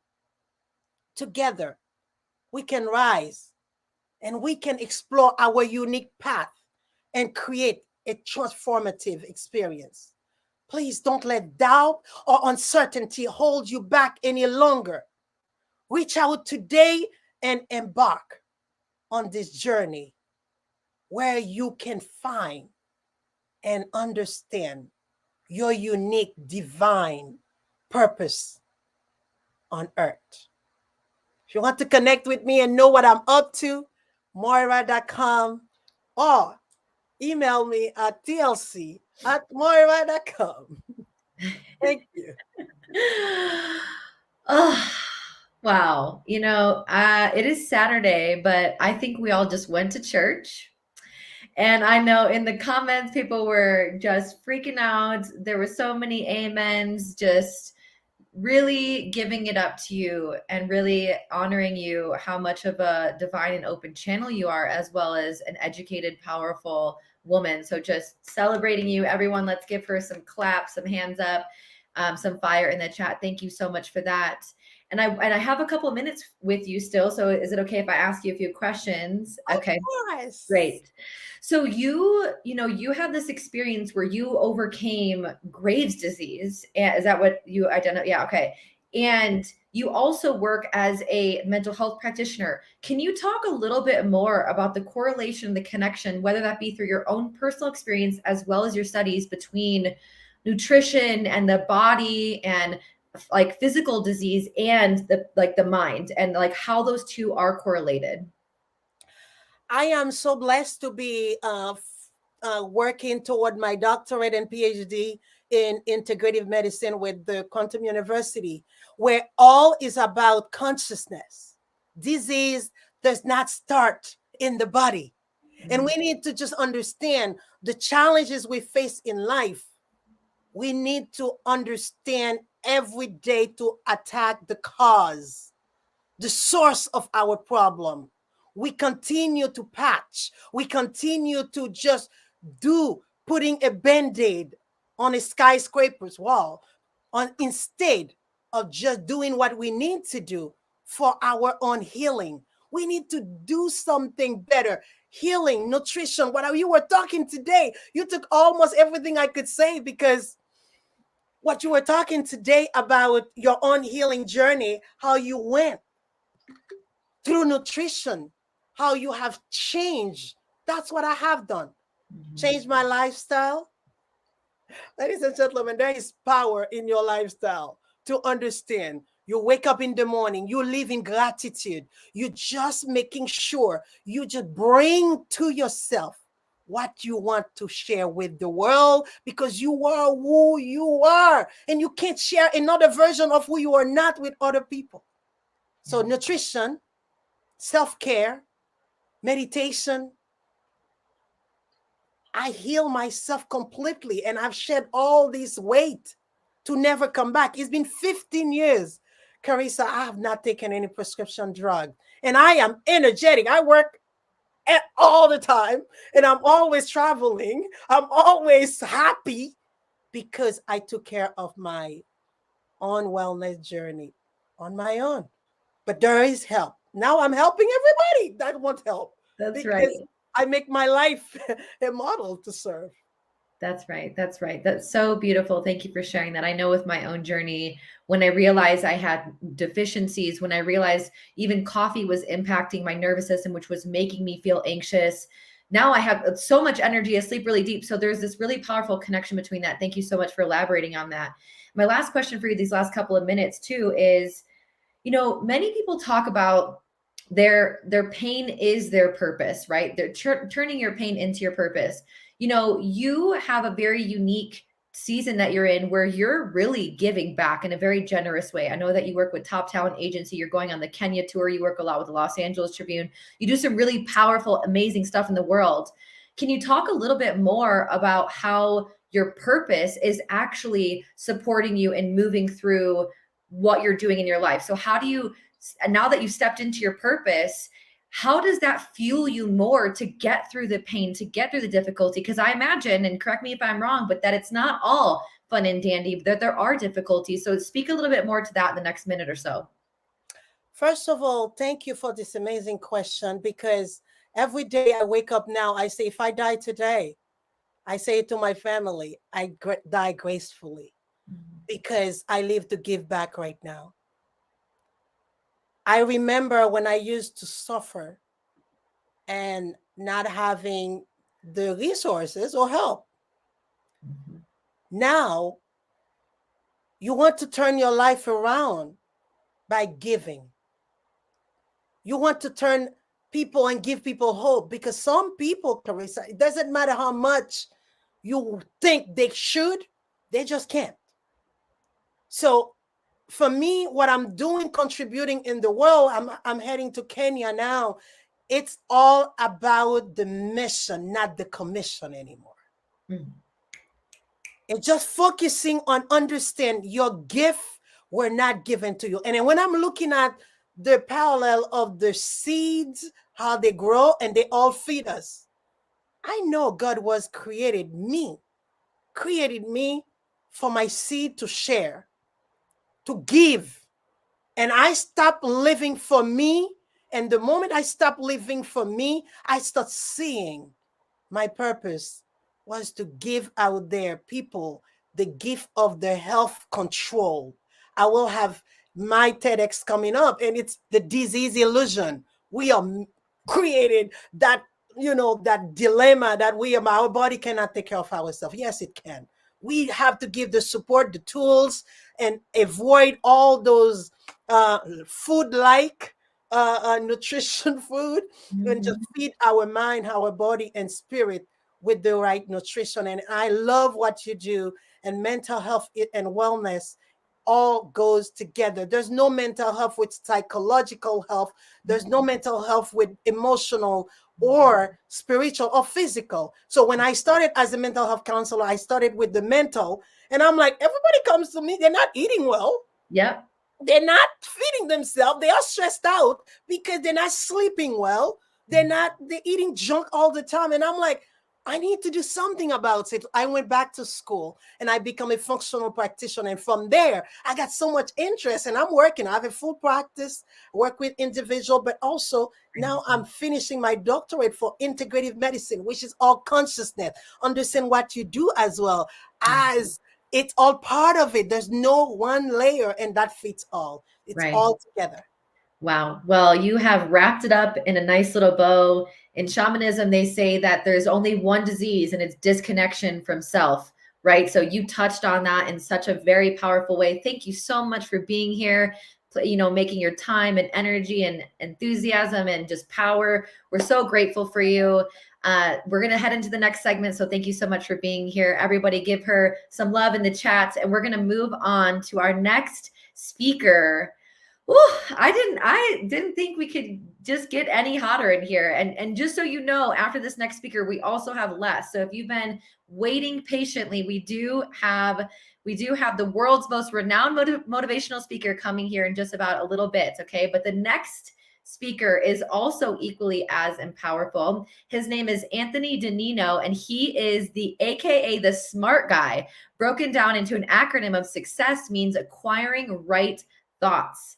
He's a keynote motivational speaker, employee trainer, published author, and consultant for businesses and non-for-profit organizations. He is the next man of the half an hour. We are going to welcome to the stage Mr. Anthony Denino. How are you today? I am fantastic. What a tough act to follow. She was wonderful. The spirit was moving through her, but I think she just made space and energy for you as well. That was beautiful. That was beautiful.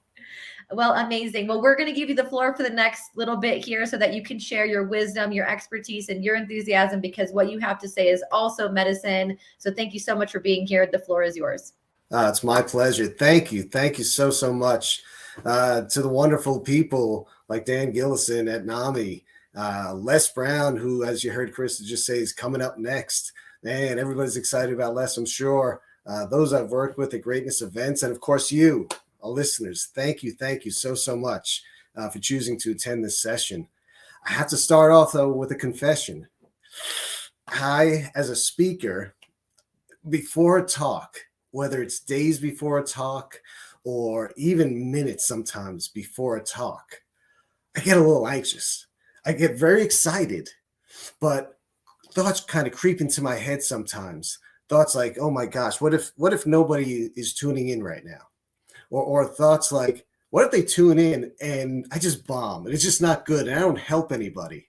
Or possibly even worse yet, what if I go through my talk and I think I did great and I go into the bathroom afterward, throw some cold water on my face, give myself a nice big smile, and there's something green in my teeth? No, right? Worst possible nightmares. And it's just a scary kind of thing. So how is it that somebody like myself and others that you've heard, and perhaps even you, help to get through this? Well, I'm going to dive into one point here in a moment, but welcome to Mastering Your Mindset, practical techniques for reducing anxiety and improving your mental health. And the one thing that I do in situations like that is to practice visualization. In other words, I think with the end in mind. So what do I mean by that? Well, essentially, I visualize and see the end of this talk as having happened. In the case of a virtual setting, I see opportunities and people commenting and saying some nice things. I see that they've been helped in some way, and it just brings a calmness to me. It brings a quiet confidence to who I am and to what I do and to how I could help people out. So visualization, and we'll touch more on this in a little bit, is certainly one of the things that we're going to dive into in terms of techniques. Now, we all know the symptoms, right? Nervousness, helplessness. When you have that anxiety, your heart rate, it's beating quickly. You have that sense of danger. Maybe you sweat or you're trembling, really scary things. So we also are aware of a number of different ways to help that have been proven. And I encourage this 100%. Stay physically active. If you're going through anxiety and you're suffering, stay physically active. Avoid, the drugs and alcohol. Eat healthy, quit smoking, right? Do things that are good for your body. Cut back on or even cut out caffeine, right? Keep a journal. We're also going to touch on that in a little bit. But what I want to bring your attention on today, and Carissa emphasized it a little bit in my introduction, she talked about being smart, right? I'm the smart guy. So what exactly does that mean? Well, I know you're probably familiar with the business term being smart, right? Talking about SMART goals, being specific, measurable, achievable, relevant, and time-bound, and creating those goals. So perhaps you've heard of that. My SMART is very different. Mine stands for success means acquiring right thoughts, because I fully believe that with the right way of thinking and then taking appropriate action, you will, without exception, be able to create your reality. Please, let me say that last part again, because it's so vital for you to understand this. You will, without exception, doesn't matter what's going on right now in your life, the challenges you face, the things that you've overcome in the past or that maybe you're still struggling with, but you will, no exceptions, be able to create your reality when you master that mindset, when you think in that positive way, when you take appropriate steps to feel that way each and every day of your life. So, all of that being said, I want to share with you some of the techniques that I found to be very, very effective, very successful, very helpful for people, and I hope they help you as well. One I touched on earlier, meditation. A couple of things about meditation. On a personal level, it grounds me. It helps me just to see things more clearly. It helps me to get focused. It helps me to stay calm, stay confident, and ready to accomplish anything and everything that I set my mind to. But here's the thing with meditation that I want you guys to be aware of. And if you practice meditation, I'd love to see comments and your successes with meditation along the way. But I'm kind of curious, with meditation, if somebody says to you, you know what, you haven't done meditation, I have the perfect way for you to do it. You have to close your eyes. You have to be quiet. You have to sit with your legs crossed. And don't worry if your legs are crossed and your circulation is cut off. Don't worry about that. It's all part of meditation, right? You have to stand here with your hands up and you have to chant. No. Meditation, first and foremost for me, is about being comfortable in what it is that I'm doing, right? So for me, on the way that I meditate, I actually do sit quietly, right? I can't get my legs crisscrossed like that. It hurts. So I definitely want to avoid that. I get myself in a comfortable position and I focus on things that I want to attract in my life. Or maybe I sit quietly and just kind of let thoughts just come into my mind. But it's different for people. My wife, she cannot do it that way. And she wants, her way is to take a walk and in the woods and just be, and to breathe in that fresh air, right? She also, check this out, how lucky am I? She loves cutting our lawn, right? So she gets on our riding mower and she tunes out all the noise, and that's another form of the way that she meditates. Very different from me, but still very successful. So again, if somebody tries to tell you this is the way you have to do it, please do not listen to that person. Find your own way. Find the way that makes you feel good and comfortable and confident. Secondly, I touched on visualization earlier. Here's what I'd like to get across to you about visualization. I told you how I think with the end in mind, okay? And that is a big part of visualization. But what I also want you to realize is that when you feel the emotions that are associated with what it is that you're visualizing. So for example, for me, when I'm in front of people and I'm doing talks like this, what I see and what I feel is people coming up to me and warmly expressing their thanks and their gratitude, right? Giving me high fives, telling me, hey, you know what? You've really helped. I'm going to try this out, right? So I don't just get into the seeing of it. I also get into the feeling and the mindset behind what goes into a success, what I deem as a successful, presentation. Here's another technique I'd like for you to consider trying. Looking back to get ahead. What does that mean? Well, for me, looking back to get ahead has to do with looking at past situations where you've been equally troubled, where you equally struggled, and realizing in this moment, here you are, despite all of that. So as you go forward in life and as you struggle from time to time, which we all do, right? It's just part of life. We all struggle. Realize, hey, you know what? I'm going to get through it. I've been successful at this before, and I'm going to excel through this challenging time right now. I want you to try to find, as we talk about the next technique, that person. Who or what is that person? What does that mean? Well, that person, to me, is the person that one day you take out to lunch, you're sitting in a restaurant, or maybe it's a nice day outside, and you sit on a patio, and that person allows you to just let loose, to unload, to allow you to just express any frustrations or angers or situations or troubles that you're going through. That person does not say, oh, well, you think you have problems. Let me tell you about me. No, that person is there to listen and help you to get through the next stage. And by the way, if you do go out to lunch with that person and it proves to be successful, make sure you buy them lunch because you want them to come back the next time you need a friend in that situation. Next point I want to make, building myself up. Boy, this is something I have to tell you, I've had trouble with myself for a long, long time. And still occasionally there's self-doubt that creeps in, right? Like I said earlier, we all have things in life and things that we have to overcome.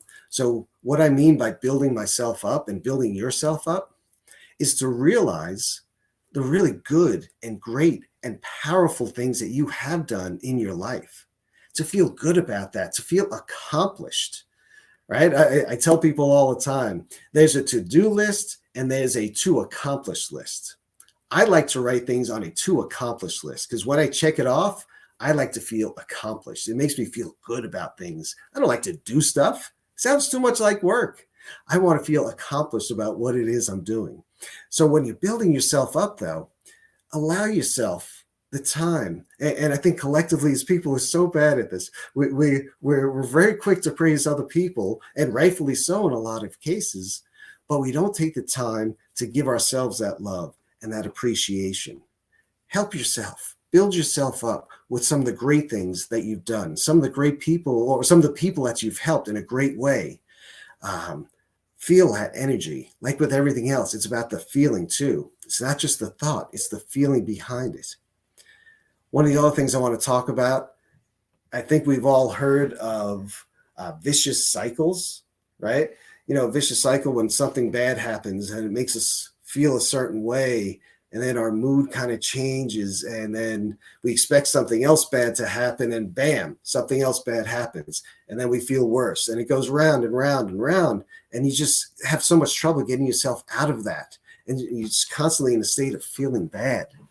So today, what I want to introduce you to is creating victorious cycles. So remember, we're talking about mastering your mindset. So when we create victorious cycles, it's when we have a life victory. And as I said earlier, what happens when we have life victory? We feel good, right? We want to celebrate that. And when we feel good, we get hungry for that feeling. We want to feel it again. So we start looking for opportunities to feel it again.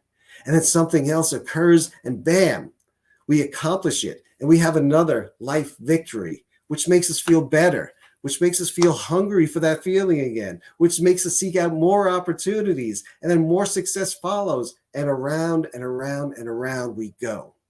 We've all heard so much about vicious cycles. No more.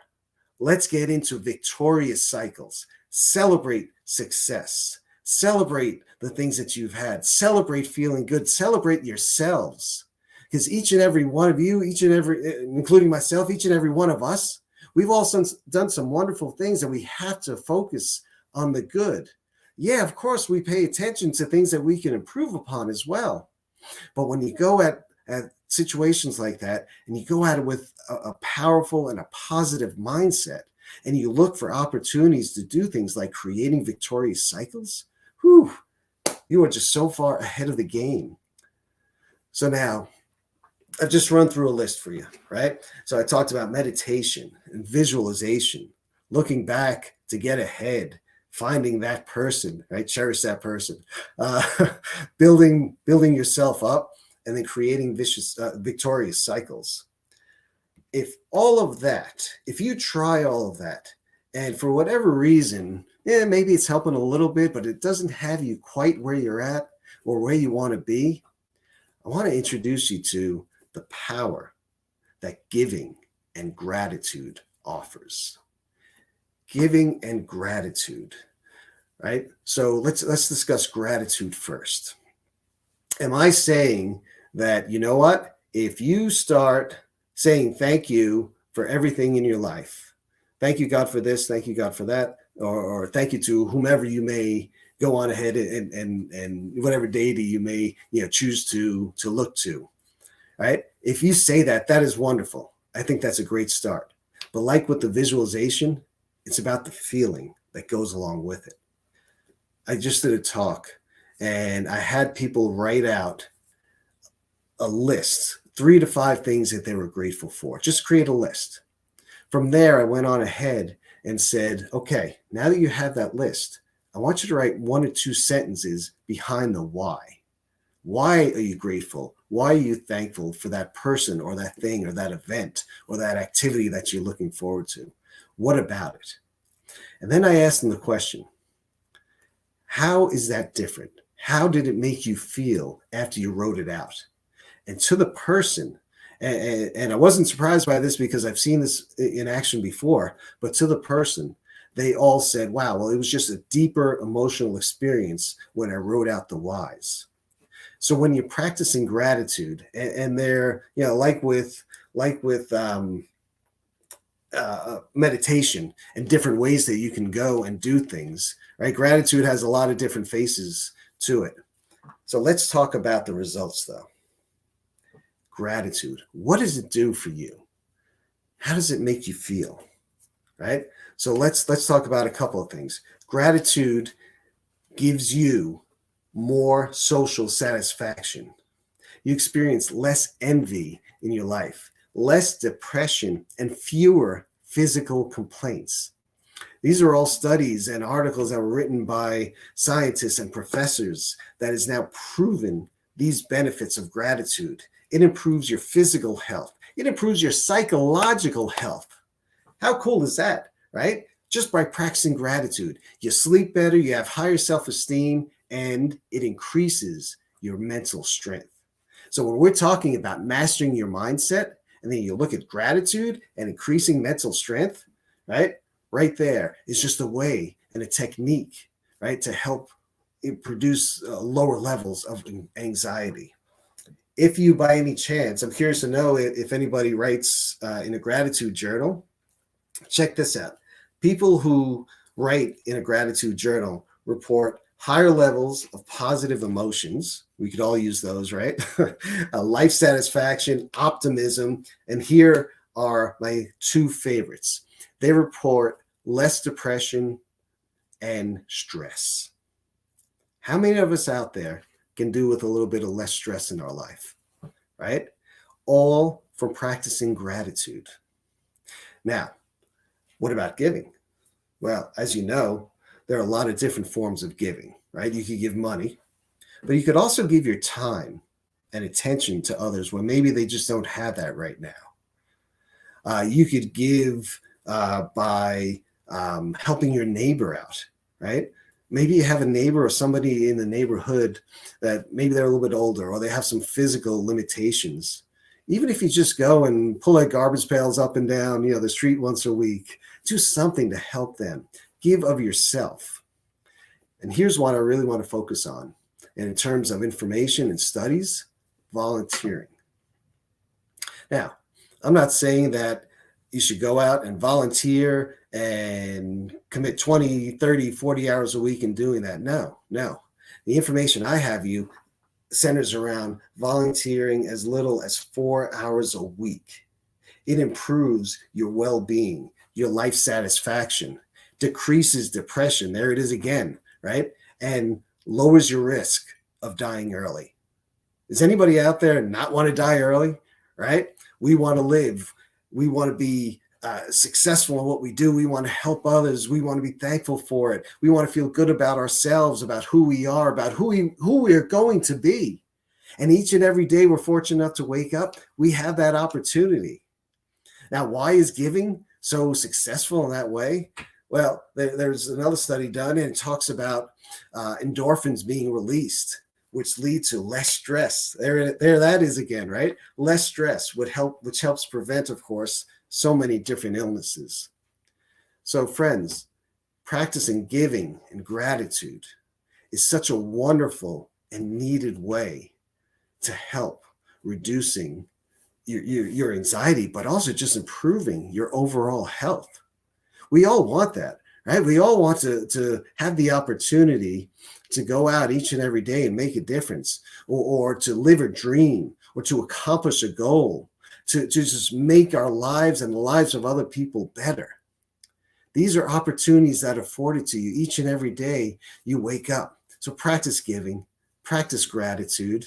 When you do, you're going to see just wonderful, wonderful results. Because to live without anxiety and fear is to be free. To live without anxiety is to be free. We all want to be free. We all want to have that, the less stress and the less troubles and less concerns, the fewer concerns, right? We don't want to let anxiety take us over and grip us like it really can do. So, friends, as we go forward, I just want to say, when I talk about creating your reality, when I talk about mastering your mindset, when I talk about being smart, right? Success means acquiring right thoughts. These are all steps that you can take to lead and live a better life. We are all limitless. And this is something that a lot of people have trouble grasping. We are all limitless in what we could do. When we work as one, right? When we work, together collectively, can you imagine the results? Can you imagine what it is that we can accomplish? We are limitless in what we can accomplish. But my friends, it all starts right up here in your mind and your mindset. So making positive thoughts.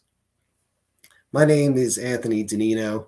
I'm a published author, as Carissa stated, of the book, The Power of Giving and Gratitude. Please check me out on my website. Drop me a message if you wish, creatingourreality.com. But in the meantime, check out NAMI. Donate if you're able to. Right? Don't ever put yourself in a stressful situation to where you donate, but all of a sudden it makes it more difficult on you. Donate what you can, help out, make a difference. You're that powerful. I thank you so much for your time. Wow. Well, we have really enjoyed this conversation. I know something I really appreciate about you is you listed some practical and really easy tips that people can start practicing now. One of my favorite, and I know by the size of his smile at Stephen, one of his favorites is also gratitude, and really and even experiencing the gratitude of the difficult moments, because it's in a journey, we're in an adventure. And so I know that sometimes can be really challenging for people, but thank you for breaking it down, for making it simple. Stephen, what did you think about this last conversation, this last topic that we were on with Stephen and what he talked about? How were you enjoying this last segment? You're unmuted, or you're muted. There I am. I'm sorry. Anthony, you were speaking my language. You know, Right. I don't know if you were tuned in earlier, but I kind of shared with the audience my morning ritual: gratitude, prayer, meditation, and giving, you know, in the form of texting out messages. But what really made me lean in even further was when you talked about visualization. And I have a quick story about visualization. And my book is called It's Really Good to See You, because in 2017, I was temporarily blind and was faced with permanent blindness. And I went through 4 serious surgeries, and I couldn't sleep at night. I had immense anxiety. So rather than sitting in the bed and letting my mind just wander down Elm Street and wind up with Freddy Krueger, I would get up and I would be intentional. I had to think about what I was thinking about. And one of the techniques I used was visualization. Now, here's what happened. My granddaughter at the time was 3 years old. And I would sit up in the middle of the night, 3, 4, 5 o'clock in the night, and I would visualize watching her walk across the stage, accepting her college diploma. And as you mentioned, it wasn't just seeing it, it was feeling it. I would actually kind of play out acting like the fool in the audience, because when my granddaughter graduates, I'm going to act like a fool. I'll tell you. But the feeling that I got from that, and as you say, you know, the mind doesn't really know if it's real or not when it connects to the feeling. And I strongly, I don't just believe, I know that it was instrumental in me being able to coin that phrase, "It's really good to see you," because I was faced with, you know, blindness. And having those tools, those mental tools, really help in the healing process. So I just wanted to speak to that. That's Thank you so much. Yeah, no, that's what a great story, Steve. I'm so happy that worked out for you. There's actually a study out there that talks about, it was done by Harvard University, and it's flexing your finger with your mind. And they basically took a control group in which people just flexed their finger over a period of weeks. And they tested the strength of the finger afterwards, and they compared it to people who just visualized flexing their finger. The results were 53% had stronger fingers who did this. 35% of people who just visualized it were stronger. Just wow. How powerful is our mind, right? The mind is so powerful. So powerful. So powerful. I know Darren had something he wanted to add to the visualization conversation as well. He was messaging me earlier about this. Well, it brought back to me something I seen with Oprah Winfrey. When she held the thing up and she was telling it to move in a circle. The pendulum. Yes. I've tried that and I was a little successful with it, but I haven't trained my mind to do that quite yet. See, Carissa? I got one. But I love your practical teaching points. And I'm with your wife. I like to go into nature to connect and to feel and to just get myself through some situations and to connect. So I love that. And I'm with you. I do not sit scissor style in the floor anymore. I'm too old to do that. Thank you for your talk. Oh man, thanks for the kind words. I appreciate that. Thank you. Thank you, Anthony. All right, guys. All right. Thank you so much. Well, it has been an incredible day so far, and I feel like we've just begun, because the next speaker is the anticipated man of the hour. He is the anticipated man of the hour, and I know that we are getting him all set up in the backstage in the green room. And before we get to his segment, real quick, on 1 minute or less, Stephen, how excited are you for Les? I'm so excited. And where we come from, Carissa, it's not just the man of the hour. It's the man of the hour, too sweet to be sour. Love that. Amazing. Darren, how about you? Hey, you know, I owe this man a lot. When I was coming out of my depression. It was the cassette tapes that I remember my mom playing that he did. And he had that one line. I can't say it like him. I don't want to disrespect him, but it was, "It ain't over until you win." So that's what I think about that man, Chris. I love him to death. Ah, beautiful. Amazing. Well, I feel that as well. And I'm excited about him to come on. But before we get to his amazing hour of conversation and just power, we do have a short clip that the producers are going to bring up. So producers, go ahead and play that clip for us, and we will await Les Brown's joining us.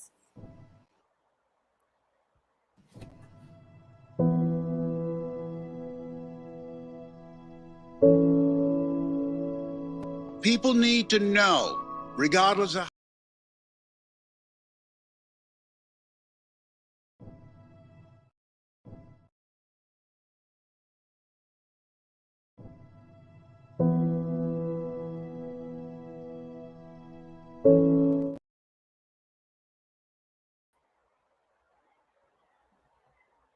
Okay, well, it looks like we might be having a little bit of technical difficulty, so we're just going to see if the team can figure that out while we chat for just a moment. And so I'm going to go ahead and introduce the man of the hour before the man of the hour, the motivational speaker of the lifetime, so we can bring up his thumbnail so everybody can get a good look at who we're talking about. But is Mr. Les Brown. He is one of the world's most renowned motivational speakers, a dynamic personality, and a highly sought after resource in business and professional circles for Fortune 500 CEOs, small business owners, and nonprofit and community leaders from all sections of society looking to expand opportunity. For 3 decades, he has had not only studied the science of achievement, but has also mastered it by interviewing hundreds of successful business leaders and collaborating with them in the boardroom, translating theory into bottom line results for their clients.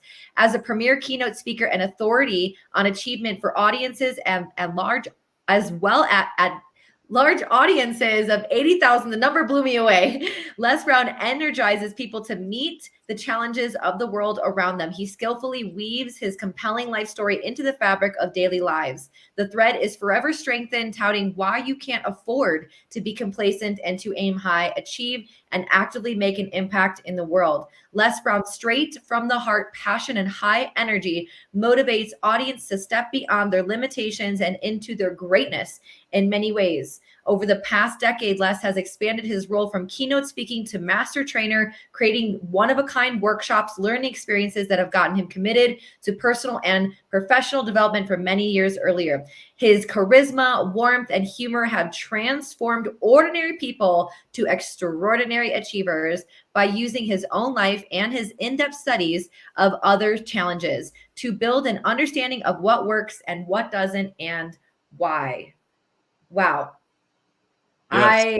Even reading that, I feel like a better human. Carissa, can I just jump in? And for the audience, we took credit, Darren and I, for this event, but the event itself started with Les Brown. We had the great fortune of being in his coaching program, and Les would always encourage us and say, the world needs to hear your voice. And because of that, Darren and I came up with this event so the world could hear our voice.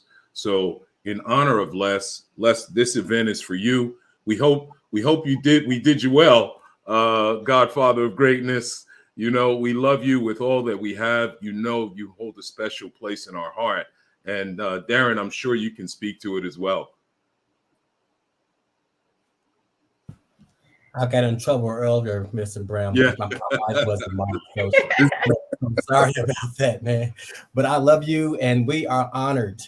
We are honored that we are able to carry some knowledge that you gave us and to make something happen that can be a blessing and an inspiration to the people that are on this call today for present and future events. So this is for you. It started with you.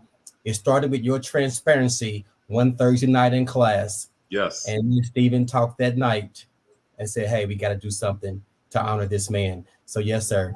This team assembled, Matt, Carissa, Ava in the background. This is for you, sir. Thank you very much.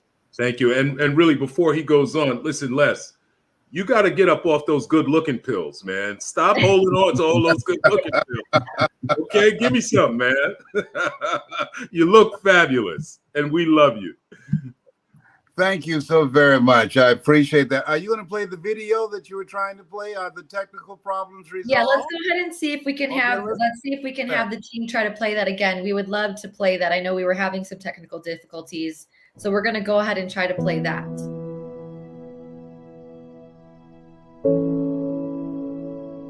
People need to know, regardless of how bad it is or how bad it gets, I'm going to make it. They must affirm themselves. We must encourage ourselves. No matter how bad it is or how bad it gets, I'm going to make it. Mental health is affecting millions of families around the world. Now more than ever, there's greater levels of anxiety and stress and people feeling alone and hopeless. This conference will bring families together and give us the tools that we need to handle it. Families and friends and mental health professionals. It is going to be featuring the CEO of NAMI, Dan Gillison. As you may know, NAMI is the nation's largest grassroots mental health organization, dedicated to building better lives for the millions of Americans affected by mental illness. It's going to be an incredible experience. You are not alone. Mental Health Summit.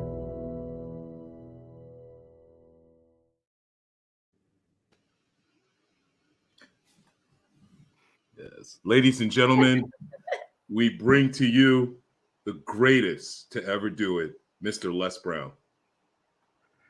Thank you so much. I feel like I'm being ambushed. You know y'all ain't leave nothing for me on the table. You know y'all ain't leave me nothing. Y'all ain't right. Y'all ain't right. And I'm telling you now, don't come for me because I didn't call an Uber. Don't come for me. I want to thank Dan Gillison, his whole staff, and I just want to thank all of you, all the speakers that have been presenting, and those of you that are watching, and everybody that has played a role in this program today. And it's very important for people to know that they're not alone. This is a different place where we are, because things are happening now that we've never seen before. February 17th, I turned 78. And I used to think people in their 40s were old. Now that I'm 78, I feel like I served at the Lord's Supper, but I got some good tips.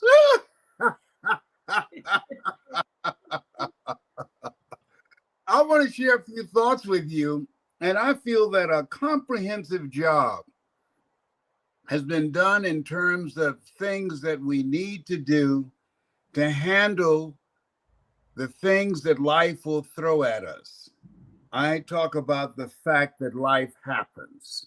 When you look at things in terms of unexpected violence is taking place on a weekly, daily basis, and people not having the ability to feel safe or get a good night's sleep, or we can't feel comfortable sending our children to school. I remember talking to one of my daughters who is a teacher, and she said, "Daddy, I got to go now." And I said, "What's going on?" "Well, we got to do a drill in the event a shooter comes into the school." When I was in school, we did fire drills. She said, "We got to do a drill in the event a shooter comes into the school." Can't feel safe sending our children to school or feeling safe in religious settings. It's a different kind of place. You can't feel safe going to get gas or standing at the ATM machine. It's a different kind of place. Or people fighting over toilet paper in the supermarket, or a parking spot.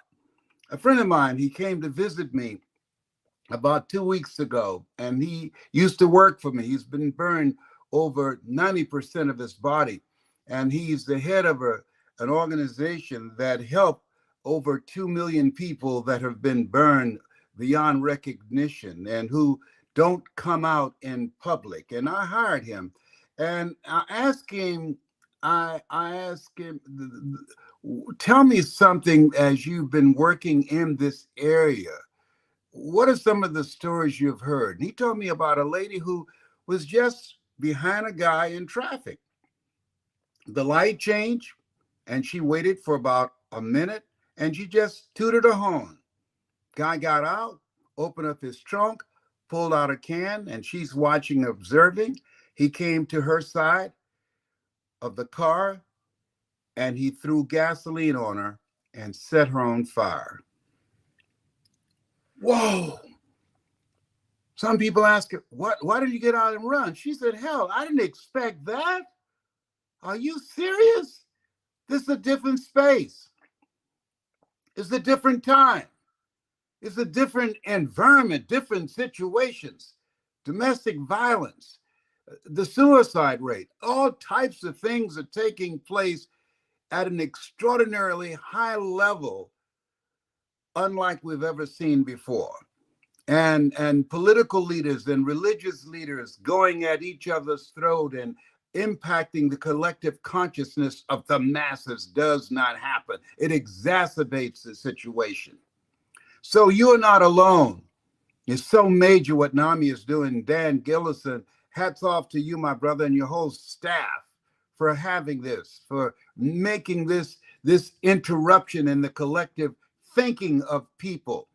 Because as we look at ourselves and look at our goals and dreams of creating a world that our children can feel safe, doing our part to play a role in pushing humanity forward, as something Dr. Miles Monroe said. He said, live full and die empty. And what he was saying was, rob the cemetery of your talents, of your gifts, of your voice, of your story. Rob the cemetery of your contribution. He said the wealthiest place on the planet is the cemetery, because most people die unfinished lives. And many of those people suffer from mental illness, many of them. And they need help, they need compassion. And NAMI has been an organization that does that. And they need our support mentally, emotionally, financially, in every way possible. But I want to share with you right now, you know, we live life going forward, but we understand it looking back. And Elsie Robinson said, things may happen around you and things may happen to you, but the only things that really count are the things that happen in you. I just find it ironic that I'm here talking to you now on this subject. I remember my mother saying to me, Leslie, and I said, yes, ma'am, mama. And she said, you know what, boy? Your mouth is like a refrigerator. You just can't hold nothing. She's talking about the fact that she has some friends over, and I asked her, Mama, are you going to dye your hair tonight? She said, if you don't shut the hell up, I'll slap you in the middle of next week. And so now preparing for today, you should have seen me desperately pulling out all my mascara to cover every gray I got. Oh, homie, don't play gray. My kids said, oh, Daddy, you look distinguished with your gray hair. I said, listen to me. Just because I'm 78 don't mean I have to look like I'm 78. You got too much dip on your chip. Well, behave. Let me share something with you. I want you to write this down. Defining moments. I had a defining moment. I woke up in a hotel in Chicago. I've never told this publicly. I don't even know how long I was there. I do remember losing consciousness, going in and out. I had been drugged. I can't explain to you how that took place. All I know is that with what level of awareness I had, I was able to pull myself together, pull off the bed that I was on. To get to the door, I staggered there, opened the door, and I staggered down the hall. And I went downstairs at the Hyatt Hotel in Chicago. And Bellman's there. They knew me. Les, are you all right? Yes, I am. I was in my jogging pants and a t-shirt. It was cold and raining outside. I was barefooted. And he said, "Are you sure you're all right?" And I said, "No, I'm not." He said, "Do you want me to take you back upstairs?" I said, "No, no, no." I said, "Get me a cab." And he went out, and I believe in angels. He got a cab for me. He opened the door, helped me to get into the cab, and he said to the cab driver, "This is Les Brown." And the cab driver responded, "Mrs. Mamie Brown's baby boy?" He said, "Yes." He said, "Oh, I know him. I play his recordings, taking my daughter to school every morning." He said, "Take good care of him." He said, "I will." And he closed the door and he pulled out from the Hyatt Hotel. And he asked me, "Where are you going, Mr. Brown?" I said, "I don't know." I said, "Just take me to the nearest hotel that you could go to from here." I said, "Something has happened to me and I'm trying to clear my mind." And he pulled into a hotel and I started fumbling, trying to find money to pay him. And I didn't have money on me, nor my wallet, nor my phone. And he's looking in the rearview mirror and he said, "Don't worry about it." He came around, he opened the door, and he knew I needed some assistance. I believe in angels. And he took me in and he registered me as I sat and watched, because I didn't have enough presence of mind to do it myself. I was drugged. And I don't even know to this day all the places I'd been and all the experiences that I'd had as a result of that. I tried to call my kids, but I couldn't remember anybody's number. It's in my phone. It took me about 2 to 3 hours to finally figure out one number, my oldest son. And when he answered the phone, I said, "Calvin?" He said, "Dad, we've been looking for you." I said, "Yes." He said, "Where are you?" I said, "I'm not sure." I said, "Call back at this number and they will tell you where I am. And tell them I said, let you in my room." And my father, and tell him, said, my father said, "Let me in the room." And so he said, "I'll be there." And he sent my second oldest son. And he told me that they knocked on the door. They said I answered the door. I was in a daze. And I said, "I got to give a speech." And I fell out on the bed. And he said he just watched me that night. The next day, he put me on a plane and took me back to Columbus, Ohio. And they were taking me to my youngest daughter's house. And I saw these cars on her street. I said, "Is there a party going on here?" He said, "No." And I asked him, "What's going on?" He said, "Don't worry, Dad, you're C." And I came in and all my kids were there, including my mentor, Mike Williams, who wrote the book, The Road to Your Best Stuff. And I saw two people that I did not recognize.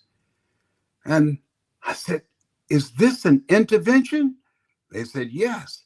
I said, "Who's it for?" "Let me help." "It's for you." "For me?" "Yes. We've been watching you, Dad. We've been watching you. You're not yourself. What do you mean I'm not myself? I'm sorry, Dad. I hate to tell you this, but all those opiates that they've been prescribing for you, yes, you are addicted. Are you crazy? Do you know who you're talking to? Look me in the eyes, Patrick. Are you telling me I raised you and your brothers and sisters not to drink or smoke or do drugs? You're telling me that I'm addicted to opiates? Yes, Dad. We've been watching you for a long time. I went to one of my other children. I got in her face. I said, do you believe that I'm addicted? And she bowed her head and started crying. She said, yes, Dad. I went to my youngest daughter, Serena, who's a minister now, my baby's daughter. I said, do you believe, look at me in my eyes, do you believe that I'm addicted to opiates? She said, Dad, some people pursue drugs and some people are prescribed drugs. You've been prescribed drugs and you're addicted. She said, you taught us, ask for help, not because you're weak, but because you want to remain strong. And you taught me, you can't see the picture when you're in the frame. Dad, you're in the frame. You need some help. And I turned to my mentor, Mike Williams, who knew this Les Brown before I knew him. I said, Mike, what do you say? He said, Brownie, I'm with the family. These two people here that you don't know, they're from a drug program. And we've paid for you to go for 6 months. A drug program. I'm going to a drug program? Brownie, you taught us the value of getting help. You need some help. You said Jesus walked the water, but he went out there in a boat. You need some help, Brownie. And so the gentleman said, I'll come get you tomorrow morning. I said, no, you won't. You better take me tonight, because if you come tomorrow morning, I will not be here. I got to go tonight. And they took me to Middleton, Ohio, a drug program. I had to take off my clothes. Most humiliating experience I've ever had. I cried the whole time. I said, I can't believe this. They searched me. And they took me to my room. And I couldn't sleep that night. I tried the door and I couldn't open the door. I couldn't open the window. I was thinking about how could I get out of here? It was cold, 13 degrees outside. The next morning, they came and said, it's time for breakfast, Mr. Brown. I came in and I got in line and people would come and say, boy, you look like Les Brown. And I said, I am Les Brown. I came here because I heard one of your motivational messages. What are you doing here? You going to give us a motivational speech? No. They say that I'm addicted to opiates. Oh my God. The words start spreading. I sat down to look where I should sit next to, who I should next to. And people were crowding around. Les Brown is here. I can hear him whispering. Les Brown is here. Excuse me, because I'm so emotional over this. And I'm sorry, my nose is running. Hold just a minute.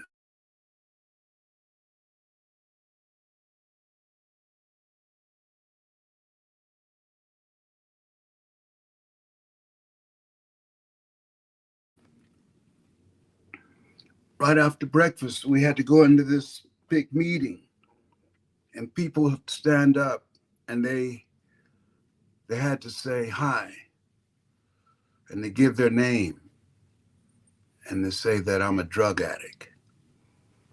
And then it came my time, and I couldn't say it. Hi, my name is Les Brown, and I've been prescribed drugs. I said, well, man, just, go ahead, brother. Just admit you're a drug addict. I say, they prescribed me drugs. That's how I got on this. You guys went at it. You went looking for it. They prescribed this to me. Doctors gave this to me because I've been diagnosed with 4th-stage cancer and it's metastasized to 7 areas of my body.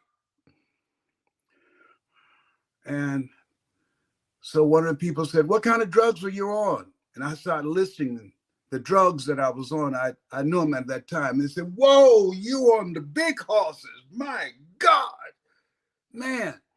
And I stormed out and I went in the director's office. I said, look here, I'm Les Brown.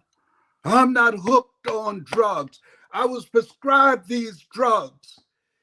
And the guy got up in my face and he said,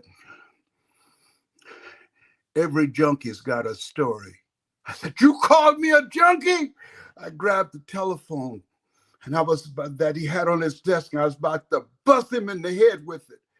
And the lady who was his assistant said, Mr. Brown, your voice brought me out of a place of darkness. She said, trouble is easy to get in, but it's hard to get out of. If you hit this man in the head with this telephone, that's assault and battery. They're going to call the police on you. I heard you say once that anger is the wind that blows out the lamp of the mind. This is a time, there are times in life, Mr. Brown, that you must release who you've been to surrender to who you must become because of what has happened to you. I came here because of you. Whoa. It was a long journey. It was a struggle. I refuse to take Suboxone. It's a drug that helps you get off drugs, but it's addictive. It's addictive. I said, excuse me, you're saying this will help me get off drugs, but it's addictive? No. You can't do this by yourself. You don't know me like that. And I don't recommend this for anybody. I remember having dry heaves.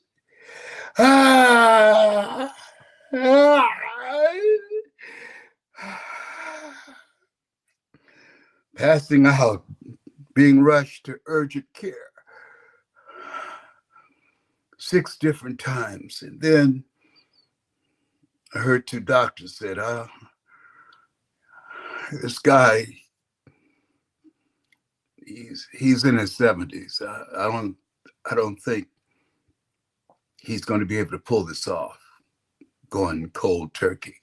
If he's in his 30s, 20s, he could probably do it. But I don't think he's going to make it. At night, I prayed to my mother. This is Mamie Brown. I just discovered my birth mother. Her name is Dorothy Bell Rucker. I said, Mama, Mamie Brown, who adopted me, God took me out of my biological mother's womb and placed me in the heart of my adopted mother. I said, I need you. I need you to help me through this. Give me the strength to get through this. Please help me.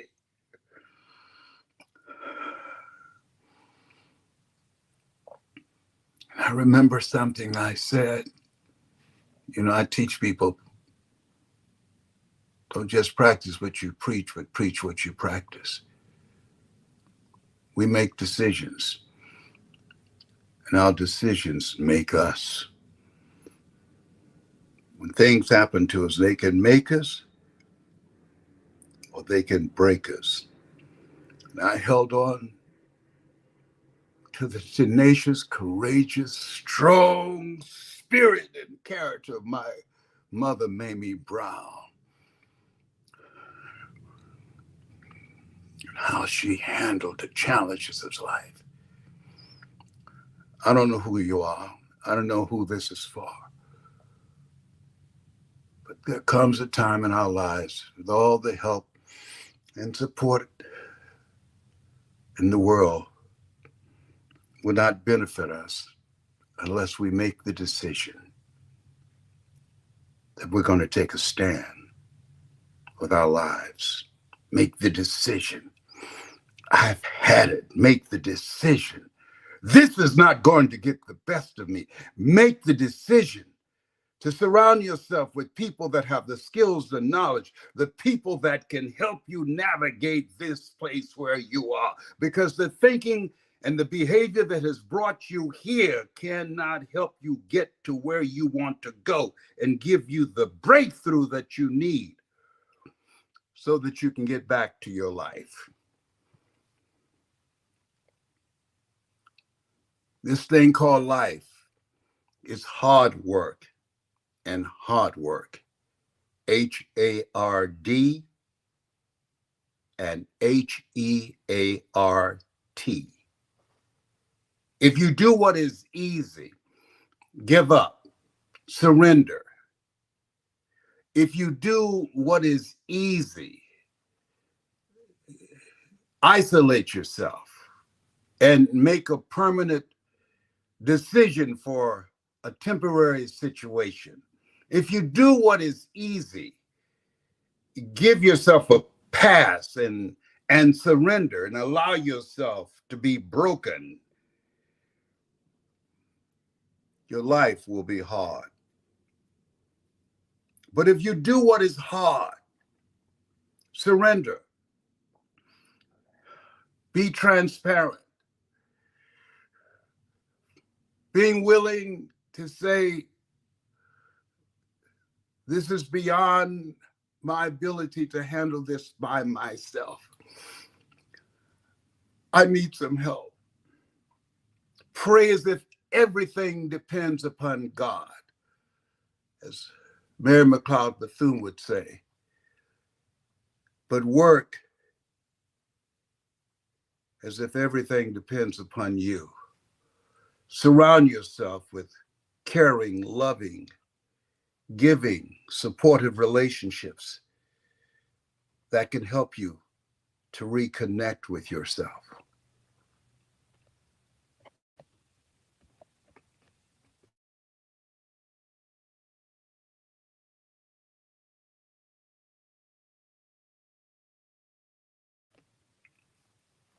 Pardon me.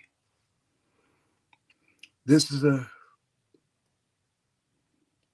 a special time.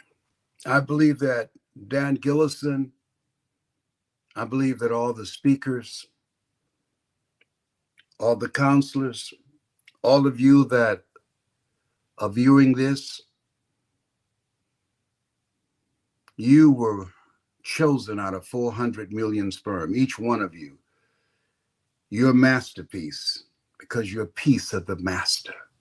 I believe that we were born and preserved for such a time as this. Your life matters. If you've been watching, there's something in you, something in your heart. Where your heart is, there your treasure is also. Something in your heart. If you've been going down the path where I've been, that you've had a moment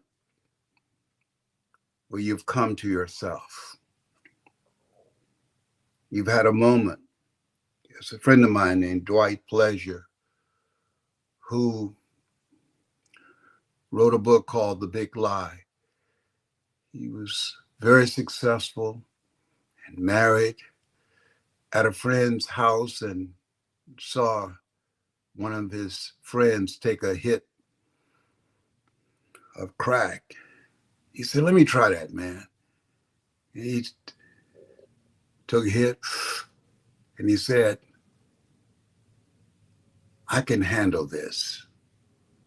He said that was a big lie. And he was hooked for like 5 years. But there came a moment when he said, I'm through. I'm finished. And he got some help. Got some help.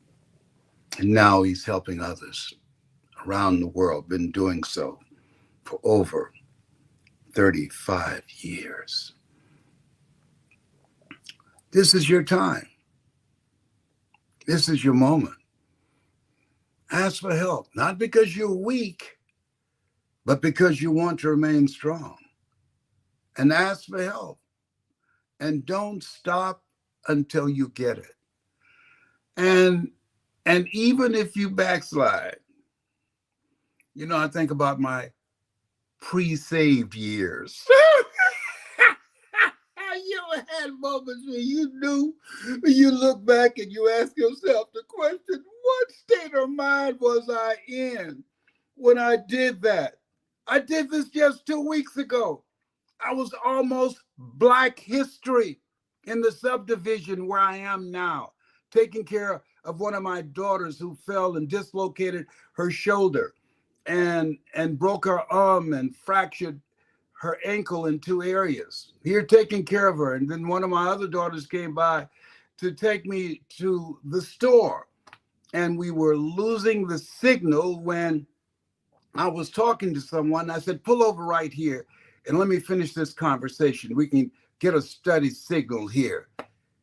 And about 3 minutes, I saw this big burly guy, probably around 300 pounds. And his son, I found out, was walking behind him and had something in his hand. And he came up to my side of the car. I'm the passenger. What are you doing here? I said, I'm just using the phone, sir. I'm just using the signal here. Well, there have been some breaking and enterings around here. And my wife said, that car that you're in here, it looks familiar, that your car here, you've been following her. I said, no, my daughter lives just by 10 houses down. And then this young man standing there had a 9mm gun pointed at me with his finger on the trigger. And I asked, are you aiming that gun at me? Well, there's been a lot of crime here. People have broken into my house. I didn't break into your house, sir. I don't commit crimes. I reduce crime. I'm Les Brown. I would never do anything like that. And you got a gun pointed at me? And so his son pointed the gun toward the ground and said, I don't need a gun for you. I can take you by myself. I gave myself permission to lose it. I said, if you put that gun down, I will get out of this car and I will whoop your ass, young boy. Don't you challenge me. Don't come for me. I didn't call an Uber. I'm looking for the doorknob, and my cousin, she looking at me like I have lost my mind, which I had. That she locked the door, so I couldn't put the child lock on. So because I was acting like a child, and so the guy leans forward and said, "Look, my son has got issues. He suffers from PTSD. Everybody in the subdivision here know that, and so." Just ignore him. I said, he suffers from PTSD and you gave him access to a gun. He had a gun pointed at me. You never told him to put the gun down. Now, here's why I'm making this point. If I was in my right mind, I'd have said, I don't mean you no harm, sir. I apologize. You've made a mistake. Tiffany, keep driving. But I was not in my right mind when I was trying to get out of the car. My cousin called me the next day and said, "May I speak to Bruce Lee, please?" I said, "Why you call me Bruce Lee? You gonna get out of the car and fight a man who's 300 pounds and his 19-year-old son who's got a 9mm gun, and you are 78 years old? You got to be Bruce Lee." He said, "I didn't know you were Bruce Lee."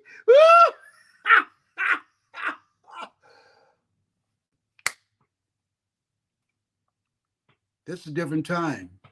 Keep your guard up. Work on yourself. Spend more time with yourself. I could have lost my life. His son could have had an episode when I threatened to get out of the car, tell him to put that gun down. He said, "No, I think I need to bust a cap in your behind, Mr. Smart Guy." Hey, this is no time to not be thinking and being alert, not driven by fear, but being thoughtful and intelligent and making intelligent decisions on how to navigate this very volatile environment where we are. It's a different space. Different space. The tools that NAMI provide, and I want you to write this down, fortify your faith. All the things that have been suggested are things for you to fortify your faith, because you're going to be tested. Life is coming for all of us. Pain, sickness, disease, mental illness. My son, who suffers from bipolar schizophrenia, texts me and say, "You're no longer the president of Les Brown Unlimited. You're fired." Excuse me? You got to educate yourself, because I didn't know and understand bipolar, and I lost it. Fortunately, he texted me, because I went to a place, said, "You about to make me lose my mind up in here, up in here. You about to make me act a fool. You gonna fire me from my company?" And then, fortunately, I called someone who's familiar with the illness, which I wasn't, said, "Les, that was not your son." I said, "I know, he's a damn alien. That's who that was. I don't know where my son is. I didn't bring that home from the hospital. No. That's the illness that said that to you." "Oh, no. Illness can't do that. It can't come out unless it's in that." "Trust me, that's the illness." No. Anger is not what's required now. Understanding and all that get understanding and compassion and empathy. That's what you must do as a father. That's what we are called to do with family, people we care about, and even strangers who might be suffering with mental illness. But for the grace of God, there goes I. And here's something else. Take care of yourself, as everyone has said. There's something that Iyanla Vanzant said. She said, "Give to yourself until your cup runneth over, and then give to others from the overflow." I was traveling and motivating people all around the world, and I found it so disarming. I've never been in a position of feeling powerless with any of my children. Son who looks just like me, like I had him all by myself. I'm able to reach and motivate young people around the world, and this is my son. And he can't hear my voice yet.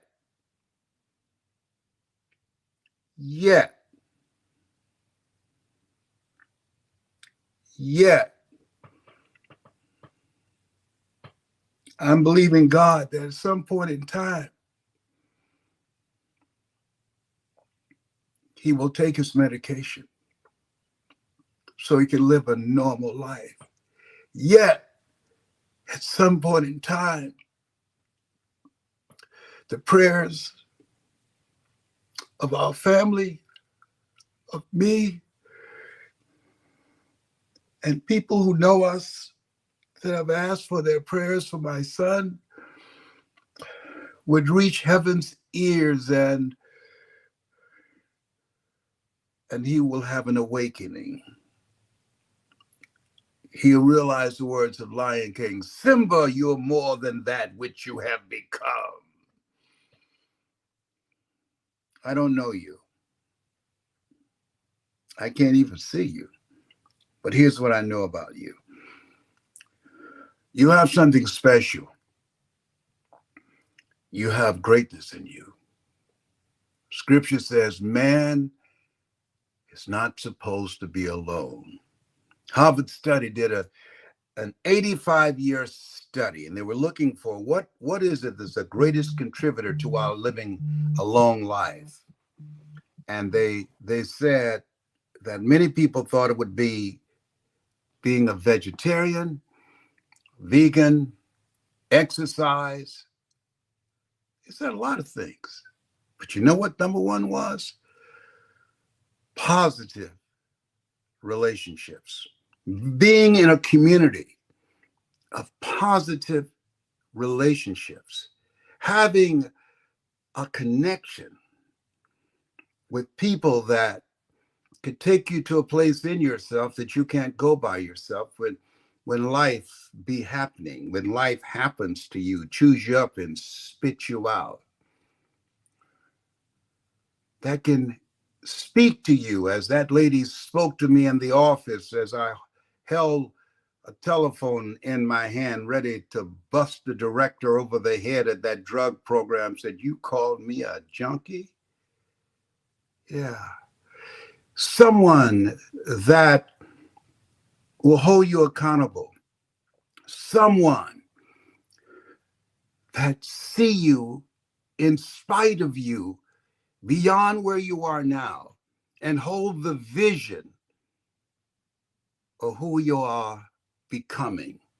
A person that's responsible, a person that's enlightened, a person who's decided to make up their mind that this is not me. There's nothing as powerful as a made up mind. Taking a stand with your life, a person who want to live a life that matters, a person who want to live their lives in such a way they live a life that will outlive them. As I said, I strongly believe you and I, all of us, we were born and preserved for such a time as this. You have been chosen. I've been chosen. And I believe that when we have an organization like NAMI that is designed to help to create a culture where we turn to each other and not on each other, a culture where that politics and religion can no longer have the divisive impact that it has now, having the masses at each other's throats. That there's a role for all of us to play.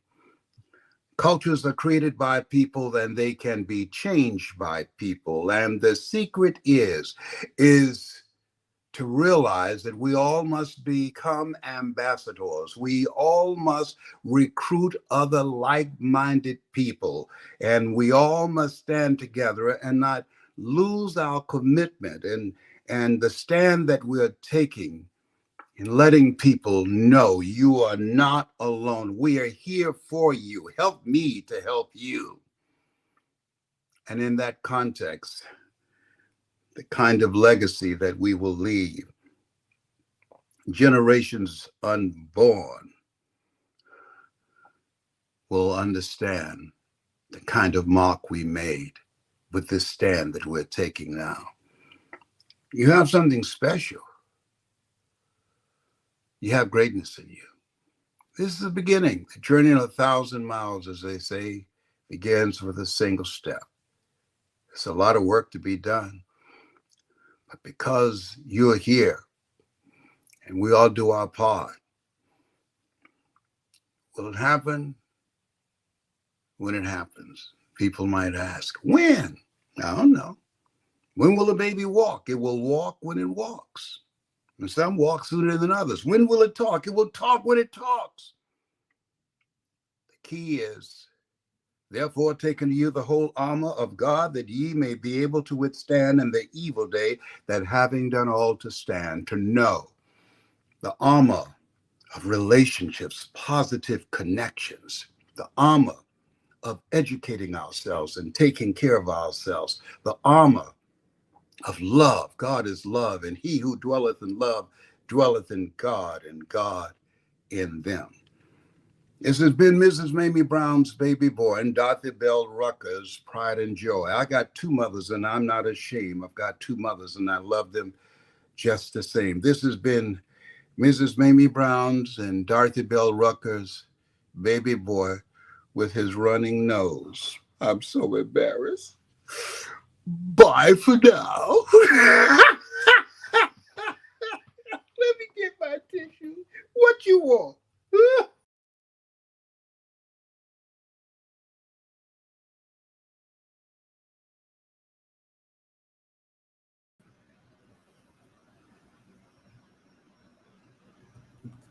I think you all are muted. We were.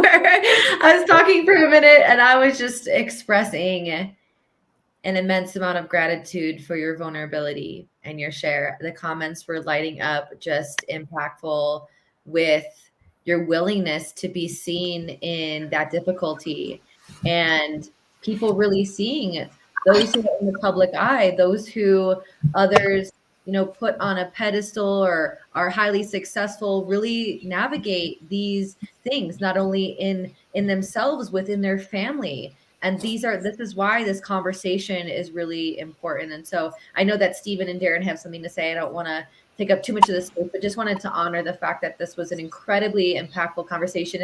In the green room, we were all emotional and crying ourselves. So thank you for going first as a leader and being willing to be vulnerable as we step into the new kind of paradigm of leadership.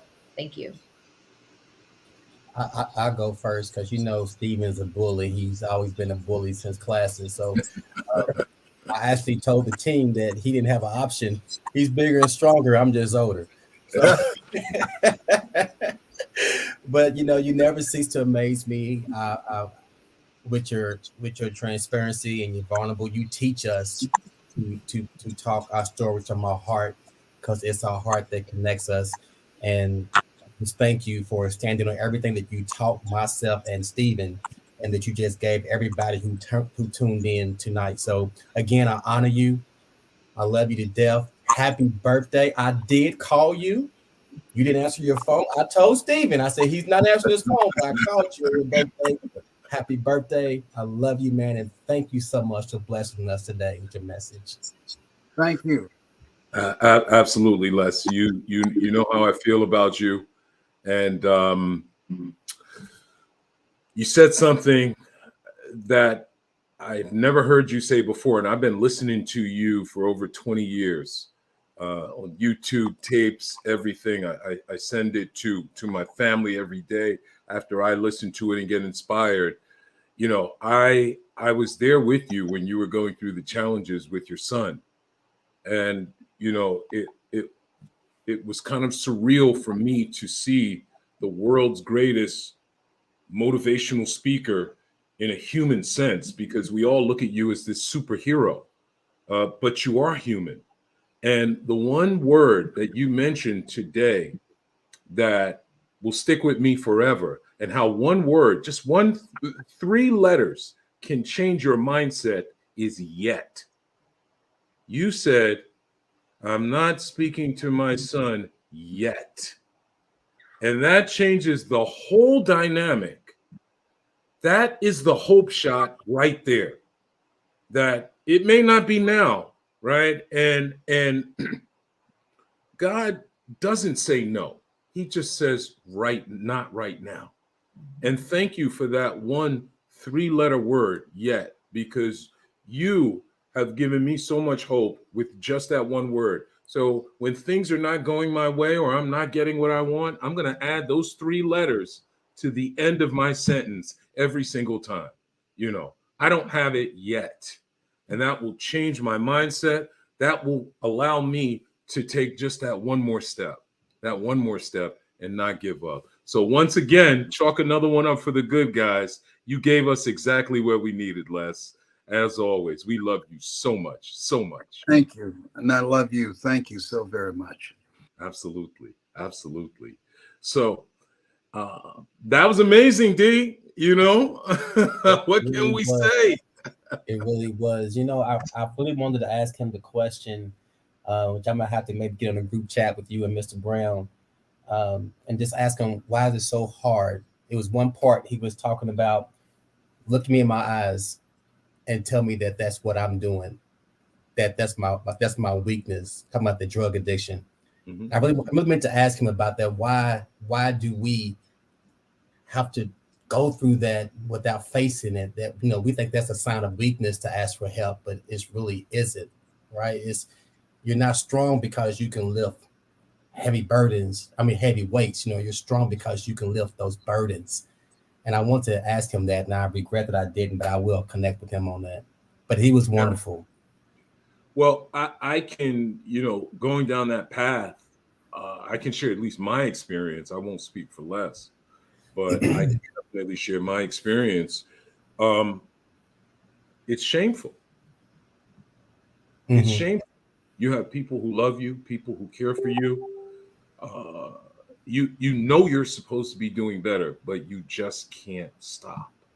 Gotcha. You know, I remember walking to the drug dealer crying because I didn't want to go, but I couldn't stop. Mm-hmm. That's the power that it has over you. Yeah. You know, spiritually bankrupt. And that's hard to admit because, again, as Les mentioned, you can't see the picture when you're in the frame. You don't really understand that admission is the first step to the solution. Mm-hmm. So you're in this state of denial. You feel that you can handle it, you know, and then you just stay in this routine, like you're running on the hamster wheel. You know, you go out on the binge and you say, I'm never going to do it again. And you really mean you're never going to do it again. Yeah, I believe that. Until you get more money. Mm-hmm. And then you're back on that same hamster wheel again and again and again until you hit a bottom. But admission is really the first step. It is to the solution. Absolutely. And the part about going to see a counselor, right? Because I have my experience with going to see a counselor, and I could relate to him when he was talking about how he had to sit. Where am I going to sit at? You know, because when I went to see a counselor for with my depression, coming out of bankruptcy and a divorce and suicidal ideations, I remember just being shameful to sit in that office, you know, and when the lady called my name to say, hey, it's your appointment, and she said it really loud, I was like, whoa, you know, shh, you know, but it was really going through those steps to my healing journey that's allowed me to be on this path I am. So as we move to the next speaker, and as you give a call to action for the donation, I just want to encourage people that, like Stephen said earlier, like we've all heard before, you don't have to do this thing alone. You are not alone. Correct. And it's okay to be okay. And you can reach out, dial 988. You've given some wonderful tips today and some strategies to reach out to your national organizations. I forgot how many they said NAMI is in so many different cities and states. There's one in Louisville, Kentucky. I had to Google that during this conference. So reach out and don't take it. Sheila Washington said that, you know, reach out and ask for help and make yourself better. Absolutely. Absolutely. Thank you. Thank you for that, Darren. And once again, the sole purpose of us for being here, two purposes. One, to bring awareness to what's going on, to let you folks know that you are not alone, to shatter the stigma of mental health challenges. Right? You are not a weirdo. You are not crazy. You are human who has a condition that is treatable. Okay, so please don't suffer in silence. And we're also here to support this magnificent organization, NAMI, which is doing so much work. Darren, I didn't tell you that I had the local chapter of NAMI in New York come and do a presentation for some middle schoolers just a week or two ago. I'm talking about 6th and 7th graders. And you know how rambunctious they can be when they have to sit still. And they were all tuned in to the information that was being shared. And that's how deep this issue goes to the youngsters. And it really starts with the youngsters and the households that they're in. So your donations count. You don't know who you're helping. So it's donate.nami.org/You Are Not Alone events. Also, as you see here, for all the speakers who may have some gifts or you want to get in touch with them, as well as if you want to get the You Are Not Alone book written by Dan Gillison, you can go to notalonegifts.com. That's what you visit, notalonegifts.com. Bunch of great information for you there, some free gifts, ways to get in contact with our fabulous speakers that we're on today. So 2 links to go to donate. It's donate.nami.org/You Are Not Alone events, and visit notalonegifts.com for the book, You Are Not Alone, written by Dan Gillison, or for some fantastic giveaways from our phenomenal speakers. Darren, back to you. Are we ready for our next speaker? Clarissa? Okay. Well, excuse me. Our next speaker is Miss Nikki. I don't have my glasses on. Give me a second. My old man glasses. Nikki is a trauma-informed mental health and chemical dependency counselor, adolescent specialist, strives to provide her clients with the validation and tools they need to heal their trauma from the inside out. Author and Evolution by Nikki. Wonderful to have you today, ma'am.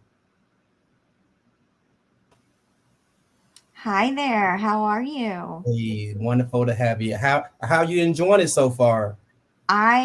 I'm struggling, honestly, not to cry because even though in the little bio that you just gave about me, you used and I used the word validation. And even though I know all of these things and I'm a professional, it is so validating every single time I hear a story from someone else like me. And you can't put a dollar amount on that. You can't put an amount of counseling sessions on that. The validation is really the key, to hear the stories from other people. And everyone who has shared from, the bottom of their hearts today, I just want to thank them and tell them that they are courageous and they are worthy. All right. Well, I will let you have your time, and I'm looking forward to being blessed. Thank you so much. All right. Hi, everyone. My name is Nikki Dahlhammer, and I am the CEO and founder of Evolution by Nikki, also known as Evolution Wellness Center. I am a chemical dependency counselor, and I am an adolescent specialist at this time. Before I go into my story and kind of telling you where it all began, I want to reel you in quickly by telling you I am a real person. I am you. I am everyone sitting behind the screen listening to me right now, listening for the past 6 hours, 6 minutes, and 18 seconds. You are not alone. That is a fact. That's not an opinion. That's not an idea. That is a fact. And I will tell you right now, I can count off on my fingers. Get ready, guys, because this is a long list. I am diagnosed with borderline personality disorder, major depressive disorder, panic disorder, generalized anxiety disorder, and CPTSD. If you're counting, that's a lot. Okay, that is a lot.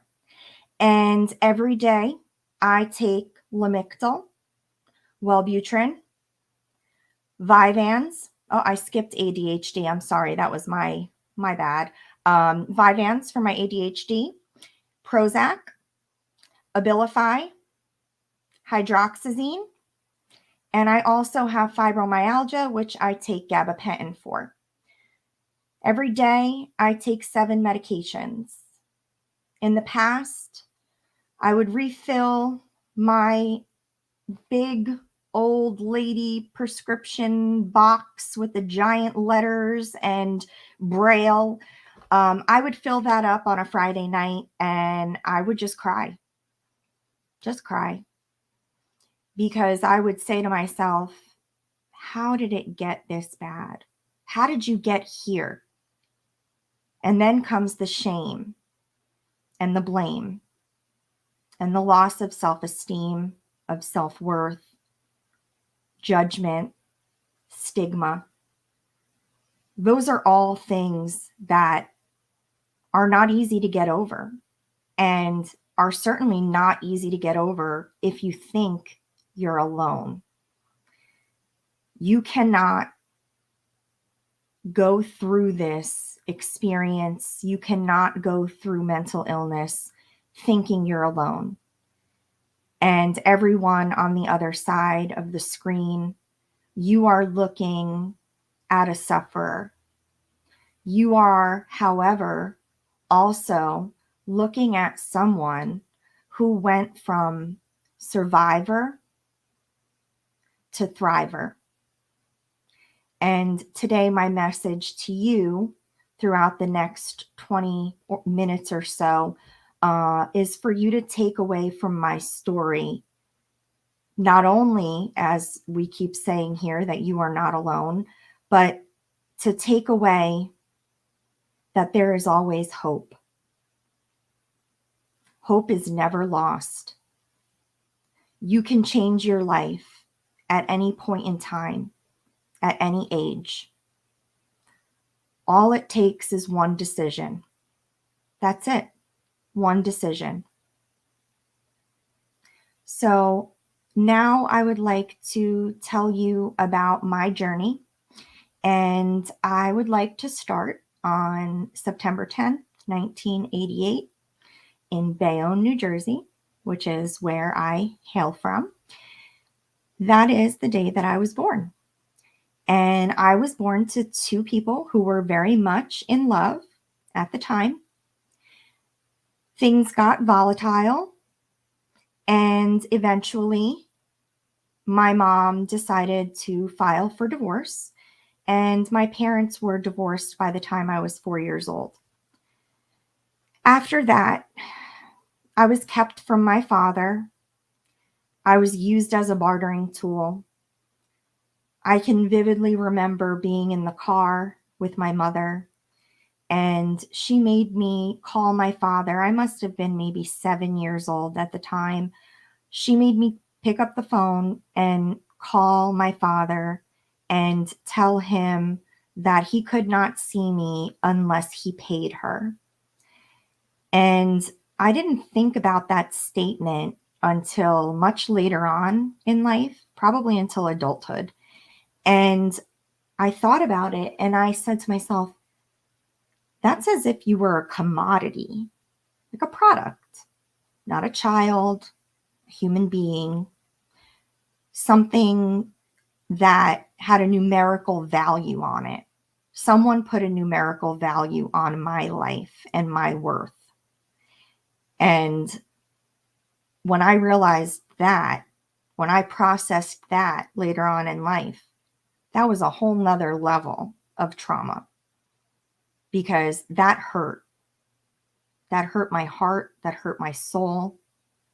And it's something that now when I think back to those words, it honestly chokes me up a little bit. And I know that probably sounds silly, but it does. Moving on from the divorce, moving on from the bartering tool. When I was approximately 13 years old, my mom became a full-blown opioid addict. I had watched it go from bad to worse. Initially, she was prescribed Vicodin and Percocet, which were the drugs of choice at that time for pain. But I don't know how many of you out there are educated on the opioid market or the opioid crisis. But in 1996, Purdue Pharma launched OxyContin, and that became the new standard of care, so to speak. Doctors around the country were basically being paid off to push OxyContin. And I recall, again, very vividly showing up to the doctor's office with my mother because I was young at this time. And I went everywhere with her. She was a single mom and I was her daughter, and I just kind of tagged along everywhere. I would go to the doctor's office with her, and she would constantly say that she was still in pain, that her pain was unmanageable. And after a while, OxyContin realized that there was something that they were labeling breakthrough pain.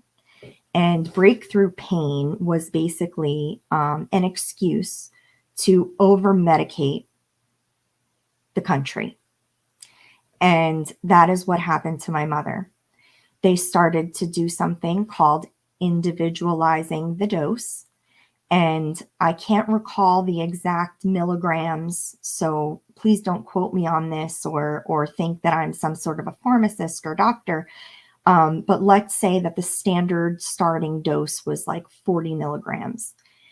Individualizing the dose meant that if somebody had breakthrough pain, you would up the milligrams to suit their needs.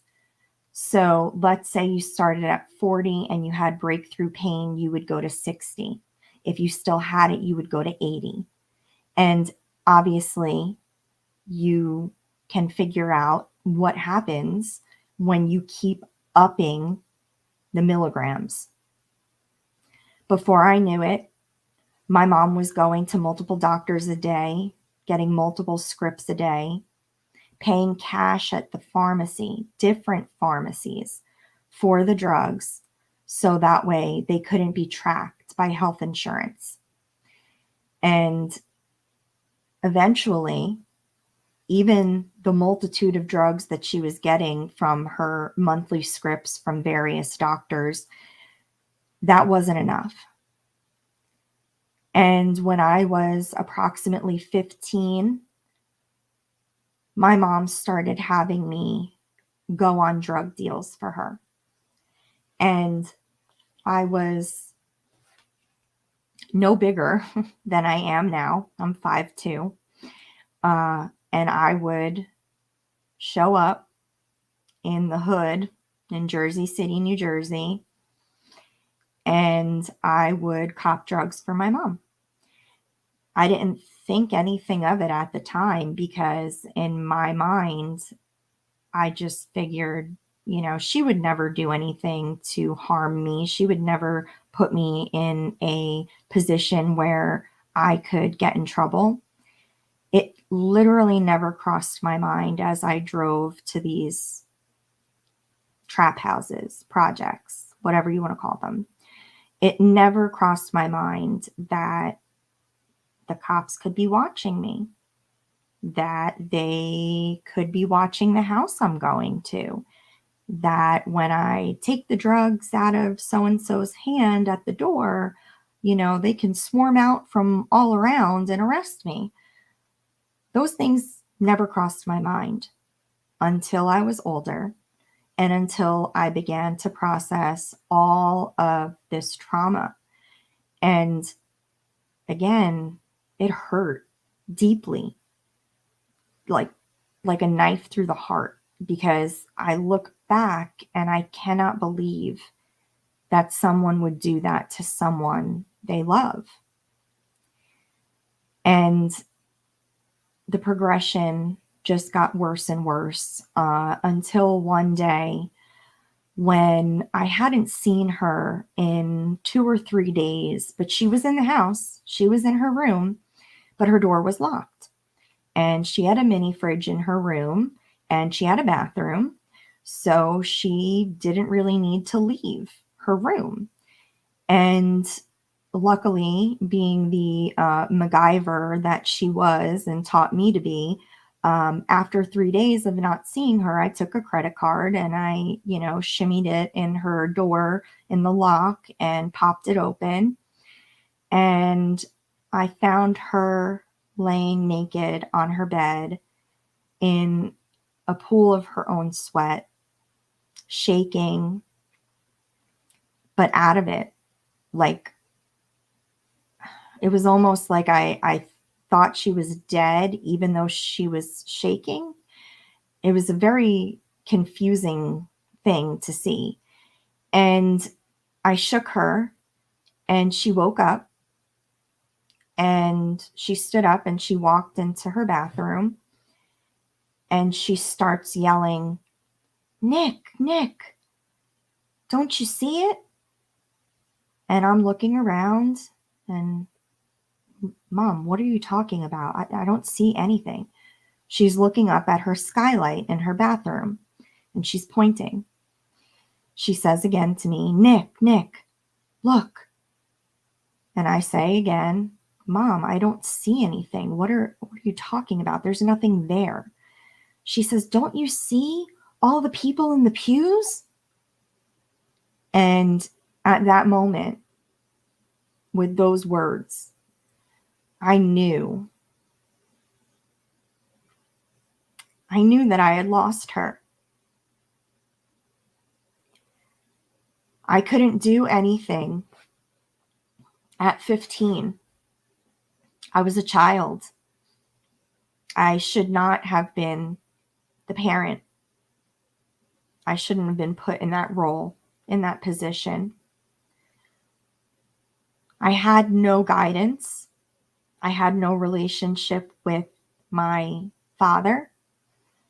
So I did whatever I wanted to do from that point on. There were no rules.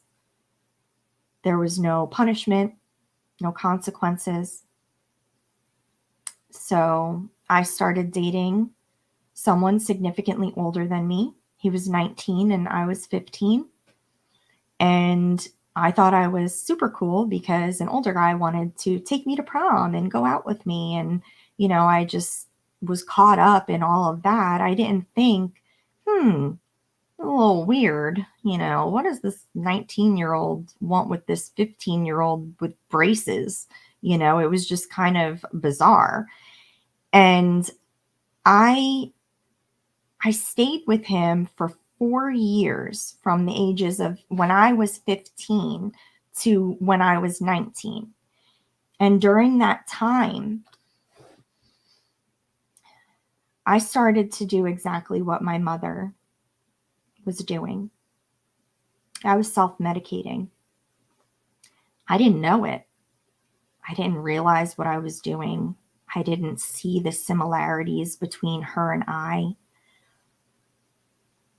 My ex got me involved in cocaine and ecstasy, which were the choice drugs for young people at that time. You go to prom, you drop an E-pill. You get on the party bus after prom, you drop another E-pill. You get to the house down the shore, you drop another E-pill. And it was like that for a while. And the cocaine was the biggest issue for me. I enjoyed it. I remember enjoying it. And I remember just being free, feeling free mentally, physically. And I didn't have to think about anything. I was just almost numb, and things didn't bother me. When I turned 18, I left the house. I left my mom's house because I couldn't deal with it anymore. I didn't want to be around her. I didn't want to be around what she was doing. We didn't have food sometimes. The lights were out sometimes. We didn't have electricity. We didn't have heat because the money that she was getting from the little bit of work that she was doing, plus my father's child support, was going to drugs. And there was not enough left over for her to pay the bills. And I remember showing up at PSE&G, which is the gas and electric company in northern New Jersey. I remember showing up with like thousands of dollars in cash with her at one point because we hadn't paid PSE&G for like 6 months or something like that. And we owed thousands of dollars, and it got shut off. The gas and electric got shut off, and it was off for days. And she had to scrounge up the money to pay this bill to get them turned back on. And I was very confused as to where this money came from. And after a while, I began to realize some things that were going on. And I'm pretty sure, like, I want to say like 90% sure that at one point there was some prostitution involved. I was there in the house. I was just at the time like too young to understand what was going on. I didn't think anything of, you know, this guy that I knew really well, who was the delivery driver for the local liquor store, you know, going back in my mom's room. He would deliver Zima and a pack of Newports, and he would go in my mom's room, and then, you know, 10, 15 minutes later, he would come out and like his hair would be messed up. And again, I was young. Sex never crossed my mind. Prostitution never crossed my mind. I wasn't watching SVU yet. I didn't know about any of that stuff. So again, it didn't hit me until I processed all of that later on in life, what I was witnessing. So she had gotten all of this money somehow, some way from someone's, and she paid the bill. And that type of thing went on and on and on. My ex that I moved in with at 18 told me shortly after that he was an illegal immigrant, and the only way that he could get a real license or a real job, because he didn't have a social security number, was if I married him. I didn't have anyone to tell me not to. And I didn't share it with any of my friends because I knew that they wouldn't understand. And also, I'm on drugs most of the time. I'm drinking most of the time. I'm not thinking clearly. I wouldn't say that I was in a right state of mind to be making these kinds of decisions, and then I was stuck with them. So his family gave us $5,000, and we went to Vegas and got married. Nobody knew. My family didn't know. My friends didn't know. Nobody knew.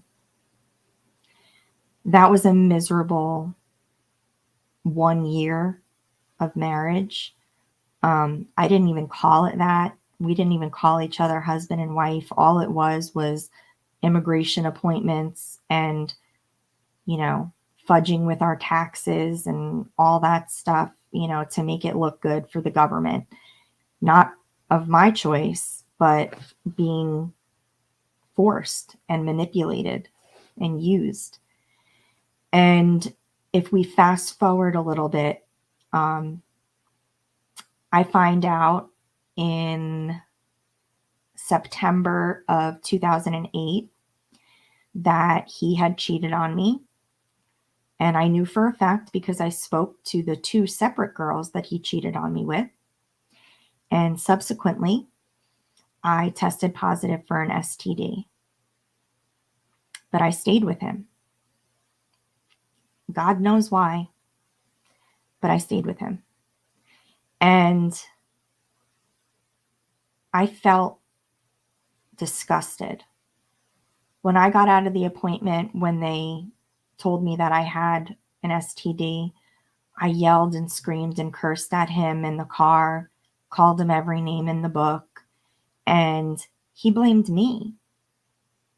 He said that I must have been cheating, that I was the whore. And the fact of the matter is that he is the only person that I had been with up until that point. And he convinced me that I did something wrong. I really thought it was my fault. In November of 2008, I finally started to have a relationship with my father and his family. And I decided to go on a family vacation with them. And we went on a cruise.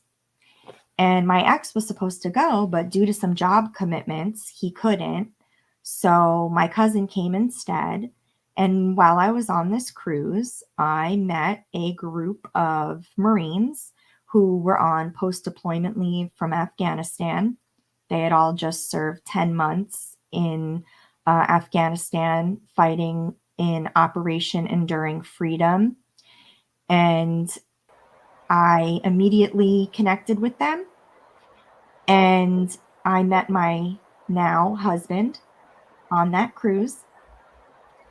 And he changed my life. I broke up with my ex the second I got home from that cruise. I spent the whole plane ride writing a letter to him, telling him that it was over. I read it to him, crying, tears streaming down my face. And he said nothing. There was no emotion. He just was like, okay. Wow. So I moved out the next day. A few months later, my now husband comes to New Jersey, asks me out on Valentine's Day, takes me to Little Italy, takes me to the Met, Central Park. It was like a dream, something that I had never had. Beautiful. And I told him the truth, that I was married. And I thought that was going to be it. I thought that was like a no-go. And he said, why would you think that? Why would that matter to me? Like, how would that affect my feelings for you? And in that moment, I knew that he really was the one. It was meant to be. Wow. It was destiny, divine intervention. I don't know what you want to call it, but So he beautiful. saved me. Yeah. Wow. That's really beautiful. And I just want to lovingly just take a moment to honor your journey. And the comments are blowing up with people saying, thank you for your vulnerability. I think sometimes people forget that storytelling releases oxytocin when we share. And that is some of the best way to teach, is to really just say, hey, I'm a professional, like you do this work, and I'm also human, and teach from that place. And I'm curious, as we wrap up here, we have like 1 minute left. I would love to know, what was the thing, if not one of the main things that you feel like helped you keep going? Because you could have easily given up. You could have said no. You could have gone down many different paths. In 1 minute or less, I'm going to put you on the spot here. 1 minute or less, what was the thing that actually helped you get out of the situation and come into your sovereignty and your personal power? I knew that I had a higher purpose, that I was meant to do something with this pain. And I tell everyone that I turned my pain into purpose, and I turned my purpose into a mission. And that mission is now my life. And that mission is to #end the stigma. Wow.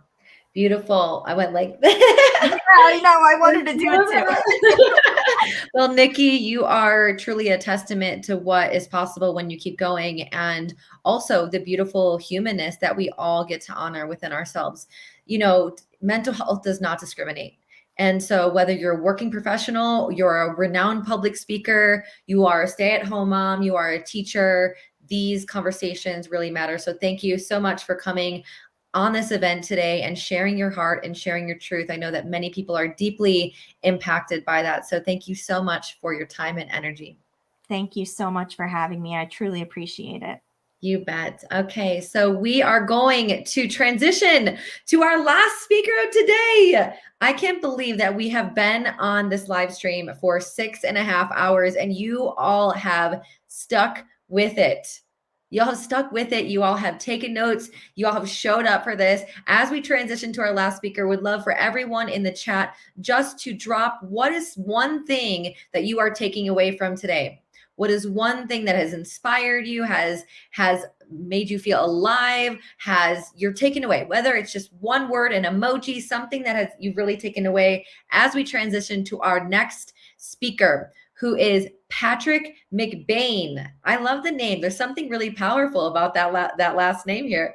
He is the founder and owner of Life Needs Leadership, equipping leaders to transform and influence. He is an accomplished leader in communication, leadership development, personal and professional transformation, corporate vision casting, and creation.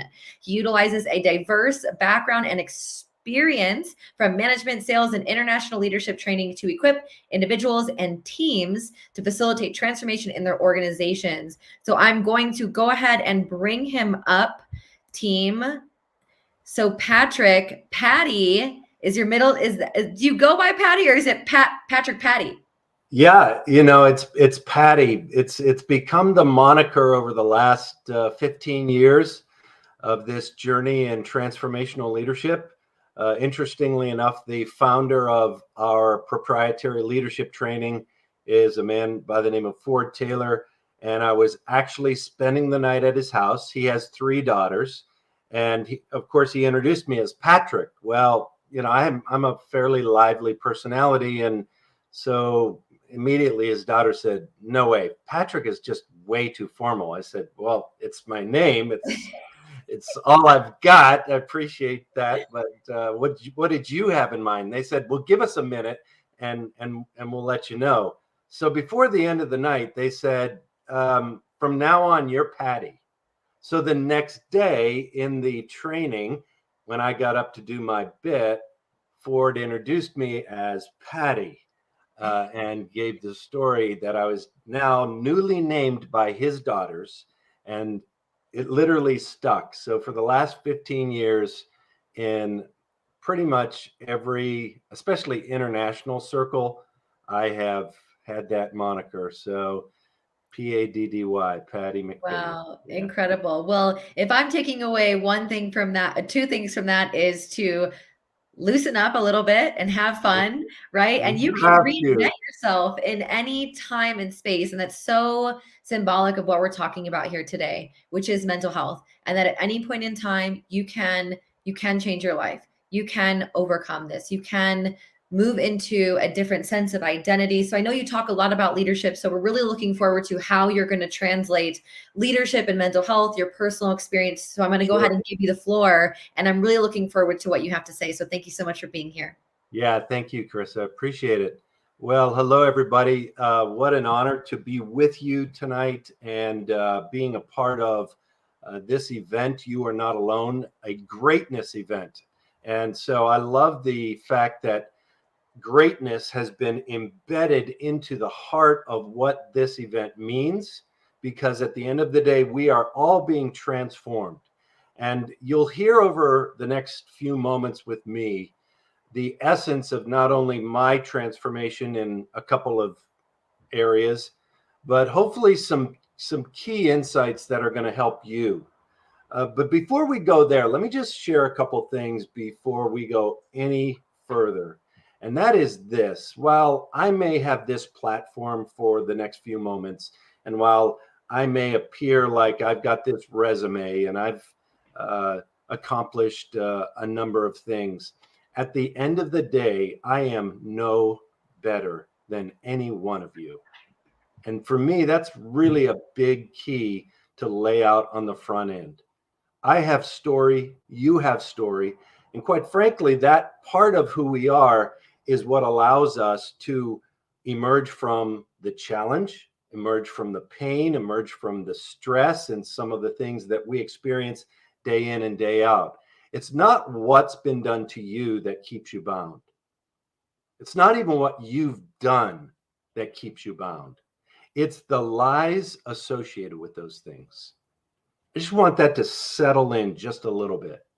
It's not what you've done or what's been done to you that keeps you bound. It's the lies associated with those things. And for any of us at any time to actually begin to move out of any place that feels restrictive or maybe feels like it's carrying a lot of weight, we have to believe that there is possibility and that there is hope. And I am here to tell you that there is hope. This is an individual that grew up in a setting that had its own set of challenges.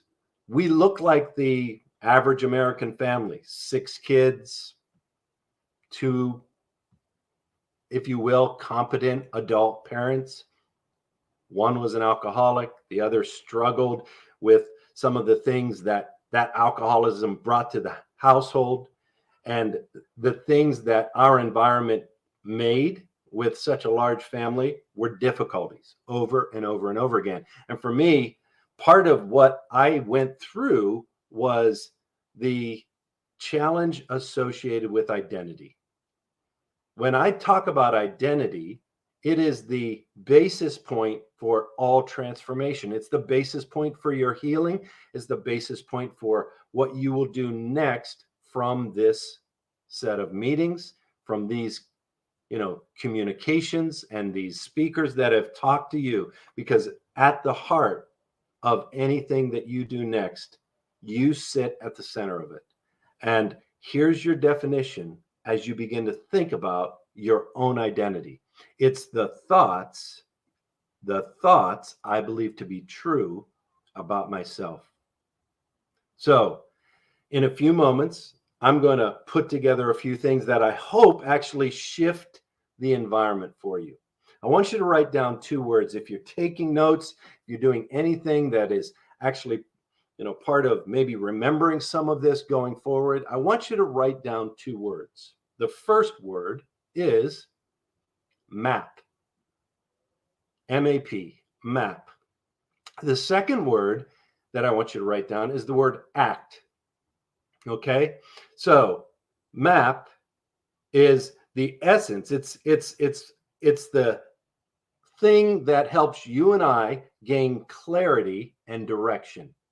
If you are in any type of stress or anxiety or challenge, the thing you're looking for is a map. You're looking for a way out. And one of the things that the lie says within the chaos, the confusion, the stress that you're carrying in that moment is that there is what? No way out. That's the lie. Again, if you can actually identify the lie, guess what you can do? You can actually supersede it or replace it with the truth. And the power of knowing that that is the progression for you is actually going to give you now a cadence and an ability to actually move your way through some of these difficulties. So let me just share a few things that you're probably already familiar with around stress. All right. Stress, by the way, is happening everywhere. And stress oftentimes is only looked at in a negative context. But I've got good news for you tonight. Actually, there's such a thing as good stress. In the nomenclature, it's actually called eustress. So everybody's familiar with distress. It's the negative stress that keeps us from being productive and effective in any of our roles and relationships. But very few of us are familiar with eustress, which is the Greek word EU for good stress. It's the stress that actually motivates us and moves us into a place of being competent and productive. What we need to do is figure out how to replace the distress with more eustress. But here's the reality of living in any stress, whether it's distress or eustress. And that's the fact that you can't live in it for too long without replenishing your gas tank, without refueling, without getting that energy back that allows you to be the best version of yourself. So here's a quick tool for you. Take a sheet of paper, create a T on that sheet of paper. We're going to call this the gas tank T chart. And here's how you use the gas tank T chart. On the left side of that T chart, I want you to write down the people, the places, the things, and the activities that energize you, that fill your tank, that actually build you up, that motivate you. Create that list: people, places, things, activities. Once you've done that, I want you to go over to the other side of the list. And on this side, I want you to write down the emptiers. These are the people, the places, the things, and the activities that empty and drain your tank. Here's the key of any kind of movement and breakthrough. Here's the key for your map out. You have to begin to see what's in the way. It's like dodging a pothole on the street. If you don't go around that pothole, your vehicle is going to get damaged. You as the vehicle of life need to avoid the potholes. You need to know what could potentially get in your way. Now, in some cases, we have no control over those things, but to the best of your ability, you need to stop spending as much time with the emptiers and start spending more time with the fillers, because the more time you spend with the fillers, the more energized you're going to be and the less stress you're going to experience. Now, this is a simple but very powerful thing. Here's something to get a little laugh about. Don't be surprised if the people who fill your tank are also some of the same people who empty your tank. If you're married, don't be surprised if your spouse is on both sides of the T chart. All right? So look, as we begin to evaluate, as we begin to look at the possibilities of moving out of anxiety, out of stress, we have to begin to think about how to do it very proactively. Here's your acronym for MAP. All right, you ready for this? Mindset and memories is the M. Attitude and aptitude is the A. Personality and purpose is the P. Now, let me unpack this so that you can think about this in a different way. Let me first of all take you into a personal story. Back in 1984, my wife and I, along with our 2-year-old daughter, moved halfway around the world to live in northern India and work at an international school there. We were there from 1984 to 1987. Now, when we left the country, this was the first time Patty had ever been on an airplane. I was now going to travel for 36 hours straight until I landed in a country I had never been in before. When I landed in that country, the smells and the heat and the fatigue associated with travel had already begun to encroach itself on me. Over the course of the next several weeks, including the next 2 weeks, by the way, my wife was pregnant with our second daughter. She was 8 months pregnant when we left the shores of the US. And when we landed, the superintendent who picked us up from the school, or from the airport, I should say, asked if he should take us to the hotel or the hospital. We said, take us to the hotel. We need some rest. Long story short, 2 weeks later, our second daughter was born. In the midst of that delivery, the nurse left a sponge inside of my wife, and she almost died of toxic shock. A little bit of stress happening here, a little bit of anxiety happening here. There was a language spoken in this culture that I had never heard before. In many cases, I didn't communicate well with those around me. A little bit of stress here, a little bit of anxiety here. Along with our newborn baby and a new environment and being sick with dysentery and other physical challenges, the cascading effect of what was really a lack of control continued to ripple across our lives, including the stress associated with that entire experience. Well, that stress for me turned into anxiety, and that anxiety eventually turned into anger. And my anger began to get the better of me, including me attacking a fellow staff member, not in private, but literally in the public eye, in the center of the quad of that school, where other administrators and teachers and colleagues saw my actions. I was sat down for 3 months, suspended from my position, so I could work on me and my issues. My friends, I'm sharing this with you because more often than not, when things are out of control or appear to be out of control, they tend to cascade, and anxiety has a tendency to build upon itself, especially if we don't have a map. And the first letter in our map is mindset. Believe it or not, the way you think is going to have a critical impact on where you go. Your thoughts literally make up who you are.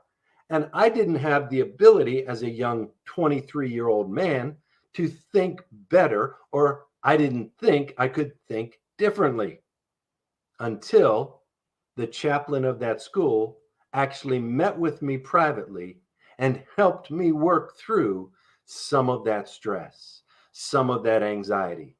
But you know what?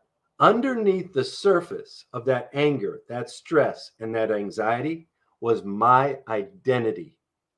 And that identity was uniquely connected to my memories. See, every single one of us has a story. Remember what I said at the beginning of this talk. It's not what you've done or what's been done to you that keeps you bound. It's the lies associated with those things. With an alcoholic father who always said, "Hey, Dad, when you come home, can we play? Can we spend time together?" He always would say yes. But guess what? We never did. And so the cascading effect of disappointment begins to ripple across your perception of not just your environment, but of you. And that perception is uniquely tied to the way you think every single moment, every single day. We have an incredible part of our brain called the hippocampus. That hippocampus stores those impressions that are part of your story. And every once in a while, that signal comes back to the front of your brain and it tells you how to interpret the moment you're in now. Believe it or not, your hippocampus doesn't necessarily interpret situations well. It only sends memories. And if you don't think in a way that actually is productive and profitable, there's a good possibility you're going to continue to experience the same thing over and over and over again. Change seldom occurs until the pain of staying the same exceeds the pain of change. In that moment, it was time for Patty to change. And by God's grace, I began that process. I began to change my mindset. Transformation is a journey, friends. It's not an event. So you have to continually work out your healing. You cannot just sit in that moment and believe that one new thought is going to be enough to take you into the future. I created a one word at the beginning of this year. My one word is called abound. ABOUND, abound. It was my word to counteract even the lies that were manifesting for me at the beginning of this year. Remember, I told you I'm not perfect. I'm still on this journey. I'm still working through the lies that seem to speak into me and create some of this spiraling effect I've been talking about. My word abound stands for always believing, openly understanding, never doubting. My prayer for every single one of you is that you will abound. You will flourish. You will go to places that you never thought possible. Here's the A, attitude and aptitude. You have to develop attitude and aptitude. It is not something that just shows up in the out of midair. You have to develop it, because attitude is directly related to the emotion on the inside of every single one of us. It is the literally epicenter of the will of every man and woman on the planet. Attitude and our ability to be willing to do something or try something that we've never done before is the key to moving out of what is holding us now. Change is possible. I'm telling you, friends, change is possible. Here's our P, personality and purpose. It goes back to that identity component that I talked about at the beginning, the thoughts I believe to be true about myself. There was a period of time that my thoughts about myself were so debilitating and so negative and so undermining that I actually didn't have a picture of a preferable future. I didn't even believe I had a purpose. I do now, because I have been transformed by the renewing of my mind. I've been transformed by changing the way I think. I have willingly said, I want to work on me. And every step out of anxiety, every step out of stress is not stagnation, it's movement. This is why you need a map. This is why I need a map. I need to begin to look at, where will I go next? What will it take for me? What am I willing to do that others may not be willing to do? Is there a possibility that my future holds more for me now than I ever thought possible in the history of my short life? Is it possible, friends, that God has a plan for you? That God has a plan to prosper you and not to harm you, that he wants to give you a future and a hope. Well, if you're in a moment right now where anxiety and stress and negativity and everything that is around you is saying, no, that's not possible, I'm here to say, stop the presses right now. Change your thought. Break the lie. Because if you can break the lie and supplant it with truth, you will abound. But it's not going to happen just by happenstance. There's no such thing in the world. Our ability to literally take steps out of our stuff is the key to moving out of stress and anxiety. Unique way of looking at anxiety. There's such a thing as social anxiety, okay? It's the fear of failure plus the motivation to succeed. Fear of failure plus the motivation to succeed equals social anxiety. So the next time you go into a room with that negative voice in your head that's wondering, what are other people thinking about me? What if I don't do this well enough? What if I fail? Hey, we all fail. Failure is our friend.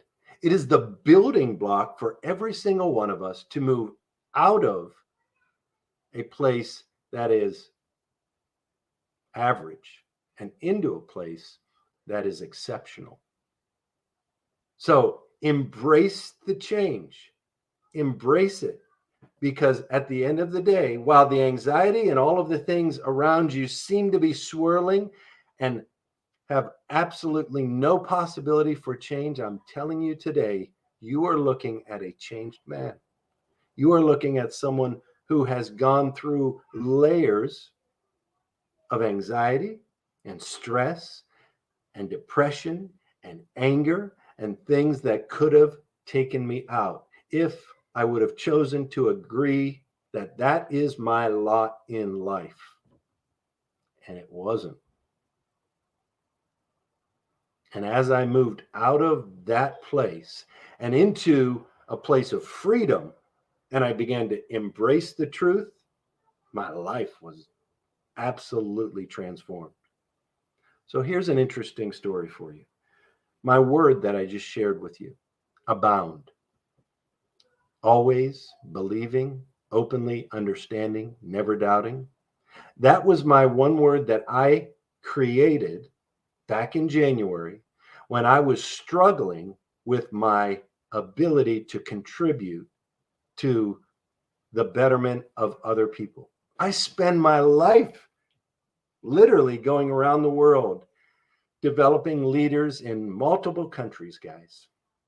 But the thought in my head on January 3rd was that my best days were behind me and that my usefulness had come to an end. Now, how about that for a lie? Kind of crazy when your entire life is spent on literally being useful. And in your own mind, you believe you're not. Had I have let that lie just sit there, it would have manifested and grown and become something that could have allowed for my best days to be behind me. But here's the reality. I didn't accept the lie. I rewrote the lie. And I have it right here on my office wall. I'll pull it right here and I'll share it with you. And it says this: I am not measured by my usefulness. And by the way, neither are you. I am transformed by who I am in Christ. For me, it's a faith thing. I will be used powerfully in the lives of others as long as I am open, willing, and accountable to being changed and to becoming who God created me to be.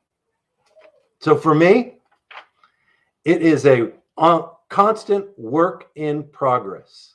We are on a journey, friends. Many of us think that there's going to be one thing that's all of a sudden going to just make the skies turn blue. And there could be, but trust me, transformation is a process, not an event. And if you embrace what you've heard from all of our friends today and put it to work, I guarantee you will be changed and the stress will go away. Wow. I really enjoyed this conversation. I'm going to bring up Stephen as well, because I know we've been behind the scenes jamming out around this topic. Stephen, what did you enjoy most about Patty's conversation? Well, what I'll say, Patty, thank you. Thank you for kind of a comprehensive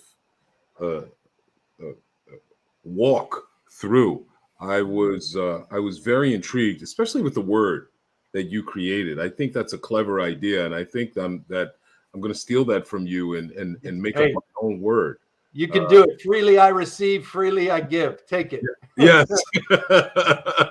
But I think it's a very creative way to kind of create your own paradigm, if you will, you know, Yeah. around these words. That was ingenious. I loved it. The whole story was very compelling to me. Very compelling. Darren, how about you? I love the fact that you use Romans 8:28. Do not be conformed to this world, but be ye transformed by the renewing of your mind. Because that's what set me on my journey. So I love that. And I took notes. You probably can't see it, it's invisible, but you got your T-chart? You got your gas tank T-chart there? Yes. Yes. And I wanted to ask a quick question, because you said sometimes you might have people on both sides. Sure. Well, how do you take away or give more to the ones that are draining you the most if they're on both sides? How do you set your boundaries? Great question. Yeah, really. You know what? Our greatest area of frustration, Darren, comes from an unmet, uncommunicated expectation. Let me say that again. Our greatest area of frustration comes from an unmet, uncommunicated expectation. Those individuals who are also on the drainer, emptier side of the T-chart, have probably never had a conversation candidly, openly, transparently that says, hey, can I just talk about what this relationship looks like for me? And it may just be my interpretation. But when this happens, it literally sucks the energy right out of me. Yes. Mm-hmm. And I'm not saying you are doing it intentionally, but when it happens, it literally takes it out of me. Is there any way at all we can collaborate on changing what that means, either to me or stop doing it? I'm serious. Most of us are so fearful of a courageous conversation. Yes. This is why the stuff that's happening and creating the pain and the stress and the anxiety continues. Yeah. Because I have an expectation in our relationship that is yet to be met. And because it's not been met, ouch, it continues. Patty, if I can, on that point, you're absolutely right. And as you were talking about that, I like to call them spiritual vampires. And I don't say that in a condescending manner. No. But the point that you make is that if people don't know that they're doing it, you can't blame them. It's my responsibility to bring that conversation to light. And if I don't, you know, it's normal to them, you know. And it is normal to them. In a sense, it's not so much that I'm trying to harm you, but I'm actually trying to help you to understand that some of your behavior is draining, Yes. and not productive whatsoever. I've had those circumstances, and very recently I've had those circumstances. Mm-hmm. But the thing is, I had the conversation and it didn't stop, it continued. So I had to really put some boundaries in place. But that's right. Now it's time to put boundaries in place. Yes, Right. absolutely. Yeah, seems like on one side it's the unmet need from, I call them energy vampires as well. The person who is acting as, because we won't label them, but we'll say like acting as an energy vampire is the one who has an unmet need, and the person who's on the receiving end of that is the person who's not communicating, right? That's when it becomes an entanglement. Right. Yes. And so there's an unmet need and there's uncommunication. And then so it just becomes this huge warped challenge. And I think that many people experience that. So I really appreciated that you touched on that. Thank you so much for really infusing leadership and self-leadership into a mental health conversation, which that's what it ultimately is coming into your sovereignty, taking care of yourself, and, you know, utilizing your support, but being willing to ask for support. So I think you did an exceptional job. Thank you so much for being here today and being the last speaker of the day. I know that people really enjoyed this conversation. Thank you, Patty. The chat is blowing up from your session, sir. Oh, thank you. Appreciate you guys. Appreciate you. Awesome. Thank you, Patty. Perfect. Well, wow. What a day we have had. 7 hours of live streaming broadcast. I am so impressed by everyone's tenacity to show up for here today, for everyone's willingness and their contribution. Just want to let you know the reason why we're coming here today is for NAMI, and to raise awareness and to raise resources so that we can continue to have conversations like these. We continue to empower those who are navigating mental health challenges and really educate them and their families on how to overcome them, how to embrace them, how to navigate them, and ultimately how to stomp out the stigma, as what Stephen said at the beginning. So as we wrap up, we just want to include the video that Les and his team and NAMI and we all have created to just revisit the emphasis, the essence, the expression of why we're here. So producers, if you can go ahead and bring up the video for us, that would be incredible.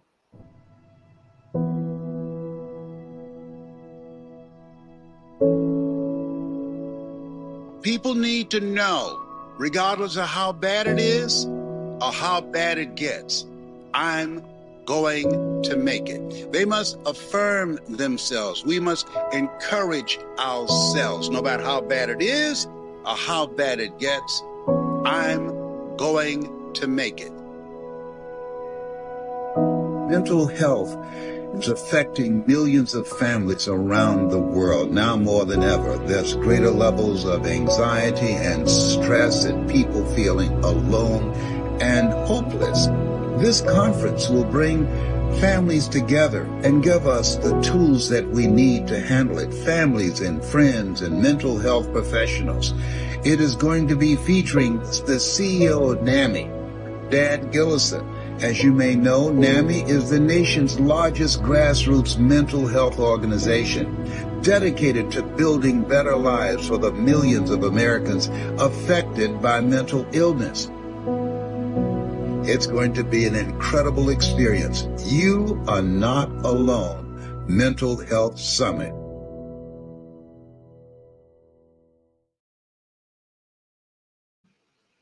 Awesome. So in 30 seconds or less, let's say our final words. Darren, what would you like to say as we close out today?